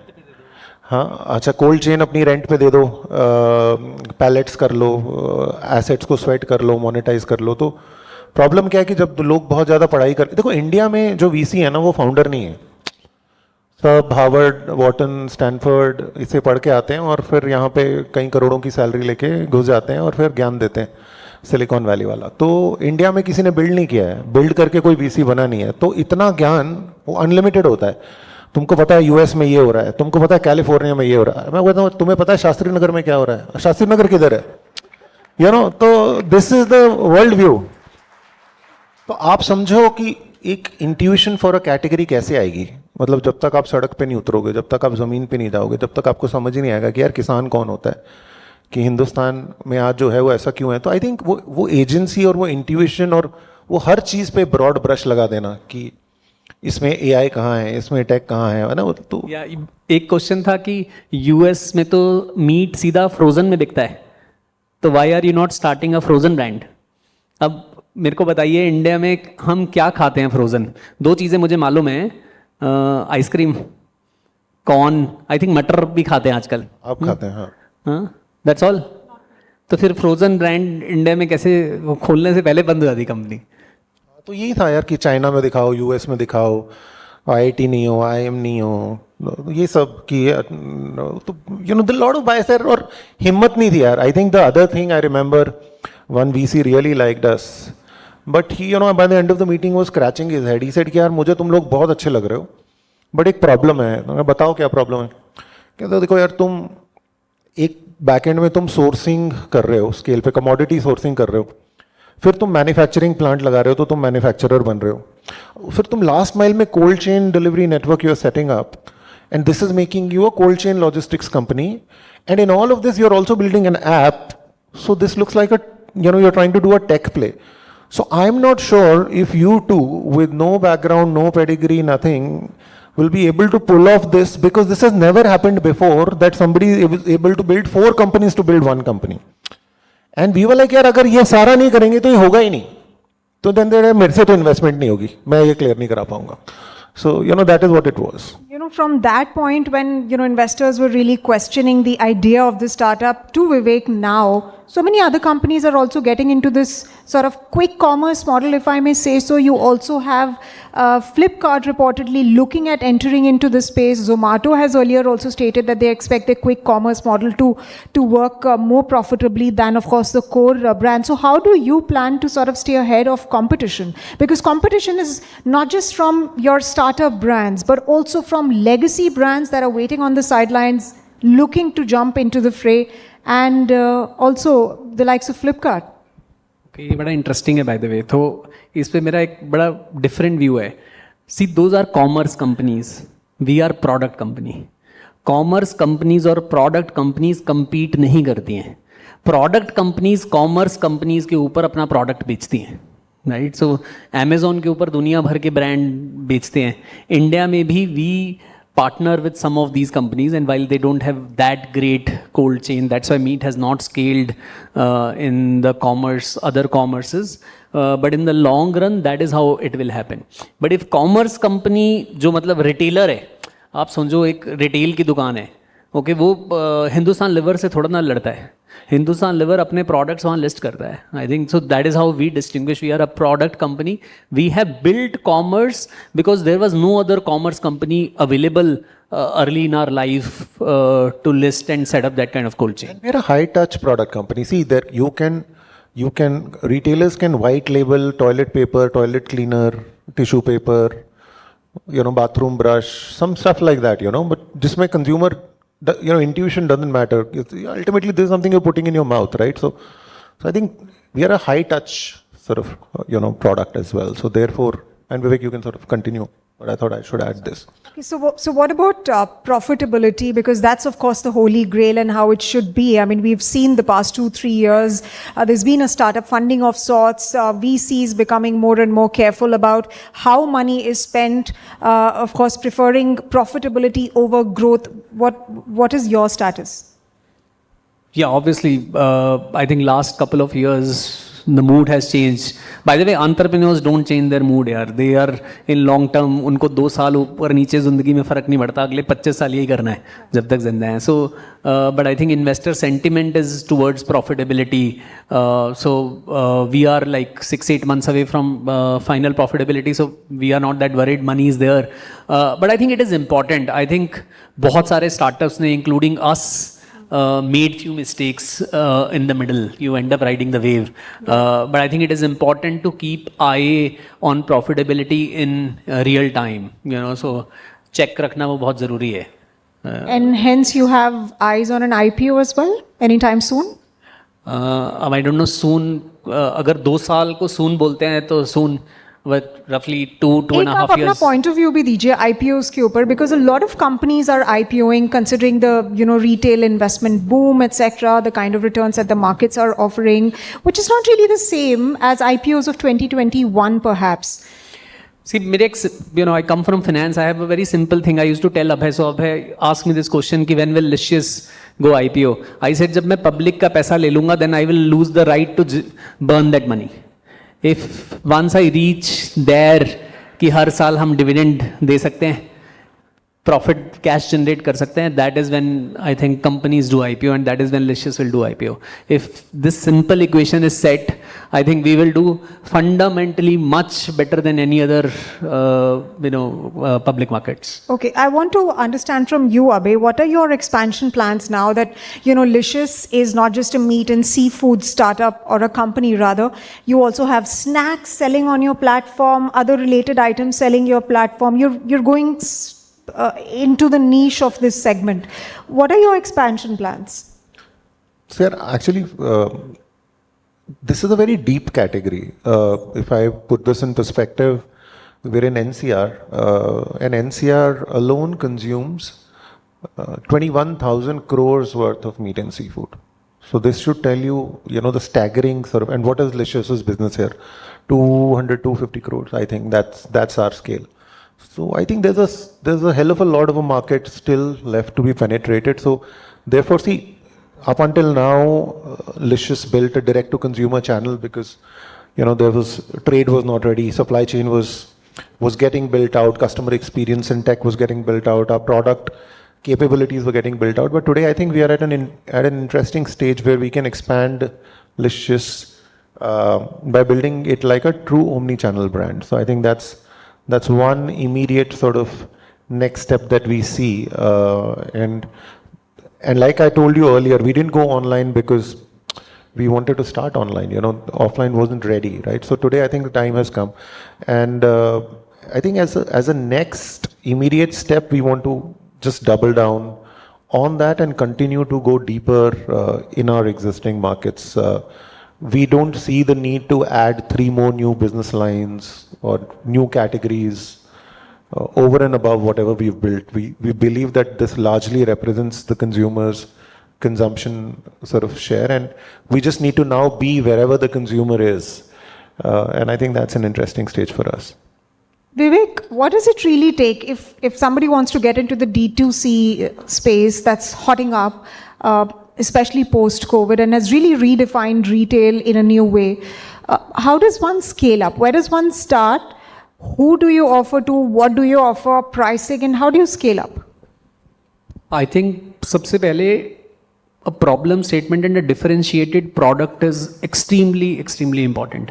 If you are selling any kind of, whether it is cosmetics, whether it is food, etc., I think product की importance बहुत ज़रूरी है. If a long-term business has to be built, if a consumer consumes your product and he's not able to tell the difference, there is no business. I think this is step number 1. And if that product is right, I start with one city and one channel. So if you are online, just stay online. If you are selling your product on Amazon, just stay with Amazon, Flipkart, etc. for some time and look for consumer feedback. If consumer is your liking your product, the best thing which will happen is referrals and repeat. And that will grow the business. Everything else can come in times. You can add more channels, you can add offline, you can add distribution, because every channel and every location is costly. So early in the life, entrepreneurs don't have that much of money to make mistakes. So best is solve 2-3 fundamentals and then scale. Abhay, you want to comment on this? On scaling up a D2C brand? I think founders also go too wide. I think in terms of product focus also, ki ye nahi to wo, I think Vivek has covered that. So in our mind, yes, I think depth, and then I think, see, marketing, you should only do once you've crossed PMF, right? So I think you need to define PMF very clearly. If your net new customer addition and net repeat equation is still in the minus, no amount of marketing money is going to save you. Right, so it's a leaky bucket. We became unicorn in 6 years of our start operations, right? But first 2.5 years we were only in Bangalore. Then we learned it, back to back we launched cities, back to back we launched plants, etc. And still caught up the same speed which let's say investors expect. So I think शुरू में ना वो hockey curve बनाने के लिए just keep building the fundamentals. Even if it takes slightly longer, it's fine. If the product is right fundamental, you'll catch up the speed. Just one more thing. I think we both sort of learned it, in time. And of course, today it's become a moat is that, I think as founders, you need to have the leanest cost structure from day one. The leanest cost structure from day one will allow you to scale. Your cost structure will otherwise be your greatest impediment and limitation. So this founders don't focus on at all. They just don't focus on building. It doesn't matter what premium you're really selling your product at, but your cost structure, your negotiations, that attitude of frugality on day one, that should not leave you, because that is the difference between being able to scale at speed and not. So I want to ask a couple of personal questions, but before that, let me ask you your thoughts on India's startup ecosystem. I mean, we've seen the Prime Minister speak about how, we are the third largest startup ecosystem in the world, over 1 lakh DPIIT registered startups, over 100 unicorns. And, Minister Piyush Goyal was also stating that this is India's time and we must not miss the bus. When India or the Prime Minister really speaks about the fact that we need to not just build in India, but built for the world. Where do you see India's role in that? And can India really do that? Why not? I don't see a single reason why not. I think the one thing that will really help is if entrepreneurship is actually brought into the school curriculum at a very early stage. I think if children can be taught to take risks on the school playground and saying, beta gir jao, kuch nahi hota. If you can teach them that, then I think that learning should be extended to life. There are communities in India which we say they are business communities. We have almost sort of branded them ki Gujaratis, Marwadis, Banyas, Sindhis, Delhi Punjabis, so there's something about what their parents sort of pass on to them. So one is obviously that, but I'm very excited here. I look at India's founders, and me and Vivek are lucky to have partnered with many, many founders as angel investors as well. And you look at the complexity of the problems that they are picking up. It's not funny. The sort of vision that some of the Indian founders are carrying and building truly for India products. I think it's creating global templates, if not global products, right? I mean, so many times we get reached out by, entrepreneurs from different parts of the world. The other day, somebody from Indonesia reached out to us and said, hey, I'm building the Licious of Indonesia. Somebody said, hey, I'm building the Licious of Egypt. Somebody in India told, me and Vivek, they're building a fresh vegetable startup and said, we are building the Licious of vegetables. So when Licious becomes a verb for something, then you know that it is becoming a template for entrepreneurs, right? So, and there is so many such, companies in India. So yeah, of course, India's time is here, but what that will take is, for all of us, the society at large, and there are so many parents sitting in the room. I think if anything, give your children to, the wings to take risks and don't try to protect them. Because if we can get 10 founders out of this room or 3 founders out of this room, you know. The question then is, what does it really take for one to become a founder, to become an entrepreneur? Of course, you've mentioned about being risk averse. You should be able to sort of jump in at the idea that you truly believe in. What else? I think you also say it, and then we'll go to Vivek. थोड़ा पागलपन होना चाहिए यार, I think. I think you need a bit of madness. Without madness, there is no creation. I think you can't create logically.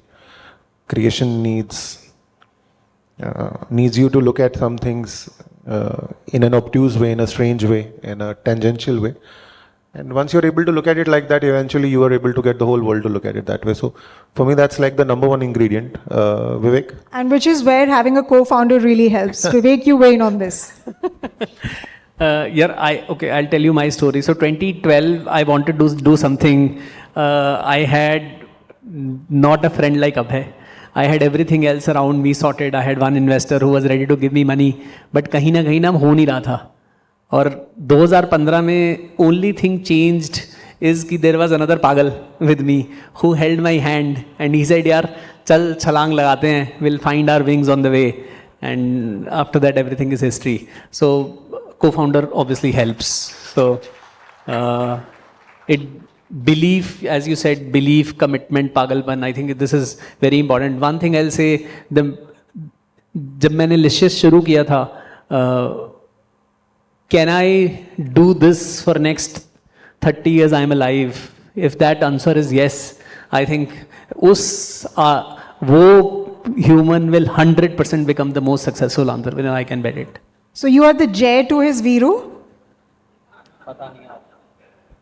Who is the one? I am the Motu. Who dies in the end? कौन मरता है भाई? I'm talking more from a personality type. Amitabh Bachchan. हाँ, I am Viru. He is Jay. हाँ. वो कौन है? जय कौन था? अमिताभ बच्चन. नहीं जय तो वो पानी की टंकी पे चढ़ गया था ना. मौसी मैं जान दे दूंगा. हाँ तो मैं वीरू हूँ ना, वो जय, वही तो बोल रहा हूँ. तू चढ़ गया था. हाँ मैं चढ़ गया. Yeah, so I want to now dive into a rapid fire, considering that we have the OG of rapid fire, Mr. Karan Johar, going to be gracing the gathering this evening. So let's do a quick rapid fire. Abhay, first to you, 3 things that a founder needs to have. You've spoken about it pretty much, but okay, one more we'll add. Ma.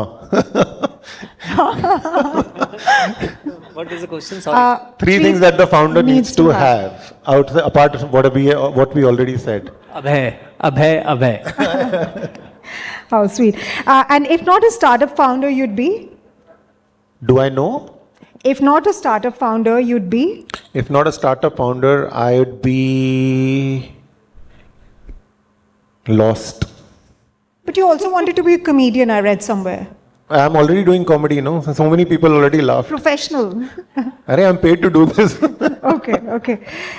If not a startup founder, you'd be? I'll be in the consumer ecosystem doing investing. Okay. And your पैसे होंगे तो. And your favorite startups from the current ones that we have? There's a company called Rachana, which I recently invested in, and I'm on the board. But it is very close to my heart after Any Licious. other company other than Rachana? Mokobara. Yep. You? Startup that I admire? That is your favorite amidst the current ones. यार grow ने अच्छा काम किया है. I think investing. Agree. And one fallacy that you want to bust. One fallacy that I want to bust. Yeah. About your sector, about overall entrepreneurship, about that you can do very well in spite your limitations. I think ambition is always greater than resources. People think that resources matter if you need to do something in life. It's not true. You don't need any resources to do well. You just need ambition. And best piece of advice you got, Vivek? Yeah, there are a lot of entrepreneurs who come to me and say, यार कि उसको पैसे मिले हैं, मुझे नहीं मिले हैं. And I say, यार दूसरों में fault ढूंढना बंद करो. I think fault is in your own either idea, either commitment or something about you. So look inside, you'll always find the problem, fix it, and then raise money, you'll get it. Best piece of advice you got? That this too shall pass. I've also tattooed it on my arm. तो कोई भी खुशी हो, कोई भी गम हो, कोई भी award हो, कोई भी पिटाई मिल रही हो, I think everything is temporary. Don't take yourself too seriously. One piece of advice that you have for VCs. Just say it. I think don't mix personal biases for sure. You know, अगर मैं ये कुछ use करता हूँ और वही मैं invest करूँगा, that is I think 100% wrong. And bring entrepreneurs on your advisory board. They'll change fortune for the VCs. Abhay, you can't say that. I can't say that. You can't say that. He's already said it. यार I would say to VCs जाके थोड़ी नौकरी वोकरी कर लो किसी startup में, पहले थोड़ा सीख लो कि काम कैसे होता है, फिर आके ज्ञान देना. That's what I would say. All right, with that, it's a wrap on this session, ladies and gentlemen. Any final quick questions that you have? We're completely running out of time. I'm being signaled, but we can take 2-3 quick questions. Please go ahead. The lady at the back. Yes, please. Yes, you, ma'am. Yes.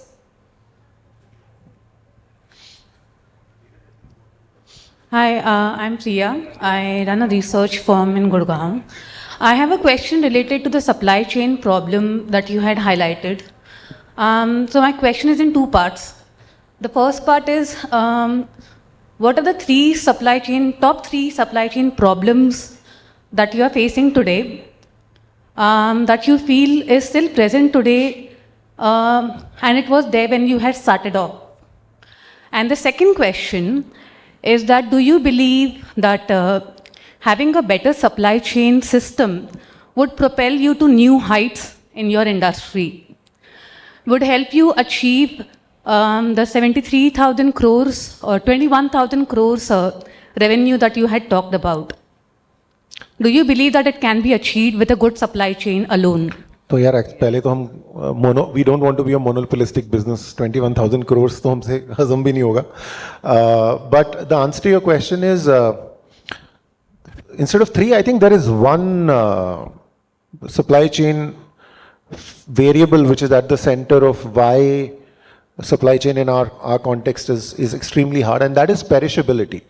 So, inventory in animal protein is highly perishable, and the farm to fork cycle is 24 to 36 hours depending on what you're talking about. And this perishability, when you add the nuance of customization, because India is not one nation, chicken curry cut is not eaten the same way in different states of India. So I think that really continues to be the central issue, because at one end of the perishability variable is availability. So if there's no availability, there's loss of customer experience, but excessive availability will lead to a lot of wastage. So perishability, using tech, using supply chain, using processes is the single most, important determinant in the kind of supply chain you want to build in the sector. All right, ladies and gentlemen, we'll have to call it a wrap on this session, considering that the guests for the next session are already waiting. I'm sure you guys have a lot of questions for both Abhay and Vivek. You can, of course, share them with the AIMA's team, and I'm sure they will be able to share them, and they can share those answers then on their social media handles. On that note, thank you very much for being such a lovely audience, and thank you, Abhay and Vivek. And thank you for making it a very, very interesting discussion. I'm sure people really enjoyed that, in-depth discussion about the brand and every other challenge faced by them. So may I invite quickly on stage Mr. Nikhil Sawhney, President AIMA, to kindly do us the honors of presenting mementos to the esteemed moderators and the esteemed speakers of this session. We thank Mr. Vivek Gupta and Mr. Abhay Hanjura, co-founders Licious. And a big thanks to Ms. Sumita Karir, Ankur, Deputy Editor, ET Now.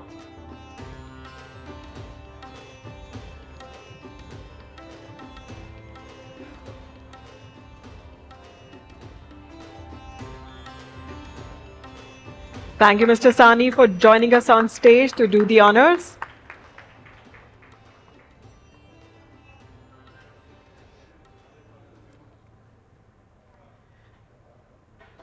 Thank you once again to all of you. Ladies and gentlemen, please kindly remain seated. We are ready to start with our next session, which is a panel discussion on navigating geopolitics, managing global risks to growth.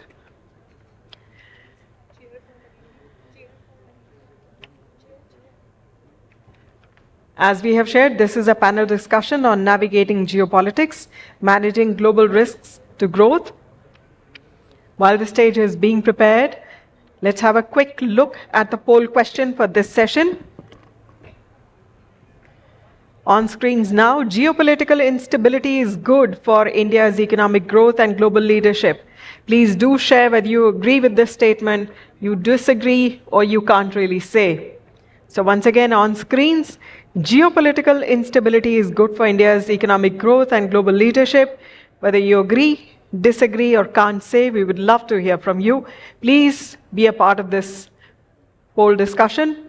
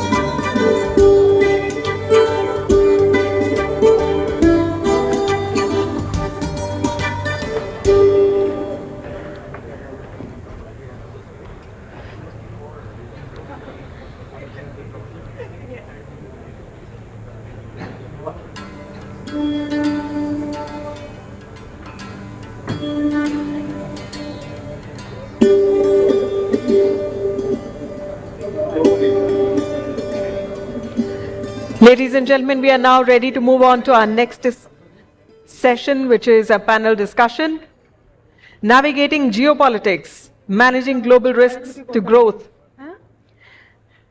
Please join me in welcoming on stage, as we are delighted to have with us Mr. Raj Chengappa, Group Editorial Director, Publishing India Today Group. We warmly welcome him on stage. A warm welcome to Mr. Harshpati Singhania, Past President AIMA and Chairman and Managing Director, JK Paper Limited. We warmly welcome Mr. TV Narendran, Vice President AIMA and CEO and Managing Director, Tata Steel Limited. A hearty welcome to Mr. Yezdi Nagpurwala, Chief Executive Officer, KPMG in India. And Mr. Vishal Kampani, Non-Executive Vice Chairman, JM Financial Limited.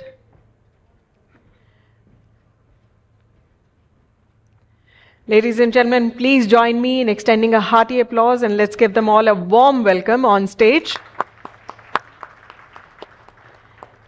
And before we move on to the next part of the panel discussion, we take a little pause and we are now going to witness the release of AIMA KPMG Women Leadership in Corporate India 2024 report. May I request Mr. Yezdi Nagpurwala to please introduce the report.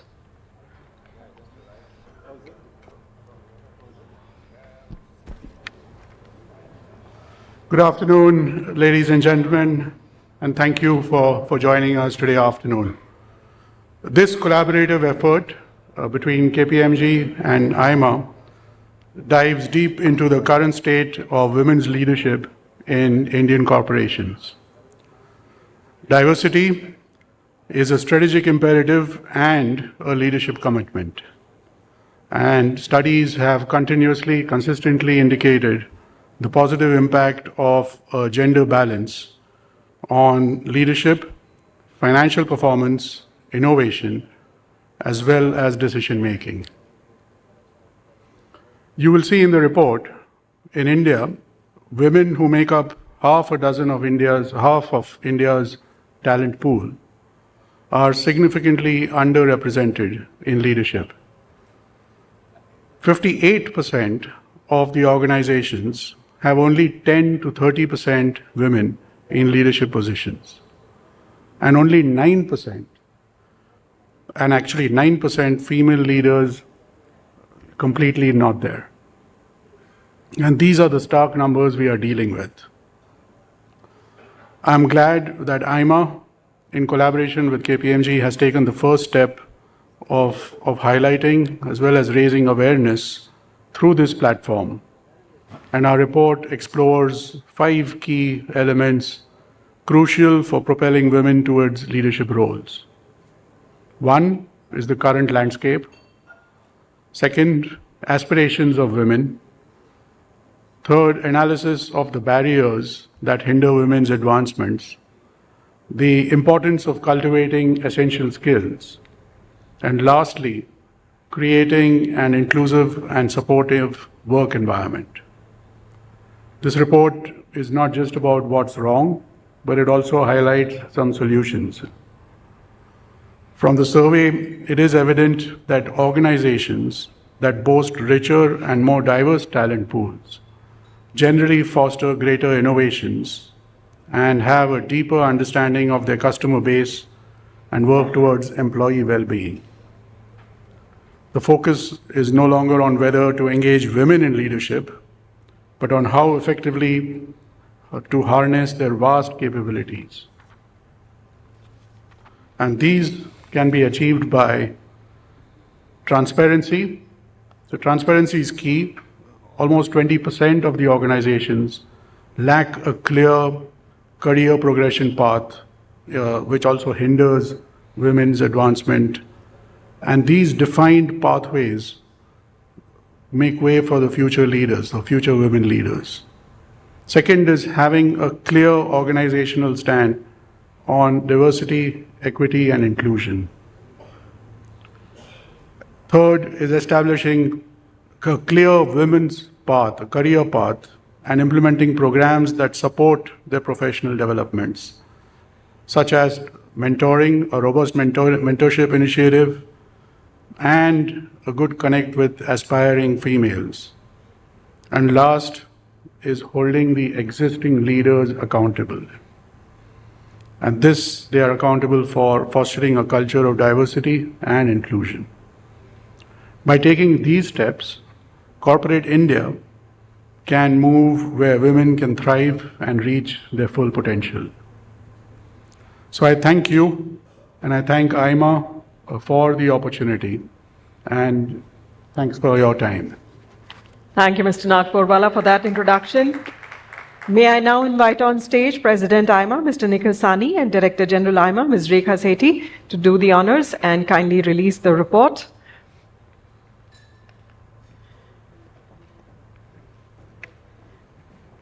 I request all the dignitaries seated with us on the dais to please join in the ceremony.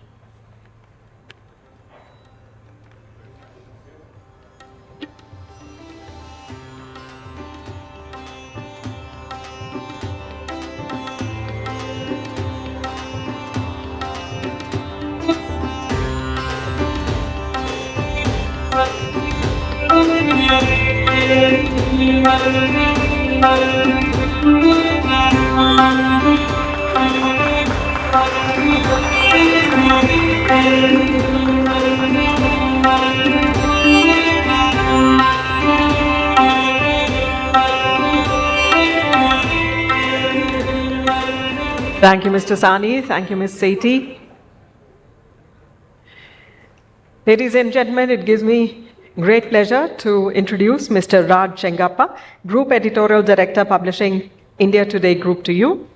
Mr. Raj Chengappa is a veteran journalist of over 40 years standing. He is currently the Group Editorial Director, Publishing of the India Today Group and Editor, India Today Magazine. Prior to this, he was Editor-in-Chief of the Tribune Group of newspapers. He has varied interests and is a specialist in political analysis, foreign affairs, security, nuclear weapons, the environment, and development. He also does a weekly podcast and YouTube show for India Today called Nothing But the Truth. Mr. Chengappa was a Nieman Fellow at Harvard University in 1991-92, a Stimson Center Fellow on Security Affairs in Washington, D.C. in 1995, and a Harry Britton Fellow, partly at London and Oxford University in 1985. I now request Mr. Chengappa to please steer this discussion. Thank you. Thank you for that wonderful introduction.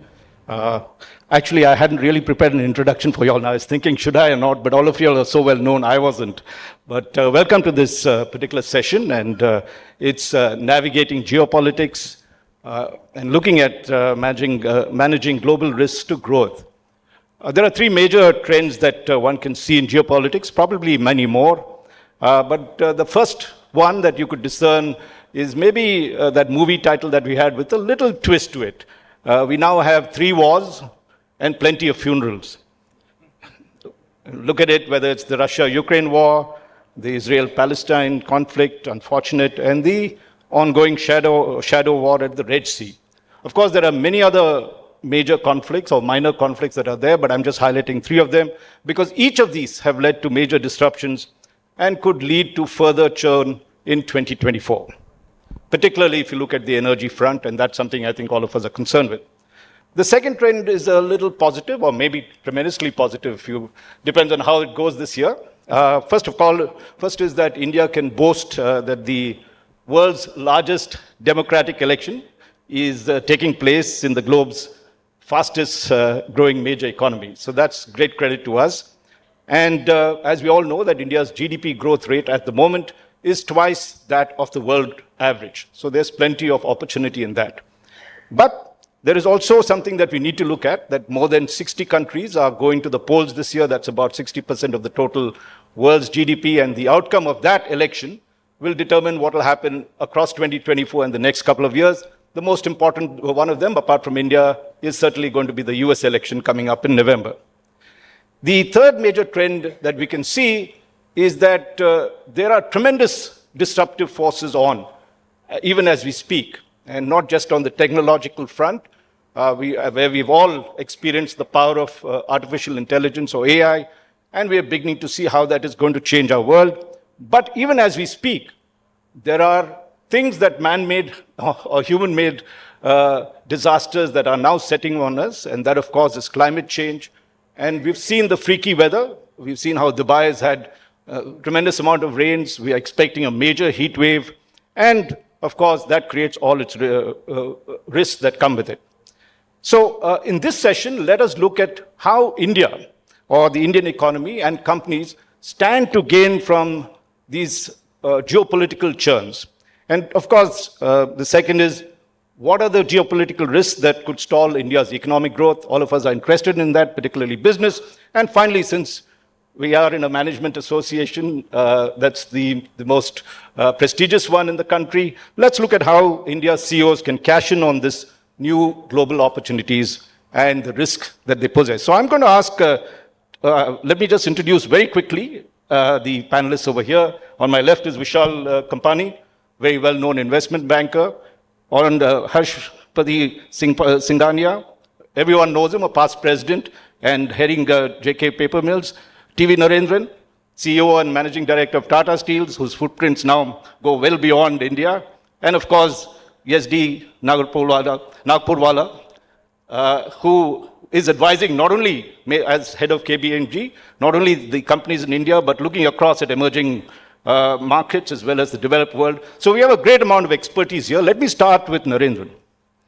And you have companies that have great interests in Europe. What would you say are the opportunities? There is a great amount of global churn that is happening. What are the opportunities and risks for Indian companies? If you can set the agenda, then we'll get the others in.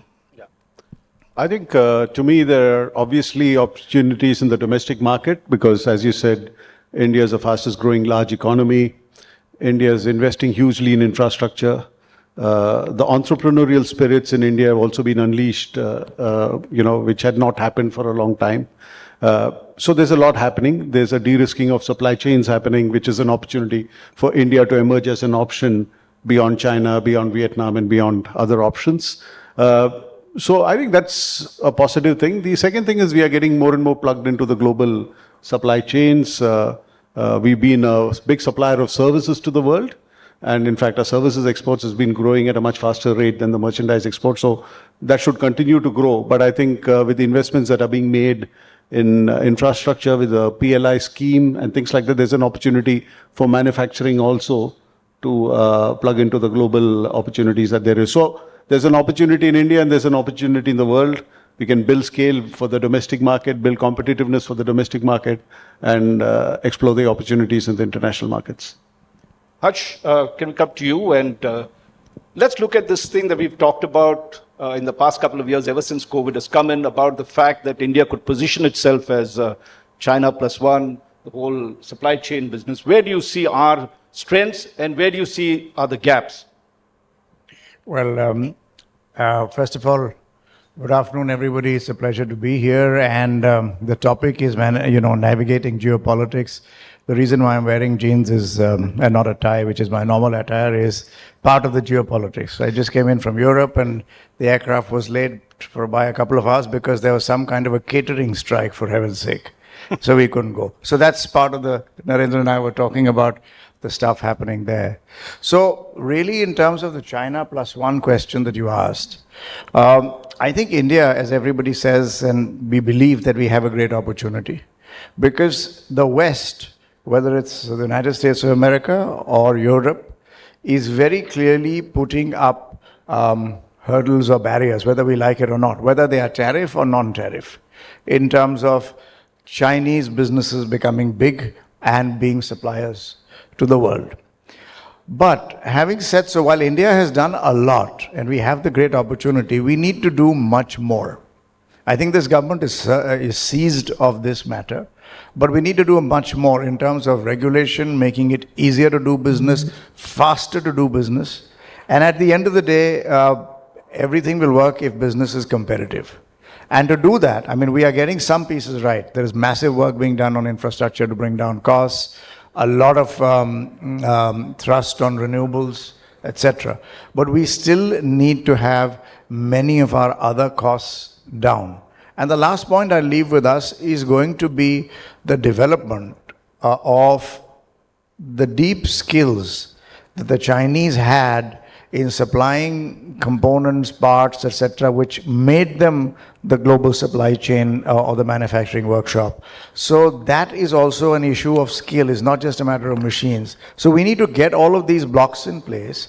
And then clearly, I don't see any reason why India can't be a huge destination, not just for China plus one, but we are sitting on a cusp of a hugely emerging global market.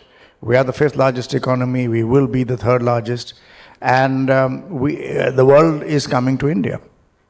Well, I think that's a good place to start with. SD, can we come into this and look at which are the areas where, if you look at China and the way they dominated the global value chain, and if we are saying India is to be that plus one, which are the key areas you think, based on whatever strengths that we have and, of course, the opportunities, should India be focusing on, and are we down that road already? And if we are, what, say, percentage of that road we have covered so far? So first of all, I'd highlight that this is a journey. So there is no switch on, switch off, and you don't get results overnight. Right, that's a good point. Having said that, this is a journey. We are already down that path as a nation, as an economy.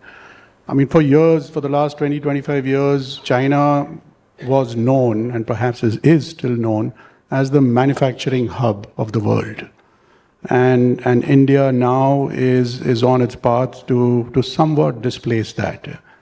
And you see all the policies that we are gearing ourselves to, whether it is reducing dependency on the rest of the world, whether it is building our own infrastructure, whether it is playing to our strengths of service and talent, which is what we have as our strength as a nation.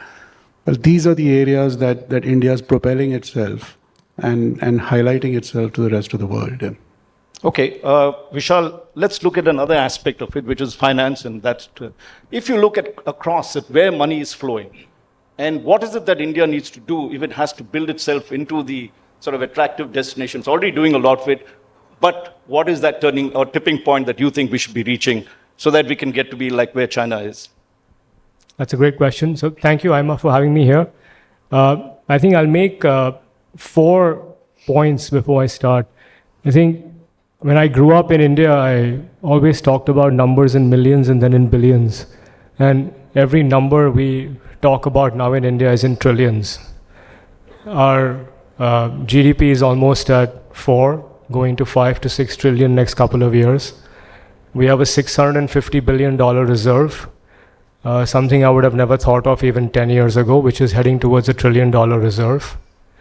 When we look at our investment banking gross issuance pipeline over the next 5 to 7 years, it will exceed transactions worth $1 trillion. We have the government willing to spend on infrastructure over $1 trillion. I don't think there are many markets in the world today or economies in the world which will be growing at this rapid rate and converting business at this rapid rate. And when we talk to all our clients, whether in India or globally, there is tremendous excitement about India, which I have not seen in my 26-year career. So I think we're in a great spot. We look west from India, we see problems. Growing up, I was told 8% fiscal deficit only exists in emerging markets. We have the largest country in the world, which is approaching an 8% fiscal deficit with $1 trillion of interest payments. We have China, which is looking at a $2.5 to $3 trillion residential real estate problem. And we have the US, which is facing a $1.5 trillion commercial real estate problem. So, we should be cautiously optimistic. We have a great play among, the global giants today. And the world around us is not looking great. But if we play our cards properly and we grow optimistically and cautiously, I think clearly in the next 5 to 7 years, we will be one of the most sought after investment destinations. Okay, now let's just get into some nuts and bolts issues, if you don't mind. And let's start with you, Narendra. In terms of steel, for instance, or if you'd like to talk of any other industry, that's fine. Climate change is a big issue. Now, adaptability, changing resilience, changing the company's approach to it. What are both the promises and the pitfalls of this, in your experience? I think this is a subject which is going to impact us as in India and the world over the next few decades more than we realize, right? Because we took a long time, the world took a long time to accept there's a problem. We took a long time to agree on some targets. Now we've come to the difficult part of the execution, and there's a lot of money that needs to be put in, and who pays for it. So we're going through it in Europe, for instance. So this transition needs to be supported by governments. This transition needs to be supported by customers who will need to be willing to pay more for whatever they want as green. And the industry needs to put in money as well, right? So that's a journey. And we've not had this transition in any industry without support. If you look at e-mobility, there was support for e-vehicles. If you look at renewables, there was support for renewables. So no major essential industry, including steel, can make the transition without some support. But the question in Europe particularly is taxpayers are asking, why should we pay for it, right? Customers are willing to pay a premium. So you need a policy framework, you need an infrastructure roadmap, and you need a kind of a cross-industry roadmap. Because let's say if you take the steel industry, you want to transition, you need a gas infrastructure in place. You need a hydrogen infrastructure in place. If I look at India, most of the steel production is going to come up in Eastern India. You don't have gas in Eastern India. You don't have hydrogen in Eastern India. So unless those things happen, the industry will not spend billions on processes which depend on gas or hydrogen for inputs. So I think there's a lot that we need to think through on the execution. It's also a great opportunity. Many industries will be created, many will be disrupted, a lot of financing options. So many things will happen. There are lots of opportunities, but we should not underestimate the cost and complexity of the transition. Now, Harsh, coming to you in the sense that, don't we have an advantage in some senses? China went down that road, and now on climate, they are paying that price, pulling back on a lot of things. If you look at where we are in that stage, and what is the kind of infrastructure, we had the Taiwanese foreign minister come, and he is quite critical, if you read the papers, about the infrastructure gaps that we have in terms of whether it was logistics, whether it was material supply, policies. What would you say that are the few things, we have a new government coming in, if we had to say the 3 or 4 things that you would want to see happen, what would that be? I think, Raj, as I mentioned in the earlier remarks also, that the current administration has audacious plans for building the blocks of what we call infrastructure. Now, infrastructure in the traditional sense was your roads, highways, railways, and I think they know what to do and they're getting there. They've also done a great job on the digital infrastructure side, which is today, without that, businesses or anything cannot function. So I think the real issue I would want us to focus on is, I'll go back to EODB and CODB, which means ease of doing business and cost of doing business. And at the end of the day, there are regulations, whether they are to do with various companies, compliances, etc. The more, I know the government is trying to do a lot of it online, etc., which has eased some things, but we do have a lot of complexity to sort of navigate through. But I'd like to turn to one point, which the question you asked, Mr. Narendran, which is about the climate change. I think in India, we have to play this very smartly, because the way I'm at least reading this, and Mr. Narendran, you'd probably be a better judge or better observer, Europe is being caught in their own regulations on climate change in a very major way. The US, frankly, cares far less about this.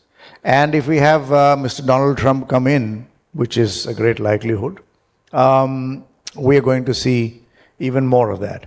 So India has to play it smartly in the sense that we don't have to get into over-compliance, but we have to care about the planet. And we have this issue of our dilemma of development and growth versus simply compliance. So if we play it smartly, we should be able to do this. I have, and I shouldn't say this in public, but I do have a conspiracy theory that there are barriers being put on developing countries, directly or indirectly, through a lot of these mechanisms. Okay, I'm going to touch, YesD, if you can come into this, the other nuts and bolt area, which is technology and artificial intelligence. And how do you see that churn happening? And what can India do to cash in on that? We have a huge IT industry, but maybe you have to move to the next phase in that particular IT industry. Are we really there? What is your assessment? So first of all, Raj, I would say AI is actually the largest disruptor for the next maybe 2 or 3 years.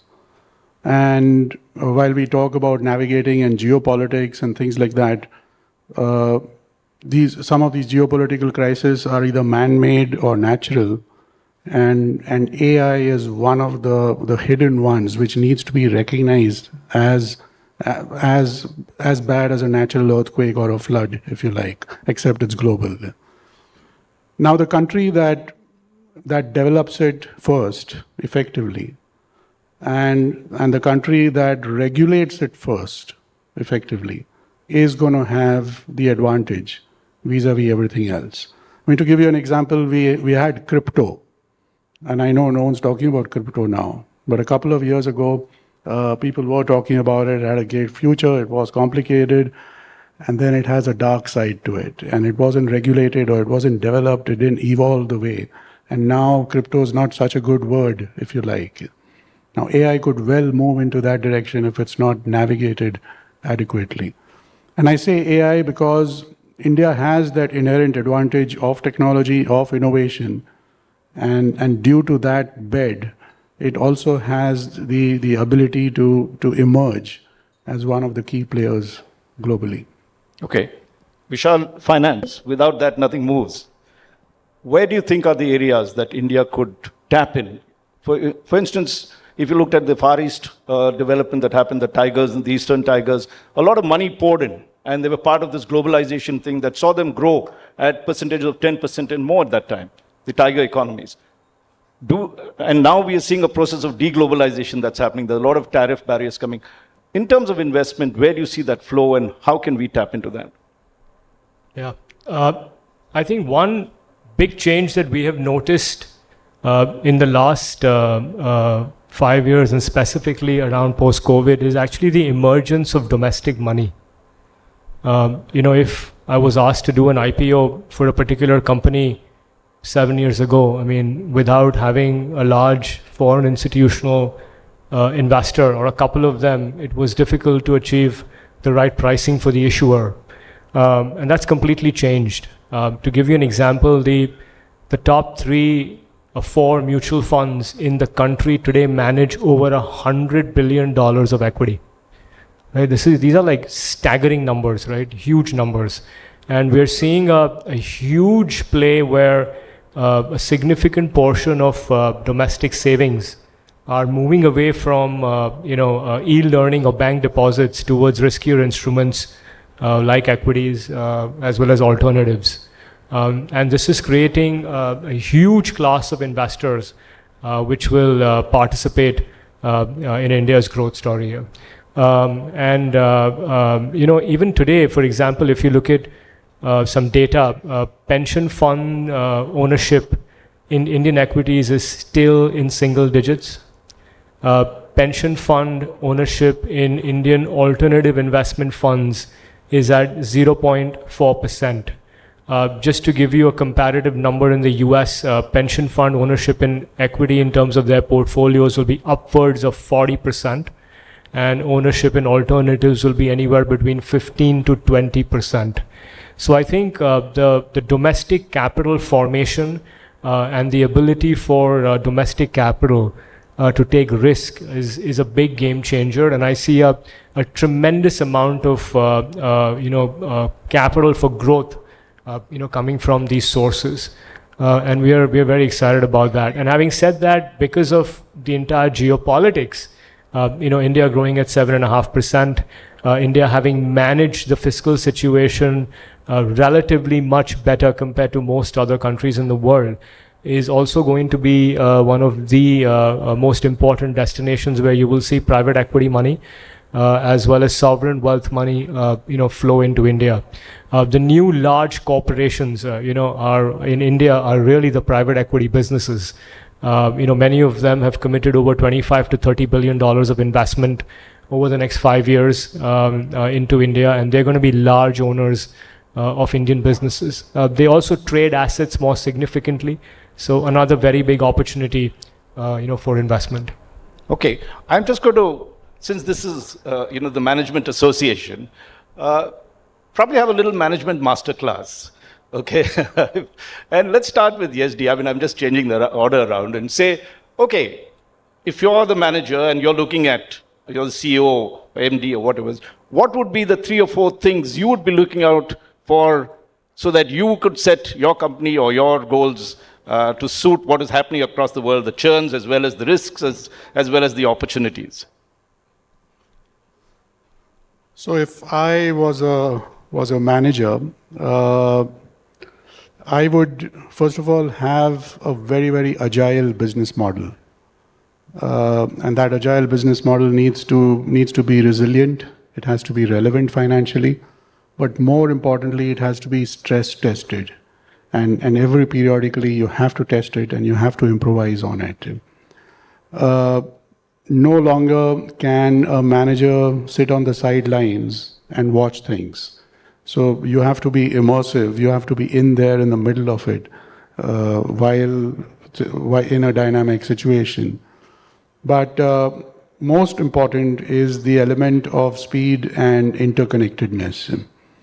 And that's key that one needs to recognize while building models, etc. itself. Speed and interconnectedness. And when I say interconnectedness, a lot of our disruptions actually now move at the speed of social media. And it's no longer where you read about it tomorrow morning in the newspaper. It's all on WhatsApp and whatever else there is. So that has to be built into your resilience. And lastly, I would say it has to be sustainable in whatever form or whatever business you are. Yeah. Narendra, everybody listen to you. No, I think for me, there are 3 risks and opportunities. One is geopolitics. It's a risk and an opportunity because India can position itself well in the current context. Second is climate change, a risk and an opportunity. And third is the digital transformation, including AI, etc. Risk and an opportunity, right? So as organizations, you need to be prepared for these three. From a pure opportunity point of view, the center of gravity of economic activity has already been shifting to the east and the south. I'm talking of the world. So China was a story for the last couple of decades. India is likely to be the story for the next couple of decades. And beyond that, most probably Africa, because again, you'll have 1 billion people becoming 4 billion by the end of the century. And then, of course, don't forget Southeast Asia with more than 600 million people. So I think there's a huge opportunity in our neighborhood. And I think that's also a great thing for us. There's a domestic opportunity and there's an international opportunity in our neighborhood. And 2 or 3 things you would do. Well, prepare organizations for it, be able to respond, because obviously finding that balance between agility and stability is important, particularly for large organizations, because the world is changing very rapidly and you don't want to be chasing your tail every day. So you need to be able to balance that, not overreact, while at the same time not react at all is also not a good idea. So I think finding that balance is key, and so you need to be really connected with what's happening across the world and take those calls. Harsh, you've had tremendous experience in this. Well, I think if I was looking at it from a manager's point of view, and we have all our AIMA people here, in addition to what both my panelists have said, and I agree with them, agility, organization, etc., entirely. One is that we have to expand our own mindset as managers and be far more aware of what is happening globally. Not everybody in the management is left to top management to understand some of this. Yes, I understand. But the more we are aware at even middle management level, we can anticipate changes and understand what kind of effect it might have on my business. Whether it's a supply chain disruption, whether it's an energy issue, or what's happening and other things. The second is about upskilling and reskilling. The change, and Mr. Nakpurwala, you talked about this whole issue of AI. The point is, we need to understand what everybody talks about AI, but what can it do for my business? How can I do this? And how do I get the skills to be able to do? A lot of legacy managers may be very good at their jobs, but they are not being able to exploit the opportunities and the tools that even technology has. It doesn't have to be AI. So that is the other area of skilling and learning and upskilling. And and really, so there are these 2 or 3 things which we really need to focus on. But yes, sorry, the last thing I wanted to say, having said everything, we can't forget the basics. Whether you are selling digitally or selling physically, basics like insight into your customer, understanding the market, understanding the nuts and bolts of how a business works, will still remain. Only the method in which you now get that information or disseminate that, it changes. Vishal? Yeah, so in our business, we have a peculiar challenge. We have a lot of young people who understand technology very well, but don't necessarily understand finance very well. And we have a lot of older people who understand finance very well, but don't understand technology. And there is a rapid change in the way financial services is changing with the advent of fintech and new models. So we're trying to start this program, which is reverse mentoring, not just mentoring, where we have younger people, who will teach older managers how tech works and how finance works needs to be taught to them through mentoring. So this is a very unique management challenge, it's skilling. Skilling is required at every age now. It's not about skilling someone who's 25 or 30. I think there is skilling required even at 45 and 50 and 55 with the way technology is changing financial services. So that's a unique challenge. Second is financial inclusion. I think India needs to get more inclusive. A lot of the products which are being sold in tier 2, tier 3 towns, if you just see the amount of money that is coming into mutual funds from the B30 cities, the next 30 cities, that number is growing at 40% per year versus the top 30 cities, which is at 20%. So I think that we need managers who understand financial inclusion and who are willing to spend more time in inclusive India and Bharat, not just in India. So these are at least two management focuses we have, at least for the next 2 to 3 years. Okay, I'm just going to do another round before we open it out for questions. And this is really, if you had the opportunity, your younger self, let's put it, right? And you're part of the Viksit generation. You're now 25.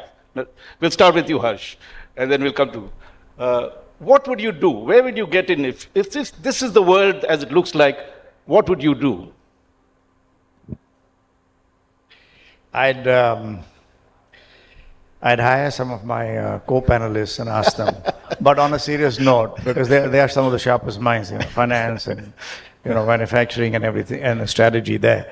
No, but what I would do is really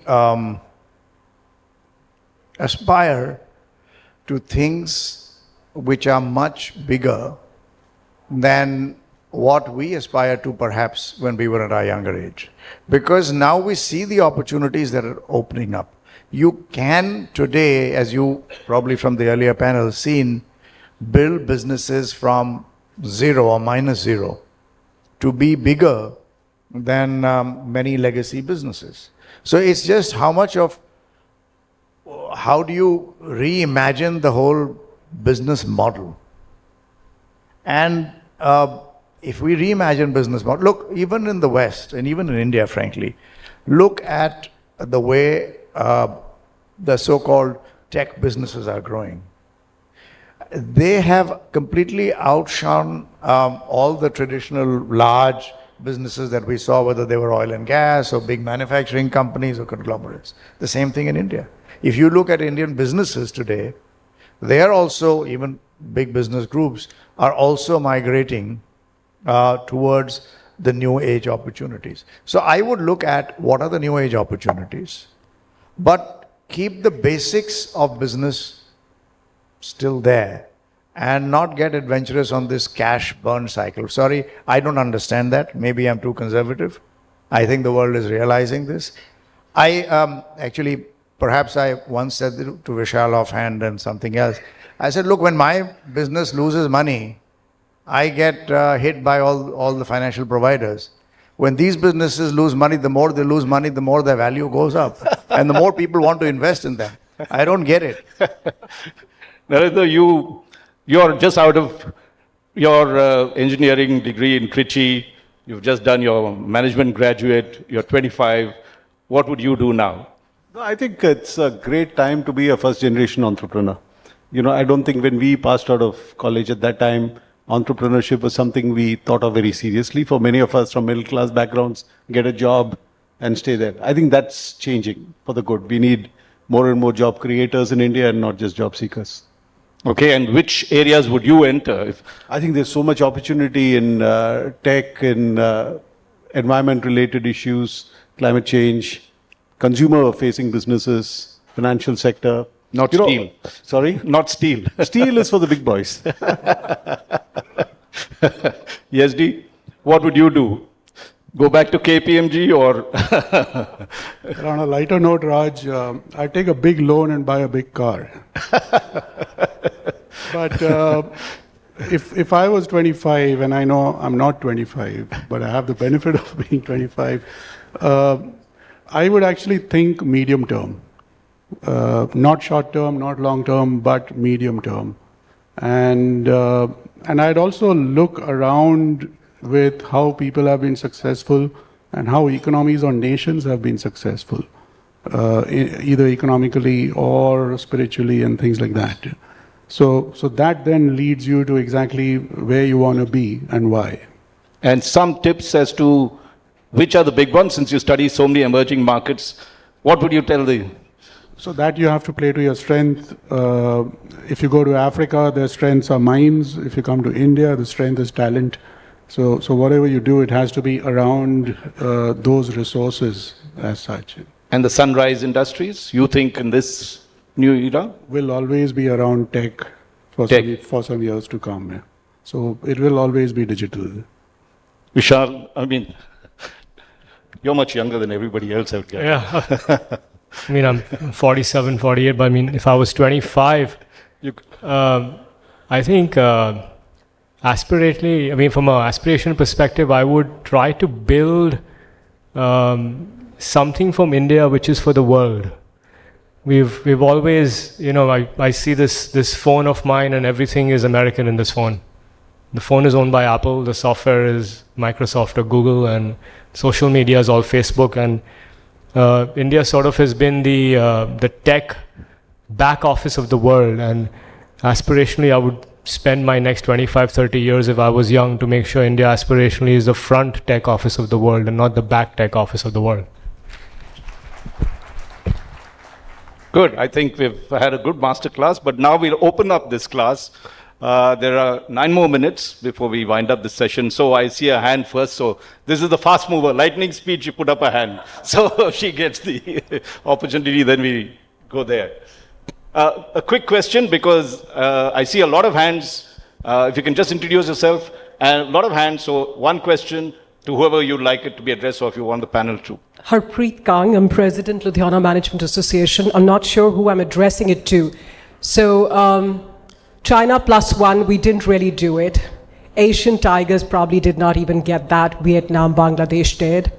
Ukraine war, just a trifle. We've missed a lot of wars. What can India do better? That's one. And second, if Trump makes a comeback, okay, we'll keep does India really get to gain as much as we did last time? Thank you. We'll keep the hypothetical question away, but let's answer the other one. The first one that you asked. Anyone would like to take it? Narendra? I think Harsh... She says we missed the bus. Yeah, no, I think what we've been working on for a long time, making some progress, is what Harsh said, the cost of doing business and the ease of doing business.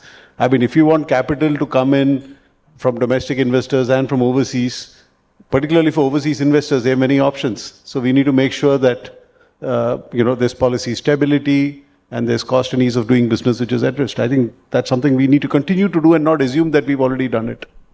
Okay. Yeah. I'll just make one point. I don't think we really missed any bus. I think we have some fantastic businesses here. I mean, Tata Steel is a phenomenal business. JK Paper is a phenomenal business. I think if these companies are allowed to compete with the accounting systems in China and the amount of bank rollovers that China will do for businesses, they will be the largest companies. They will be bigger than Chinese companies. So I think it's not always a like-to-like comparison in terms of what happens in India, what happens in China. Number two, I think India and Tata Steel's taken a lead in few of the projects. I think India has built some of the most efficient industries in the world. We've had $100 billion worth of transactions that have gone through IBC in India. These were assets which were of high quality, run by bad managements. And we had a banking crisis which we went through for 6 to 7 years. This entire cleanup process has been phenomenal. Part of the high returns on capital that you see in India today is because of the efficiency with which good businesses, right? Naren, you've bought a few, right? In bankruptcy. And they've grown these businesses after buying them from bankruptcy to almost 2x or 3x the size. And these produce very good returns and also producing very good balance sheets on the banking side.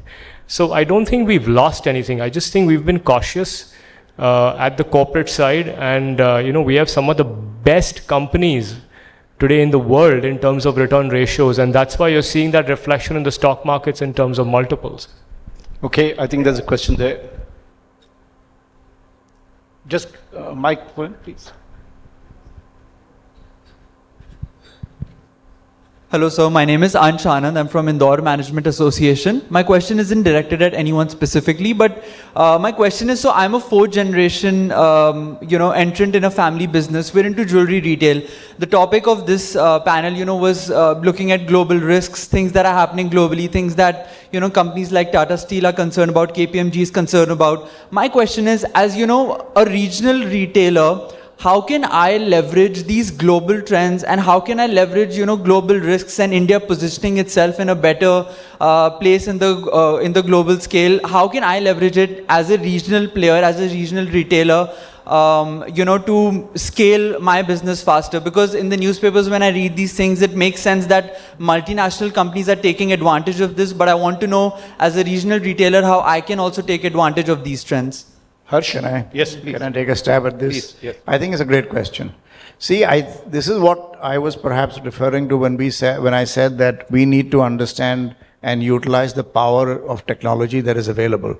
The good news is that the tools and technologies which are digital are available not just to the big businesses but to small ones. Actually, all the small ones who have started up. So if I were you, and I don't understand your business as much, pardon me, but if I were you, I would look and see how I'm going to reach my customers, who my customer is. How do I use digital technology? How do you connect with me and tell me you have something to sell? You don't have to be advertising in the Times of India. There are other means to get it. The way small businesses are growing, I mean, and I'm not on social media, but are really doing things on Instagram, doing stuff by reaching things. And the good news is that there are Indian software companies which offer very cost-effective solutions. So we don't have to go. So that's first. The second part would be really to understand what are the trends, because information is much faster. Coincidentally, I was having dinner a couple of nights ago in Europe, just with a friend who was in the jewelry business. And he said, for example, real diamonds are going to be there, but they're going to be pretty dead. Because 1 out of 100 can actually make out the difference between a lab-grown and real diamond. So if that is the case, then if I was in that business, I'd like to understand, why would anybody buy this? So am I keeping that? Am I keeping, lab-grown kind of diamond jewelry, which will go to the mass market? And suddenly, if you were doing X, you would be doing 20X because the affordability factor changes. So I don't know if that answers your question, but just a thought. Yeah.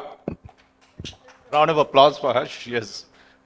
There's a hand raised there and there's a hand raised there. So how much time do we have? Rekha? 5 minutes. Okay, we're going to wind quickly. So please, quick question. Yeah. I think there are 2 others who want to ask. Let's try and get everybody in. But Sir, I'm Vikasti from Batinda Management Association. Sir, I have a question I want to take it from Mr. Singhania's observation. Like you made a comment, the new generation, they're burning cash to build their businesses. I don't know how they're doing it. But sir, as far as I have studied these new IPOs coming in, the new tech IPOs are coming in, they are becoming billionaire in a day, the day their IPO comes. Infosys took 13 years to become that billionaire. And what I'm seeing, there's a lot of consumer change in consumer behavior with regard to their investments. Earlier we were looking at PEs and all those things, but now the consumer is looking at the future profitability. So how do you look at this trend that the investor is looking at more at future rather than the profitabilities and all that? Yes, do you want to take that question? Okay, Vishal, we'll get Sure. So I think every few years or few decades, you will see the emergence of new companies. And if you just see the list of India's top 100 companies or the world's top 100 companies, there'll always be significant change. But this time it's more rapid because of technology and the change in technology. Look at a company like Zomato, right? It's not a very old company. It's 13 or 14 years old. It's morphed 2 or 3 times in its decade-old history, but it's completely changed the way we've thought about consuming food, and now slowly consuming grocery. And you will find many such examples and some very smart managements who are able to look out 10 to 20 years, see the future, and be able to execute based on customer preferences. And if they're able to execute well, then they will be very valuable, over time. And I think as an investor class, one has to look out for these opportunities. And I would say these are kind of non-missable opportunities because they will be some of the largest companies in time to come. Yeah. Okay. Is that the last question then? I think, oh, there's one right behind, so we'll just two quickly, please, so that we can, yeah, after that, we'll come to you. Whoever's handling the mic, there's someone right behind, so that we can So good afternoon, sir. I'm Dr. Karpaswamy Ramanathan, serving as the Dean School of Management, Hindustan University. So most of the time we used to compare with China because, right from the Big Brother status now, China +1. But if you look into their, the speed at which China is growing in terms of attracting FDI, or maybe, it has become manufacturing hub for almost for all the product, 90% of the products are manufactured in China. But countries like India, still, we have to depend on the service segment. What may be the priority, it should come on the next 1 decade to fix India, at least to have a competitiveness or a little edge over China in certain segment. Can you name some of the industry or area in which India must focus to have edge over China? Because they have many advantages. We have seen last decade, it may be an infrastructure, all those things. Take an entire class, but we'll get SD in to quickly answer that because we are running out of time. Okay, so this question I understood. First of all, it's not going to be as spontaneous as you make it out to be. We are looking at China almost now 30 or 40 years of evolution in manufacturing. Now, imagine India, the path that it's on and the speed and the momentum it has 20 years from now. So to respond to you, I would say it's going to be a mix of manufacturing and technology, which will take us more and ahead of China in the next maybe 15, 20 years. Harsh, you wanted to say something? Sorry. I think there's, if you don't mind, Rekha, one more question so that we fulfill the audience's thing. Okay, very last question. Quick one. I've already been told.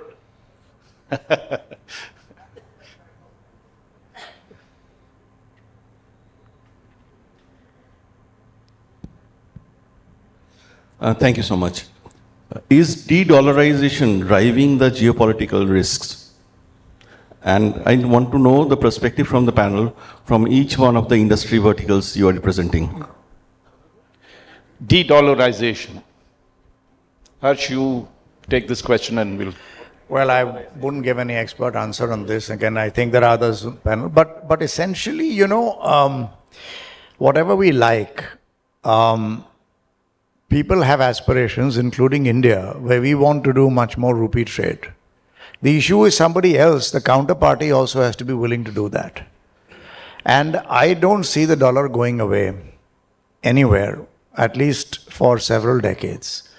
We've had, the yen, which came up in the 80s and 90s, and I was just reading a statistic where I think in the 70s it was probably less than 5% of global currency. It went up to much more, 20% or 15% in the next decade. But it's not easy because you need to have both counterparties wanting to do this. And if you ask me, given the geopolitics and the uncertainties with some of the disruptions you talked about, the wars and this, that, the other, the dollar is going to remain the sort of stable currency. Even the even the euro is struggling in many which ways. And it's a complex question. It relates to also the inflation in the different countries, the rate of growth. So I'll leave it there, but I personally think the dollar is not going to go away. India can look at more rupee trade. We will succeed with some people, but that's where it'll go. Well, we've really had a fantastic session, and thanks very much, gentlemen, for this. Let's give them a very warm round of applause on it. Thank you, sirs, for a very interesting discussion. May I invite on stage Mr. Nikhil Sawhney, President AIMA, to kindly do us the honors of presenting mementos to the esteemed panelists and the moderator of this session. We thank Mr. Raj Chengappa, Group Editorial Director, Publishing India Today Group. Our thanks to Mr. Harshpati Singhania, Past President AIMA and Chairman and Managing Director, JK Paper Limited. Our thanks to Mr. T.V. Narendran, Vice President AIMA and CEO and Managing Director, Tata Steel Limited.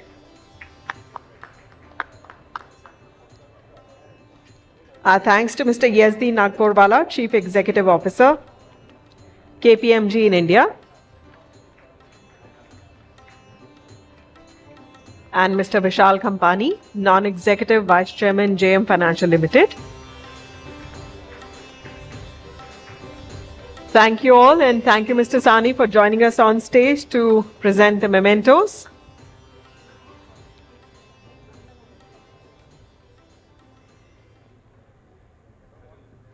And now, ladies and gentlemen, if I may have your kind attention, please.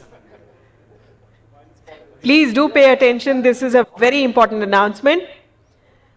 We would need to clear the hall for 30 minutes. This is important because there is a security drill to be conducted by the security agencies for the evening award ceremony, for which we have the Honorable Vice President of India as our chief guest.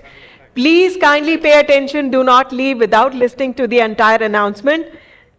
And also, if you wish to attend this evening's program, which the Honorable Vice President is gracing, then you also need to take all of your belongings.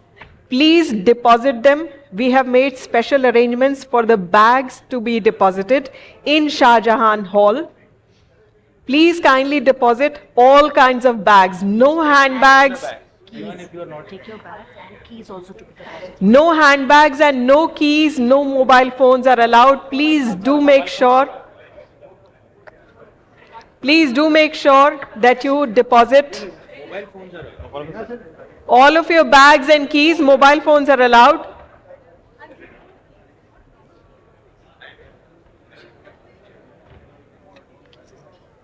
Please do make sure that if your car keys are operated by a remote car keys are not allowed. Please do make sure that you deposit your bags, and if you have remote car keys, please do make sure that you deposit them as well. The necessary arrangements have been made in Shah Jahan Hall. All kinds of bags have to be deposited. No handbags, no carry bags are allowed. Please do make sure. Please kindly deposit all of your bags in Shah Jahan Hall and kindly vacate the hall immediately. Please, ladies and gentlemen, please cooperate. If you leave the hall quickly, it will help us to do the security drill quickly, and we can all come back here in time for the next session. Remember, we have none other than Karan Johar, who's coming for the next session. So the quicker you leave the hall, the quicker we can come back and enjoy the next session.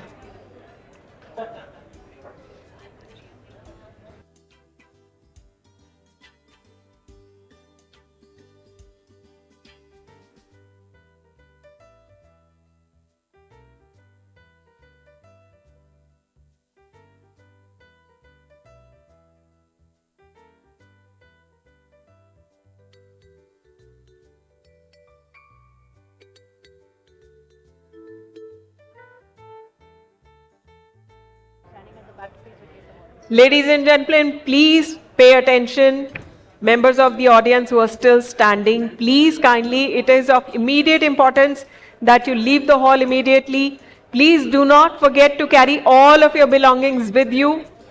If you wish to attend this evening's function, which the Honorable Vice President of India is gracing, please do make sure that all of your bags are deposited in Shah Jahan Hall. If you have car keys which are operated by a remote, you have to deposit those as well. We have made special arrangements in Shah Jahan Hall, but as of now, it is of utmost importance that we leave the hall immediately. Please kindly do not stand, kindly leave the hall immediately.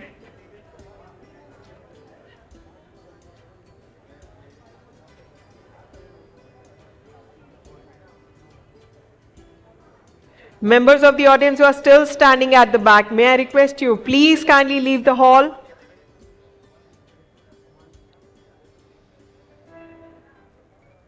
Please leave the hall so that the security drill can take place. Please do make sure that you carry all of your belongings with you. All kinds of handbags, bags, or remote operated car keys have to be deposited.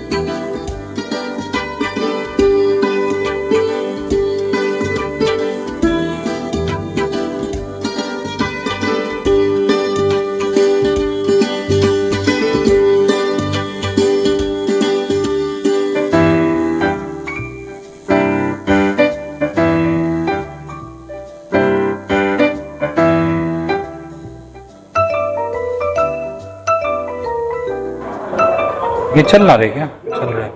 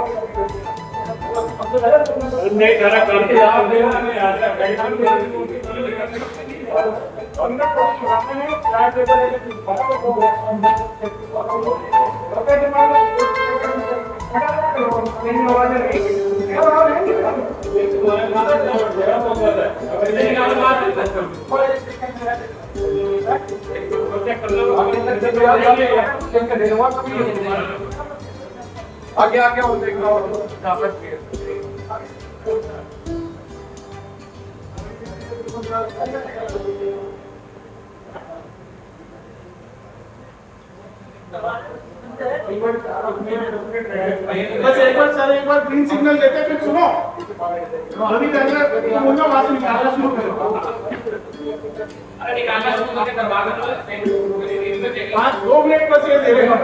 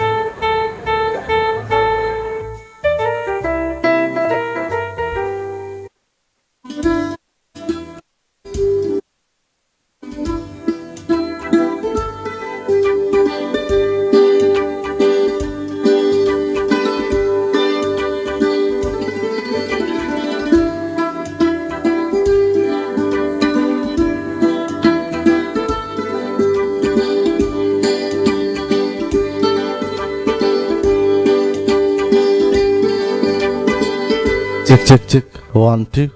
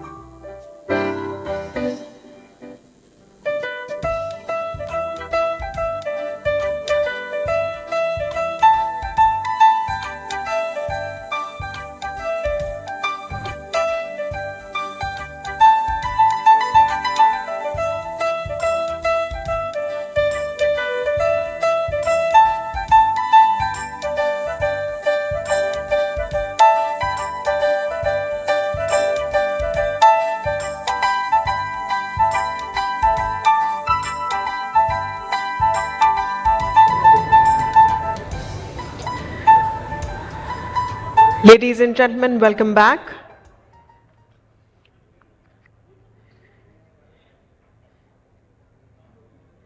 Please be seated as we are starting with our next session of the conclave. Making Magic, Breaking Taboos, My Story, which is another special fireside chat.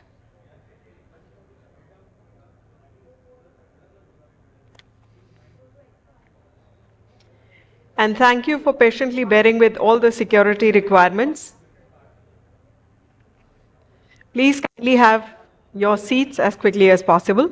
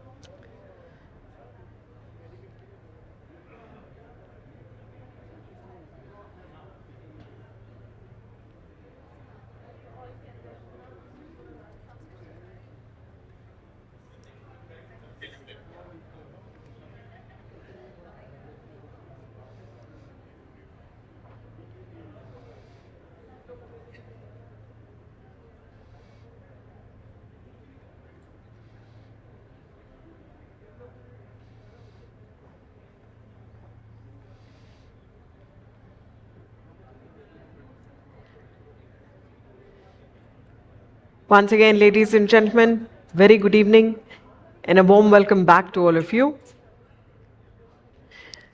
Thank you for being so patient and thank you for going through the security requirements. Meanwhile, I'll request you all to please kindly take your seats.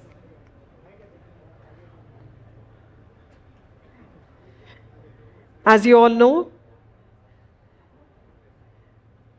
this next session is Making Magic, Breaking Taboos.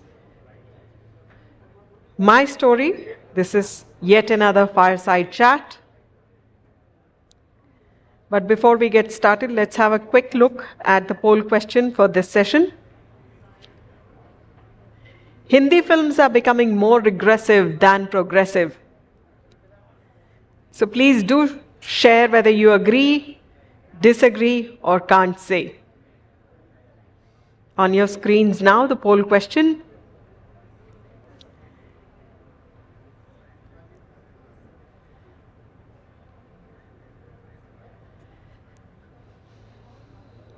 Please take your seats as quickly as possible.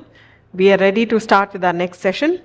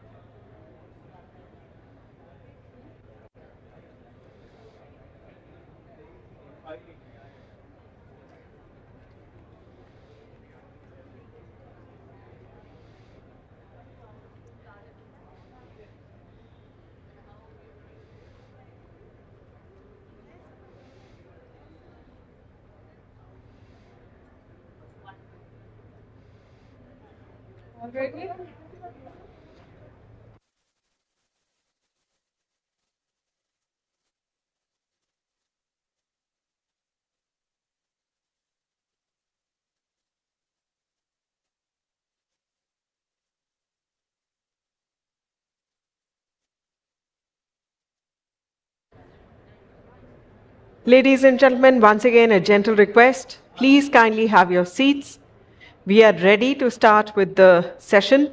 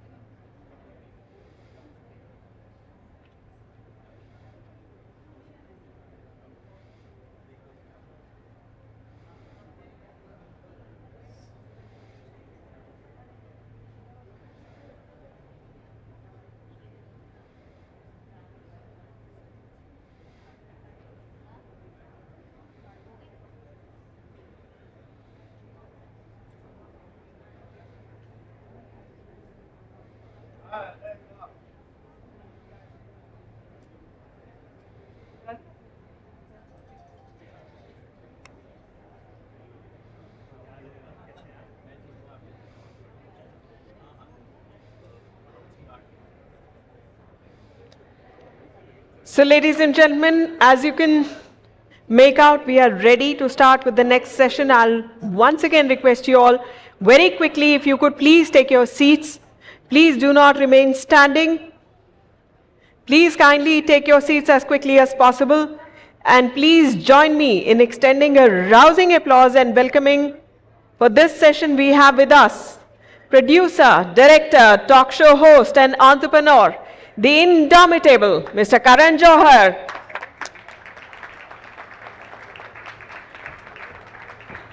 And to speak with him today, we have with us Ms. Avarna Jain, Vice Chairperson, Saregama, Chairperson, RPSG Lifestyle Media. Let's welcome them with a rousing applause, please.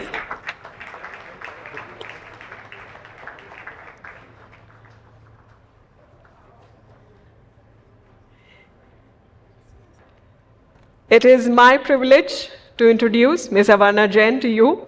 She is the Vice Chairperson of the billion-dollar music company Saregama, part of the $7 billion RPSG group. She has steered the legacy company into the digital world. She was responsible for launching the clutter-breaking iconic music player Carvaan, which has the most memorable pre-recorded songs of Indian musical greats.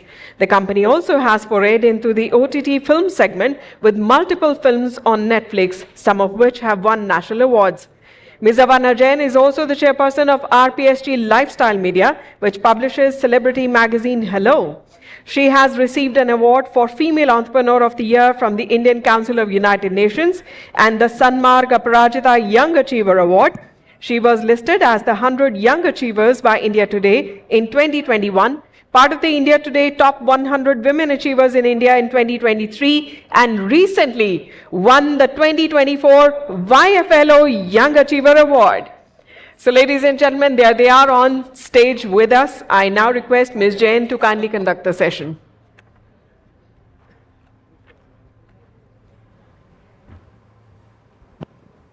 Thank you so much. Good afternoon, ladies and gentlemen. It's a pleasure to have you and a very, very warm welcome to a very special session with one of the sharpest minds, a trendsetter, and a business leader. Karan, if you're going to stand through my entire introduction, it's going to be a long one. You have too many achievements. Karan, it's a pleasure to have you at AIMA, and many thanks for agreeing to have this chat. You've completed 25 years in the industry, and you are still fairly young. Needless to say, we're expecting much more cinematic excellence and innovation from you. Entertainment is in your blood.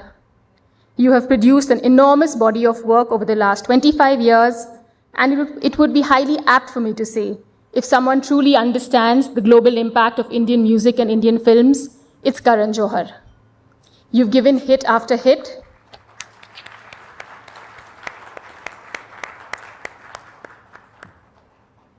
You've given hit after hit, not just in terms of films, but also in terms of the music of your films. When you debuted 25 years ago with Kuch Kuch Hota Hai, you made the world stand up and take notice. You won a whopping 8 Filmfare Awards and a national award. Of course, you haven't looked back since, and you've gone on to create your own genre of Hindi films. A Karan Johar type of film is a Karan Johar type of film. Your latest, Rocky Aur Rani Ki Prem Kahani, which marks 25 years in the industry for you, not only got you critical acclaim, but was also among one of the highest grossers of the year. It made a whopping 355 crores. Story has it, when Karan got flooded with appreciation by critics, he panicked and wondered how the box office would react. But of course, Karan is a genius. This time he got the love of the critics and the fans alike. It's a rip-roaring entertainer, and the AIMA Managing India Awards jury was unanimous in recognizing your achievement as the Director of the Year. Please join me in acknowledging one of the biggest showmen of our era, Karan Johar.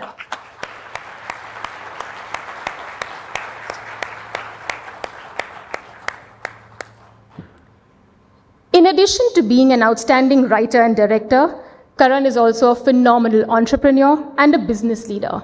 It's not surprising that he's here today at the AIMA function. A few weeks ago, I heard him at a FICCI function. There's lots to be said about his leadership style. He's converted and transformed Dharma Productions into a conglomerate. It has Dharmatic Entertainment, Dharma 2.0, and Dharma Cornerstone Agency, and I don't know what else Karan has in store for us. In this session, we would like to learn a lot more about your journey in the industry, your creative process, your ability to seamlessly merge message with masti. Before we get into a question and answer with Karan, I would like you to briefly tell us about your journey in the entertainment industry so far, where you stand in your artistic and business career, and what we can expect next from you. After the questions I have for you, of course, we'll open it up to the audience for some questions. Thank you, and over to you, Karan.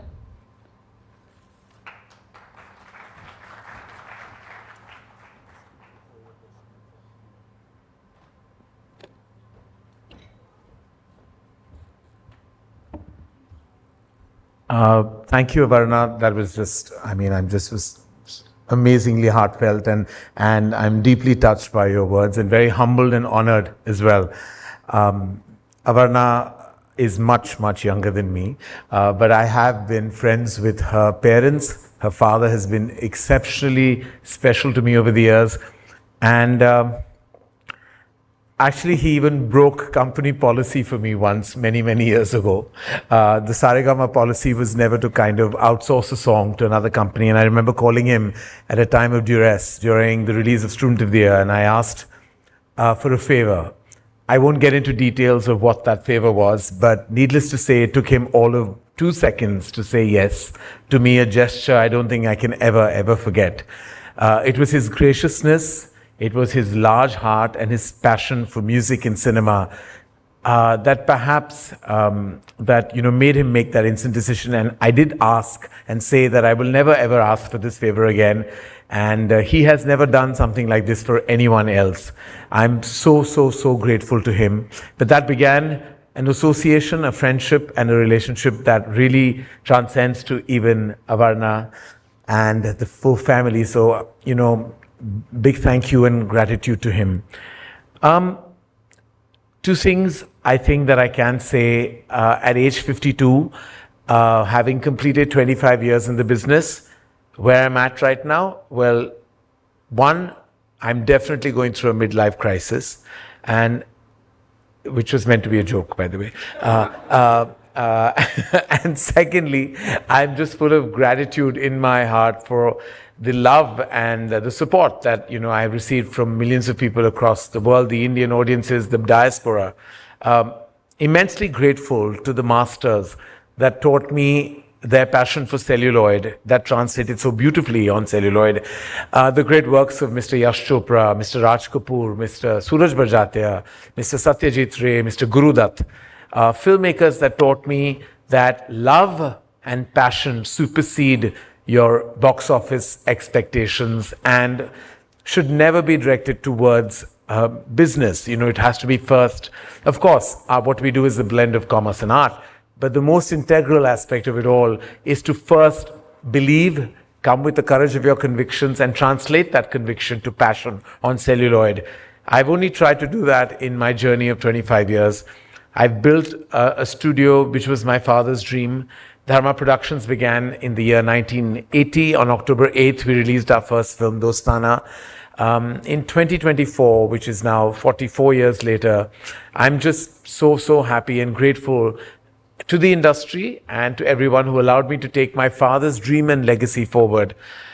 It is all about loving your parents. It's something that I have stated before through my work, but I do believe it. I believe we are a result of our parenting, and it's in our DNA to always try and, take our legacy of our families forward if we have the ability and the passion to do so. Today, where we stand, I've directed my 7th film with Rocky Aur Rani Ki Prem Kahani, and 10 if you include the 3 short stories I directed. It's been an incredible journey, and I'm just always grateful that I do what I love. I always say, where else can you sing, dance, laugh and cry and still be at work? It's only at the movies. We can tell stories, we continue to tell stories, and that's what I'm here to do till I hope that I can, till I want to, when I eventually leave the universe, I want to leave a legacy of work that I can truly be proud of. And I'm work in progress, as I say, even today. I'm grateful to AIMA for inviting me. I'm so grateful for the award bestowed on me. And I represent not just me, but the entire production house, all of Dharma Productions, my CEO, Apurva Mehta, who's my best friend, and my partner in crime through this journey. And I thank the entire family at Dharma, because that's how we work. We work as a family to create the content we have.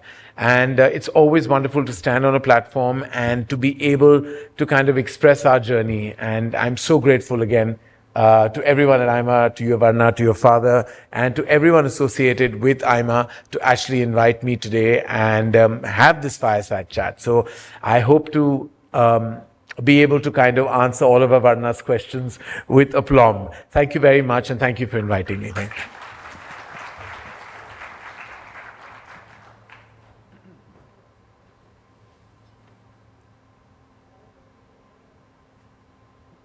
Thank you, Karan.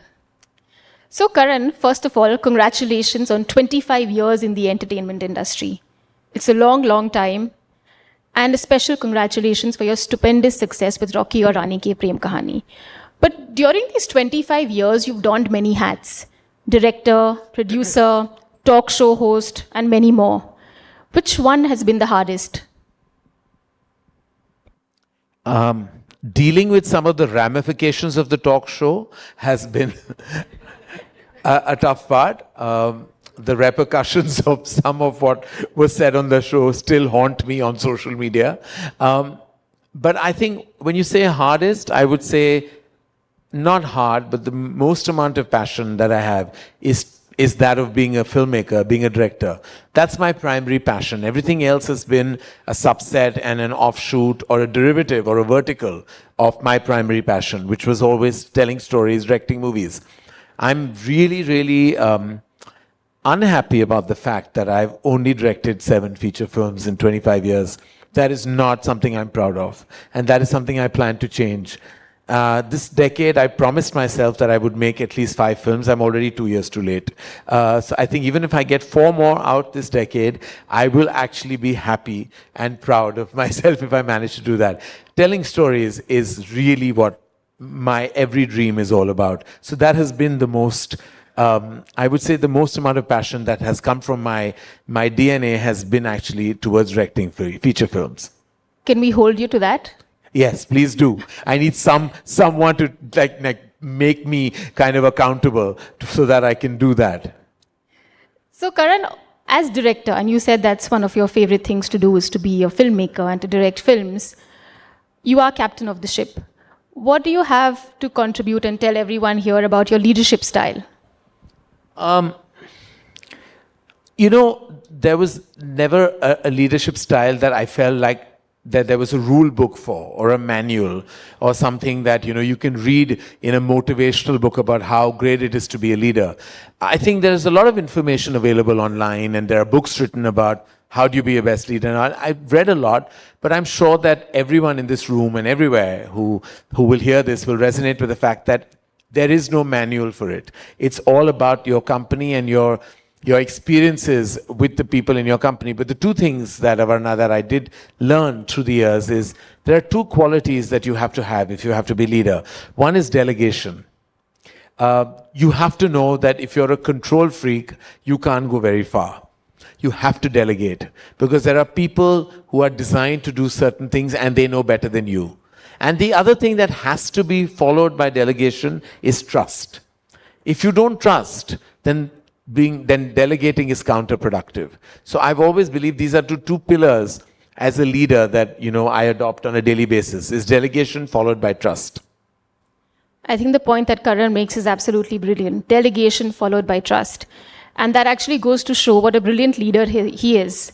And I think, Karan, in the numbers that you produce, you sort of reflect the kind of leader you are. Because if you weren't a brilliant leader, you won't actually produce the kind of numbers that you do. Which film has been closest to your heart? I think the most personable film of my career is and will always be Ae Dil Hai Mushkil. Ae Dil Hai Mushkil was a piece of my own personal story. We've all experienced unrequited love or one-sided love in our lives. Some of us in our initial college years, school years, and high school perhaps, or then even post that. Not everyone has had a complete love story. There's always somebody who has had one broken tale of love or romance in their lives. Ae Dil Hai Mushkil was like a diary for me. It was actually a reflection of a collection and a reflection of so many of my personal feelings and thoughts about love and unrequited love. So for me, that will always be more than a feature film. It was a moment of catharsis when I made it. It felt like self-therapy. It felt like I healed after that film. And I felt making it changed me as a person. So for me, I feel a lot of my work that I've done, some I'm proud of, some I'm embarrassed about. Some moments I cringe when I see even today because I'm like, oh God, like what was I thinking? And this could have been so much better. But Ae Dil will always be that personal story that I will always remain very, very happy that I was able to make. So for everyone who hasn't seen Ae Dil Hai Mushkil, and I don't think there's many people here who haven't, please go and see it. Yeah, it is about, while it is about one-sided and unrequited love, I think it's complete in its emotional syntax. And even if you don't resonate with the film, I hope that the music will connect with your soul. You mentioned when you see some of your films or certain scenes, you cringe. Which has been the most cringe-worthy scene? Oh God, there are so many. Even my first feature film, I remember I felt like I got my gender politics all wrong. Which I tried to correct in Rocky Rani Ki Prem Kahani. I felt I was only 24 when I wrote that film, and I didn't know better. I was taking, pages out of what I had seen of Hindi cinema. And I remember Shabana Azmi called me and fired me on the phone. She said that, chote baal the, और tomboy थी तो प्यार नहीं हुआ, बाल लंबे हो गए, खूबसूरत हो गई तो इश्क हो गया, क्या कहना चाहेंगे आप? तो ऐसे माफी मांगना चाहूँगा मैं क्या कहूँ? There's nothing I can say to justify. It was so I don't cringe when I watch because that's more the politics of it. But also I felt that Shah Rukh's main line that got very famous about हम एक बार जीते हैं, एक बार मरते हैं, प्यार एक बार करते हैं, शादी भी एक ही बार होती है. But he did both things again. So they were contradictory. He got married again and he fell in love again. So I'm like, how does this line make any sense? The third thing is I have children who are 7. And I really want to know what children between 1 and 7 would understand if I read them letters out, which is probably the main fulcrum of Kuch Kuch Hota Hai, that child read those letters. What was she exactly understanding? Because if I sat with Yash and Rui and started reading letters out to them, they would be like, Dada, I think you've lost the plot. Because what are you even trying to say to us? But so, isn't that the genius of Karan Johar, that you told an absolutely unrealistic tale and everyone believed it? And the one thing that I think, Avarna, happened is that it came with conviction. So much conviction that came with perhaps lack of information, knowledge and EQ at that age. But I was so convinced about it that I felt it was, wow, this is amazing. The mother's going to leave 8 letters behind. And I'm like, what will a 1-year-old understand in that letter, or a 2-year-old? And I didn't think of it. It was just conviction. So there are many moments like that through the films that I've made. Like when I see parts of Student of the Year or parts of so many movies, I'm like, oh my God, like, what do you think you were thinking? And but it just, got accepted, hope, and passed, and some of it didn't. But irrespective, I think it's always essential to look back and acknowledge your failures or your flaws as much as your successes, because I think they really teach you much more than anything else. I think what Karan calls his failures, we call successes. Let's hope you have many more failures just like the ones before. No, but I really believe that, Avarna. I believe that if you can deal with failure and success in the same exact way, you will always be a successful human being. And that doesn't mean you equate success with just monies. You equate that with self-happiness and, what you're feeling within. Like, I feel like I acknowledge failure, I accept it, I embrace it, I also analyze it, and I move on. But the thing I move on the fastest from is success. Because resting on a laurel is wasting a whole lot of time. You have to move on. There's no other way. That's an important life lesson there. Thank you for that, Karan. But tell me, do you ever feel the need for self-censorship to protect the commercial interests of your film? There are some things that traditionally, or in terms of how we were raised or brought up, that you can push a boundary, you can probably, push an envelope, but that you're raised in a way not to tear that envelope. So I think that self-censorship comes from your own DNA. It comes from, your accountability to your parents, right now to me, to my mother. Like I've seen when my mother saw, for example, Kabhi Alvida Na Kehna, I think she was shifting a lot in her chair because she was so awkward watching, some of the communication of that film, because she felt that this is not something that, I've seen you make earlier, because Kabhi Alvida Na Kehna was breaking stereotypes, was addressing infidelity, was addressing the gray area of human relationships. My mother was uncomfortable while watching it, but I did have a long chat with her after that, because I said, but I have to evolve as a storyteller myself. I have to tread into some terrain and turf that may not be immediately conventional or traditional, but it's within the realms of what our society goes through on a daily basis. Monogamy, infidelity, these are all topics that we brush under the carpet in our traditional areas of our families. We just don't talk about them, address them. And as a filmmaker, I find that I have tried in my own way, even in my short stories, I've tried to kind of push the envelope. But there comes a point, there are certain things that I wouldn't do anymore. I feel like we've made our errors in the past. We've gone through the phase where we've done these item songs. At that time, we didn't realize that this is objectification, or that a man chasing a woman is like romance and ashiki, but it amounts to stalking, which has a lot of I would say, repercussions that are not at all solid or good. All this I realized in time. It's not something that came to me earlier because I didn't know better. So there's a moment in Rocky Aur Rani Ki Prem Kahani where Ranveer addresses the cancel culture and he says, look, I didn't know better, but don't cancel me. Tell me and I will correct myself. So I think that's what's happened with me. I've learned on the job with time, and where my EQ kind of finally replaced my GQ. So, Karan, as a filmmaker, you're known predominantly for feel-good romances, as you just explained, whether it was infidelity in Kabhi Alvida Na Kehna, gender stereotypes or patriarchy in Rocky and Rani, the way you made Kuch Kuch Hota Hai. How do you manage to blend traditionally uncomfortable issues into mainstream cinema and yet keep them so entertaining?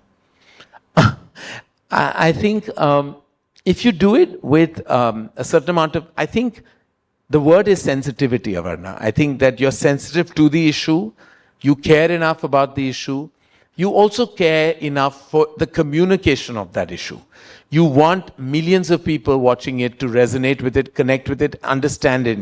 So there are two things. There are some cerebral filmmakers that will be very, very true to their communication and do it in a way that perhaps is not palatable or understandable to a large, vast section of society.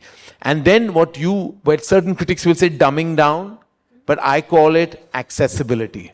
I'm like, can you make that issue in such a way, talk about it, that it's accessible to people who may not understand nuance, who may not buy into subtlety, but you need to communicate it with a little amount of front-footedness for it to come across. So I think if you're sensitive about the issue and sensitive about it reaching a vast audience, it'll happen organically. And that's what I've tried to do, even in my last feature film.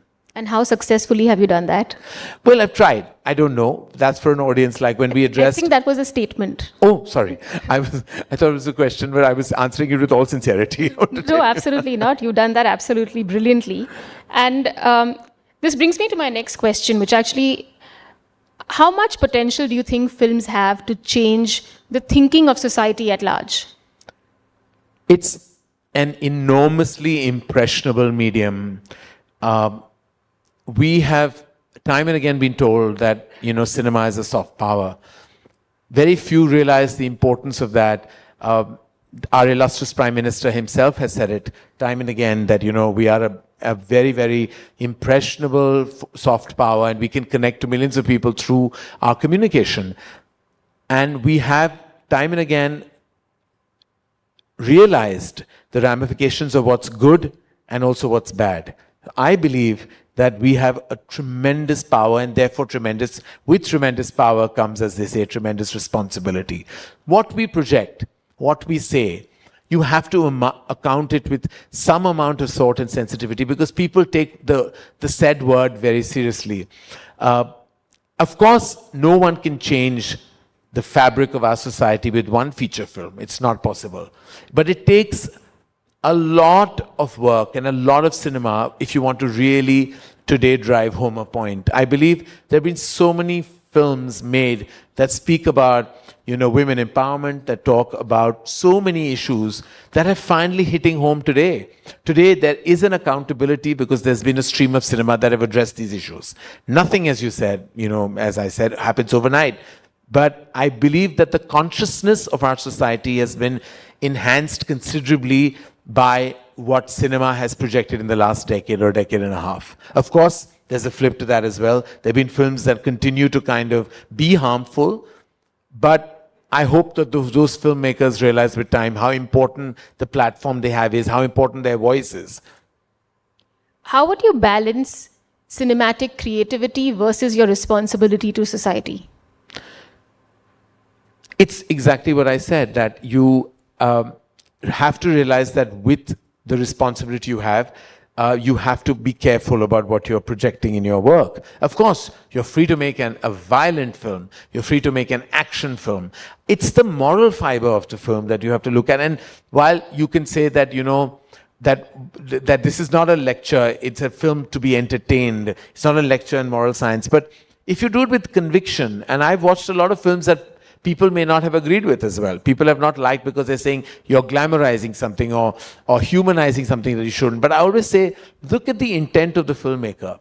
If he or she are doing it with certain conviction and they're not making bold, broad statements, they're coming from a space of true belief in their character, then I don't think they're humanizing it. They're actually just being honest to their character. So yes, it's a journey. It's always Avarna, and there's so many perspectives and points of view. There can be debates. Social media is a daily debate on so much. I have my point of view. You'll have yours. Gazillion people will have theirs. But I feel personally, I always look at the repercussions first and the written word later. So, under the Dharma umbrella, you've created many new ventures. What is your larger aim for the group? Is to be able to enhance our infrastructure hugely, is to be able to tell many more stories, is to be able to bring in more verticals within the Dharma umbrella. I feel I'm at the tip of the creative iceberg, and I have so much more to achieve. And I've never felt more energized. I feel like every day I wake up with a different idea, with a different story to tell, with a different business plan, or with a different artistic decision. And I still feel like I have miles to go before I, sleep. When you made films like Kabhi Khushi Kabhi Gum, Kabhi Alvida Na Kehna, My Name is Khan, were you playing to the Indian diaspora or did that happen by chance? No, I mean, so I've been asked this a lot that आप सिर्फ NRI films बनाते हैं, मुझे पता भी नहीं इसका मतलब क्या है. आप क्या कहना चाहते हो इससे मुझे समझ भी नहीं आता कि the diaspora, they're also Asian, they're Indian, I mean, it's not that they're living on Mars, you know, they're living in the same world. They're as traditional as you are. They've been raised by the same kind of traditional fabric that we have. They're as culturally connected as we are. They just geographically live somewhere else. I'm making films for an audience. Indians across the world, Indians in our country, Indians everywhere. I never sat and made a blueprint of what the diaspora likes or doesn't like. Nobody knows that blueprint. Nobody knows anything actually. We just make films from our heart. When I made Kuch Kuch Hota Hai, I didn't even know that people out of the country watch movies in numbers. I didn't know the statistics then. I was just a young, restless, excited filmmaker who was given this opportunity and I wanted to tell my story. Subsequently, with the film's success internationally as well, I was told that my films have worked continuously in that market, but it was never the plan. The plan was always to just make a film that connects with an audience. And I believe that everything else is just geography. So Kuch Kuch Hota Hai was just serendipity and you made so many crores out of just chance. Well, it's a whole lot of destiny and hard work, I think, you know. It's like, I feel like it was also a part of my destiny to have met Aditya Chopra, to have met Shah Rukh Khan, two pillars, two reasons why I sit here today. They are the reasons why I am here today. So it was destiny that I met them. They acknowledged something to me about me that I didn't see in myself. And I will always be grateful to them for that. The rest was a lot of just passion. And I remember asking my father that, what if I fail? You know, in my first film, will I still have a job? And he said, you know, it doesn't matter whether if you fail or not. It matters that you should have another story to tell. And then if circumstances allow, you'll make the film. And if you can't make the film, I'm sure whatever you do, you'll do with the best of your ability. So I was ready even at Kuch Kuch Hota Hai to fail even then. As I'm ready before every release. I'm always ready to fail. It doesn't affect me in that way anymore. But when you ask me that question, I feel like it's a lot to do with destiny as well, but nothing happens without hard work. I think that's the humility of Karan Johar, because what he's skipping in this answer is the fact that he's a brilliant filmmaker. That's open for debate, and many will.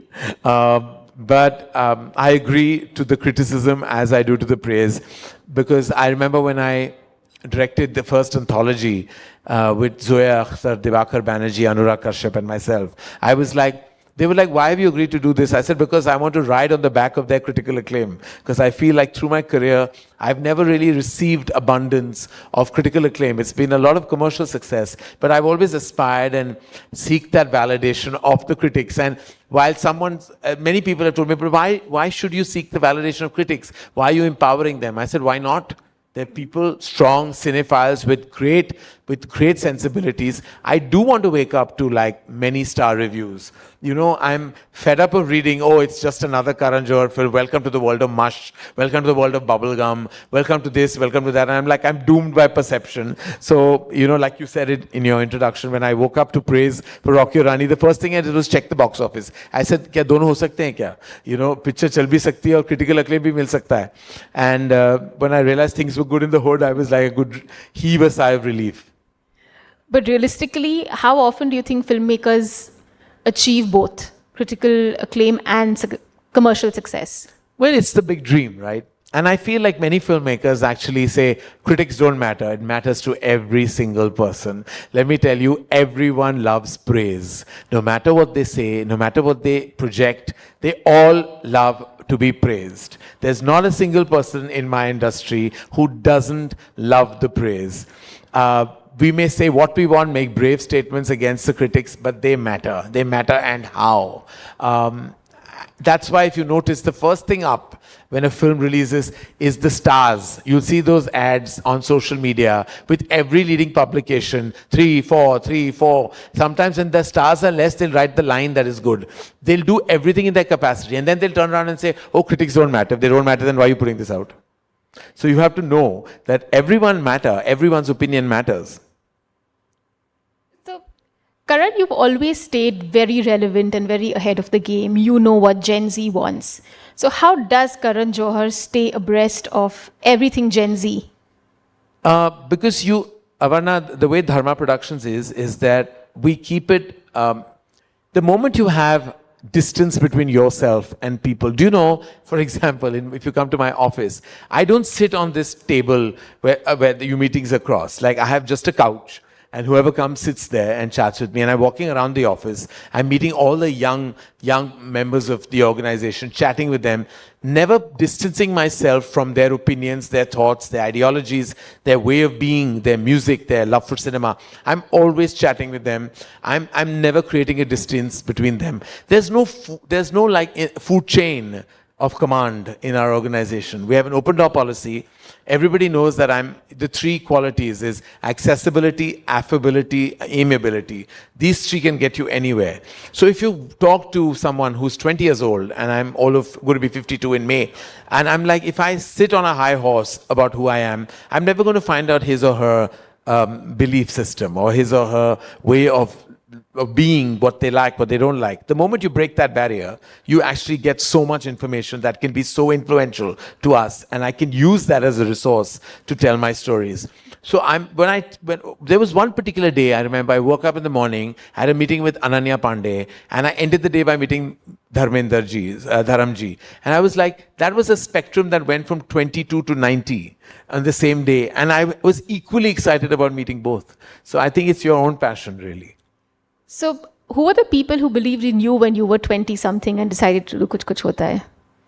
The 2 people, Aditya Chopra first, and Yash Chopra, his father, and Shah Rukh Khan. I mean, they both, Adi and Shah Rukh, are the reason why I say, like, I would do anything for them at any point of time, only because they are the only 2 reasons why I'm here today.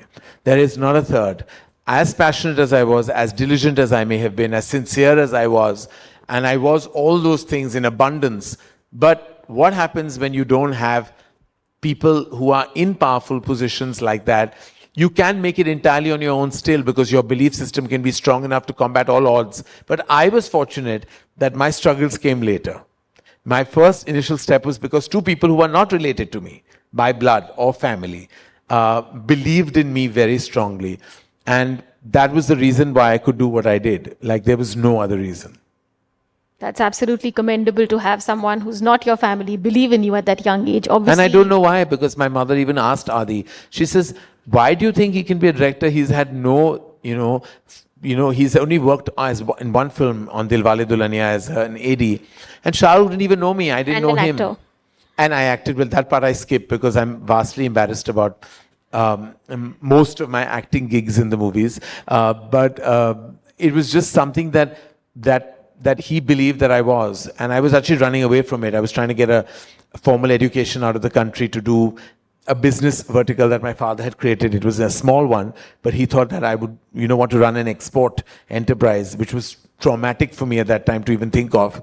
But it was Adi that got me out of that deep dungeon of like being in a 9-to-5 job and said, you're a filmmaker, you just don't know it yet. And I'm glad that, he said what he did and, acted on it. He obviously saw something in you that which we I all have are no seeing clue. proof I have of today. No idea what he saw. We're all at seeing that proof time. of that today. Tell me, Karan, when you made Kuch Kuch Hota Hai, you were coming out from the success of a film like Hum Aapke Hain Kaun, Dilwale Dulhania, and then there was, of course, Kuch Kuch Hota Hai. How important a role do you think music plays in Indian films and specifically in your films? I have to say, music is everything to me. From the age of, since there was consciousness, there was music in my life. And there was just Hindi film music initially. All I did was listen to the radio with my mother. All I did was dance to those songs on my own. All I did was just listen to those time cassettes coming in. I saw the transition from the cassettes to the LPs to the CD to eventually the chip to eventually the press of a button Trying on to the phone. prove that you're old. I am, unfortunately, darling, I am old. Old as in much older than you. But I have seen it all. From the age of 6, all I did was listen to music. And I, at that point of time, just tracked cinema because of the music. I was sitting, other kids my age wanted to watch all kinds of cartoons or superhero, or read superhero comics. I used to wait for Chayageet. You know, I used to come at that time. Or I used to wait for, like, when I'd come back from school, I would listen to the radio every single day. Vivid Bharati was my best friend. Doordarshan was my best friend. It was just what I did in those days. And all I did was watch movies because of the music that I had. Lata Mangeshkar was a goddess to me then, is a goddess to me now. Kishore Da, Mohammad Rafi Saab, Asha Ji, absolute 4 pillars of the best music in the world. And what I would have done to be in a room with Mr. R.D. Burman, just so sad. And your genius invention of Saregama, the Caravan. Do you know, even if now if you come to my room, or you come to my car, wherever I am in the world, I have everyone in my immediate, working force knows that car, even if my passport is not there, I'm okay when I'm traveling. But that Caravan has to be with me. That's all I listen to. That's all I listen to. If you ask me, and this is not like an advertisement for Karma. This is truly something, if you saw in Rocky or Rani, it was what I truly believed in. And I believe in today that the music of the past is my only inspiration that has kept me going today. When in doubt, it's Lag Ja Gale. When in joy, it's Lag Ja Gale. And when in sadness, it's Tujhse Naraz Nahi, and I can go on. And when in romance, it's Chaudhary Ka Chand. Thank you so much for that, Karan. That's very gracious of you. But will you sing one line for us? No. So I have to tell you one thing about myself. If there is a tone-deaf person in this universe, it's me. So how do you make such brilliant music for all your friends? I think having a ear for it and having a voice for it are totally 2 different things. Don't have the voice. My mother and my children have time and again. My children have once sat me down and said, Dada, you can't sing. So why do you keep singing? Because I keep singing in the house when I don't know no one's. They say dance like no one's watching. But I shouldn't be singing, even if people are watching or not watching, because I can't sing. I am a ear sore to others. So as much as I would love to, but I don't want to embarrass myself in front of such an illustrious room. Okay, we'll let you pass that one. Thank you. But in true Karan Johar style, and I don't know if I can pull it off, we'll do a quick rapid fire before we open it to the audience. This I will be fine with. Okay. 3 words to describe a Karan Johar film. Grand, glamorous, and hypersensitive. Karan Johar, the director, the producer, or the talk show host? The director, 1 to 10. Social media, asset or liability? It can be a liability if you think it's too much of an asset. Good one. 50 years from now, Karan Johar will be remembered as? Firstly, dead. And, well, he came, he showed, and hopefully conquered. Well said. If you did a remake of Kuch Kuch Hota Hai, who would you cast as Rahul and Anjali today? I don't think you can replace Shah Rukh Khan and Kajol ever. Couldn't agree with you more. Apart from Karan Johar, your top 3 directors? Sanjay Leela Bansali, Rajamouli, Zoya Akhtar. And that's all I have. So we're going to open the floor to the audience for questions. Do we have a mic that can go around, please?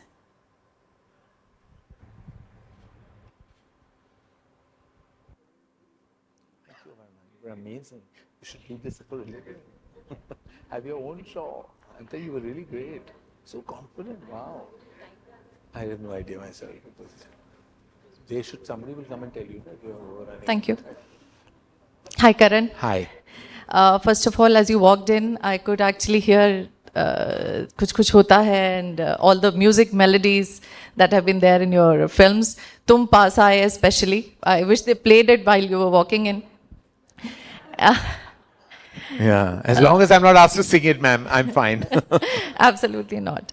So my quick question to you is, since Avarna spoke about leadership and management and your style, we have often heard you speak about Amitabh Bachchan as Amit Uncle and Kajal being your friend and Shah Rukh. So when you work with them professionally, do you really draw a line between being personal with them and professional because they're uncles and friends? Because though you're in a very different industry, I'm a professor, but then we work with people who are our friends and our relatives. So how do you really draw a line when you're bossing around being a director? I think, ma'am, thank you for that question. I'd love to give you an answer that would say that, on set, behind the scenes is personal, but on set it's all professional. I would give all the credit to the three names that you mentioned, Mr. Bachchan, Shah Rukh Khan and Kajol, for actually allowing me to be the director and allow me to actually give an instruction or rather express my passion. Because if it was left entirely up to me, I would be with Mr. Bachchan tongue-tied. I even fainted a day before he shot for me because I was so stressed that I was actually directing Mr. Amitabh Bachchan. Shah Rukh was my mentor. Kajol was a close friend who was already a superstar when I directed her. It's to their credit that they made it comfortable for me because I'm overtly reverential by nature. It's in my DNA because of my father. He would tell me that if Amit ji kuch bhi kahe sun lo, aur jo wo kahe kar lo. So I was all ready to just say yes, yes, yes. But it was Amit uncle who actually said that, you tell me what you want. It was Shah Rukh who asked me what I needed. It was Kajol who allowed me. In fact, Kajol, I have a tiny story to tell you. The first day before I came on set, Kajol actually came asked me to come into her vanity van and said, Karan, you're very soft-natured and people will walk all over you. So what you must do on day one, why don't you scream at me loudly? On day one, just fire me. So everyone says if you can fire me, then no one will mess with you. And I thought it was very kind of her, though we never landed up executing this little part because my way of firing her was not really, it didn't play out the way she had planned because I couldn't do it. I just couldn't do it. And she said, you're useless. Why have you messed this up? And I was like, how can I scream at you, Kajal? I just can't. I couldn't do it. But this is a window into how they were with me, and so I will always be grateful for that.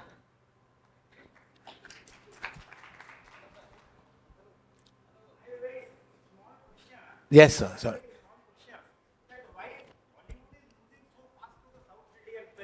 Especially if you look into, despite of big heroes in Bollywood and big bazaar, you see the Telugu film, you see the Kannada film, you see Bahubali, you see RRR.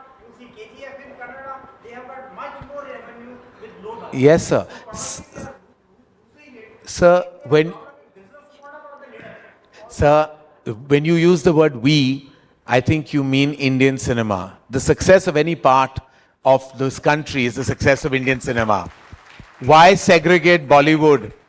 Bollywood is just one part of Indian cinema. I have a problem with the word Bollywood myself. The success of Kannada films, Malayalam films, Tamil films, Telugu films is a success of Indian cinema. And we should be proud. Why should we divide? We'll take one last question. I think we have a gentleman. One last question.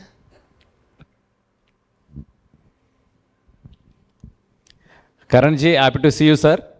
Thank you. Small request, sir. Actually, nowadays in Indian cinema, just how you know division, the proud of Indian cinema and Telugu or Kannada or whatever.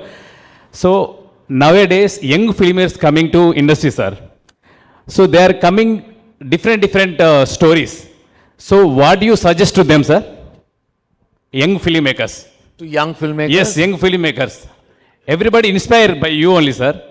So that's what, please give me a good suggestion to them. I am myself Srinivas Mari from Hyderabad. I am running a media agency, Kalaraj Media Entertainment, movie promotion company.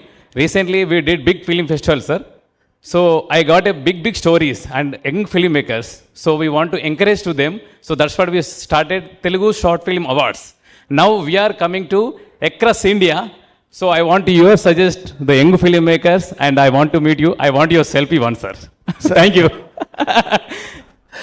Thank you for your question. And the only advice that I always give every young filmmakers is create, don't emulate.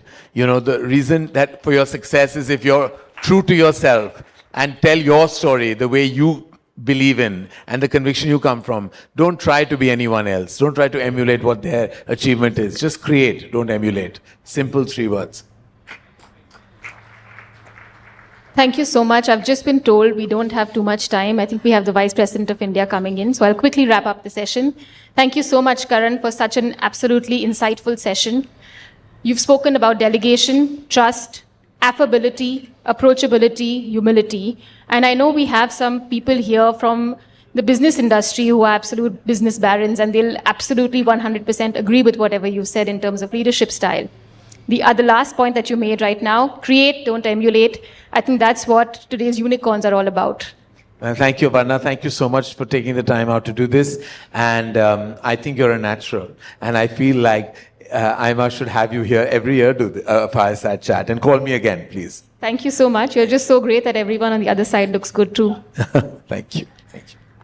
Thank you, Mr. Karan Johar. Thank you, Ms. Avarna Jain. May I quickly invite on stage Mr. Sanjay Kirloskar, past President AIMA, to kindly present mementos to our esteemed moderator and the panelist.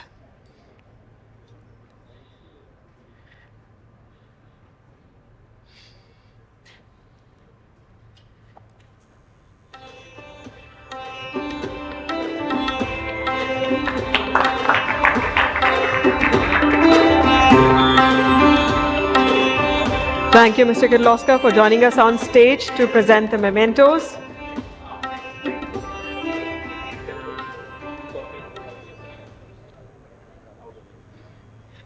So, ladies and gentlemen, with that, we have come to the end of AIMA's 9th National Leadership Conclave. Thank you all for joining us here today and staying with us the entire day. Once again, we thank our sponsors, Apollo Hospitals Group, Kirloskar Brothers Limited, Tata Steel Limited, and Triveni Turbines Limited, our knowledge partner, KPMG in India, co-sponsors, Apollo Tyres Limited, Dempo Group, Transport Corporation of India Limited, and Vodafone Idea Limited, associate sponsors, Ambuja Neotia Group, Kevin Care Private Limited, BPCL, GAIL India Limited, Hindustan Group of Institutions, and Team Rajiv, corporate sponsors, JK Paper Limited, Nico Engineering Services Limited, Nico Cables Private Limited, NTPC Limited, Pattern International Limited, Tata Chemicals Limited, ABN Equipments and Systems Management and Entrepreneurship and Professional Skills Council, Manav Rachana University, and GL Bajaj Institute of Management and Research. So, we shall be commencing with the 14th Management India Award ceremony from 5:45 onwards. Please do join us back positively by 5:30. Please be inside this hall by 5:30. Meanwhile, please quickly vacate the hall because we need to prepare the hall for Managing India Awards. May I request you all to please kindly vacate the hall. Meanwhile, please do join us for networking tea coffee being organized at Shah Jahan Hall. Please kindly proceed to Shah Jahan Hall. Please vacate the hall immediately. As you all know, Shri Jagdeep Dhankar, Honorable Vice President of India, is the chief guest for Managing India Awards and will present the awards here this evening. Security has been greatly enhanced due to the elections, resulting in strict adherence to the security guidelines issued by the Honorable Vice President of India's Security.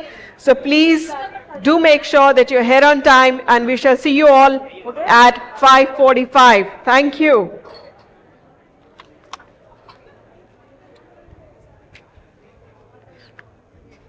मैं फटाफट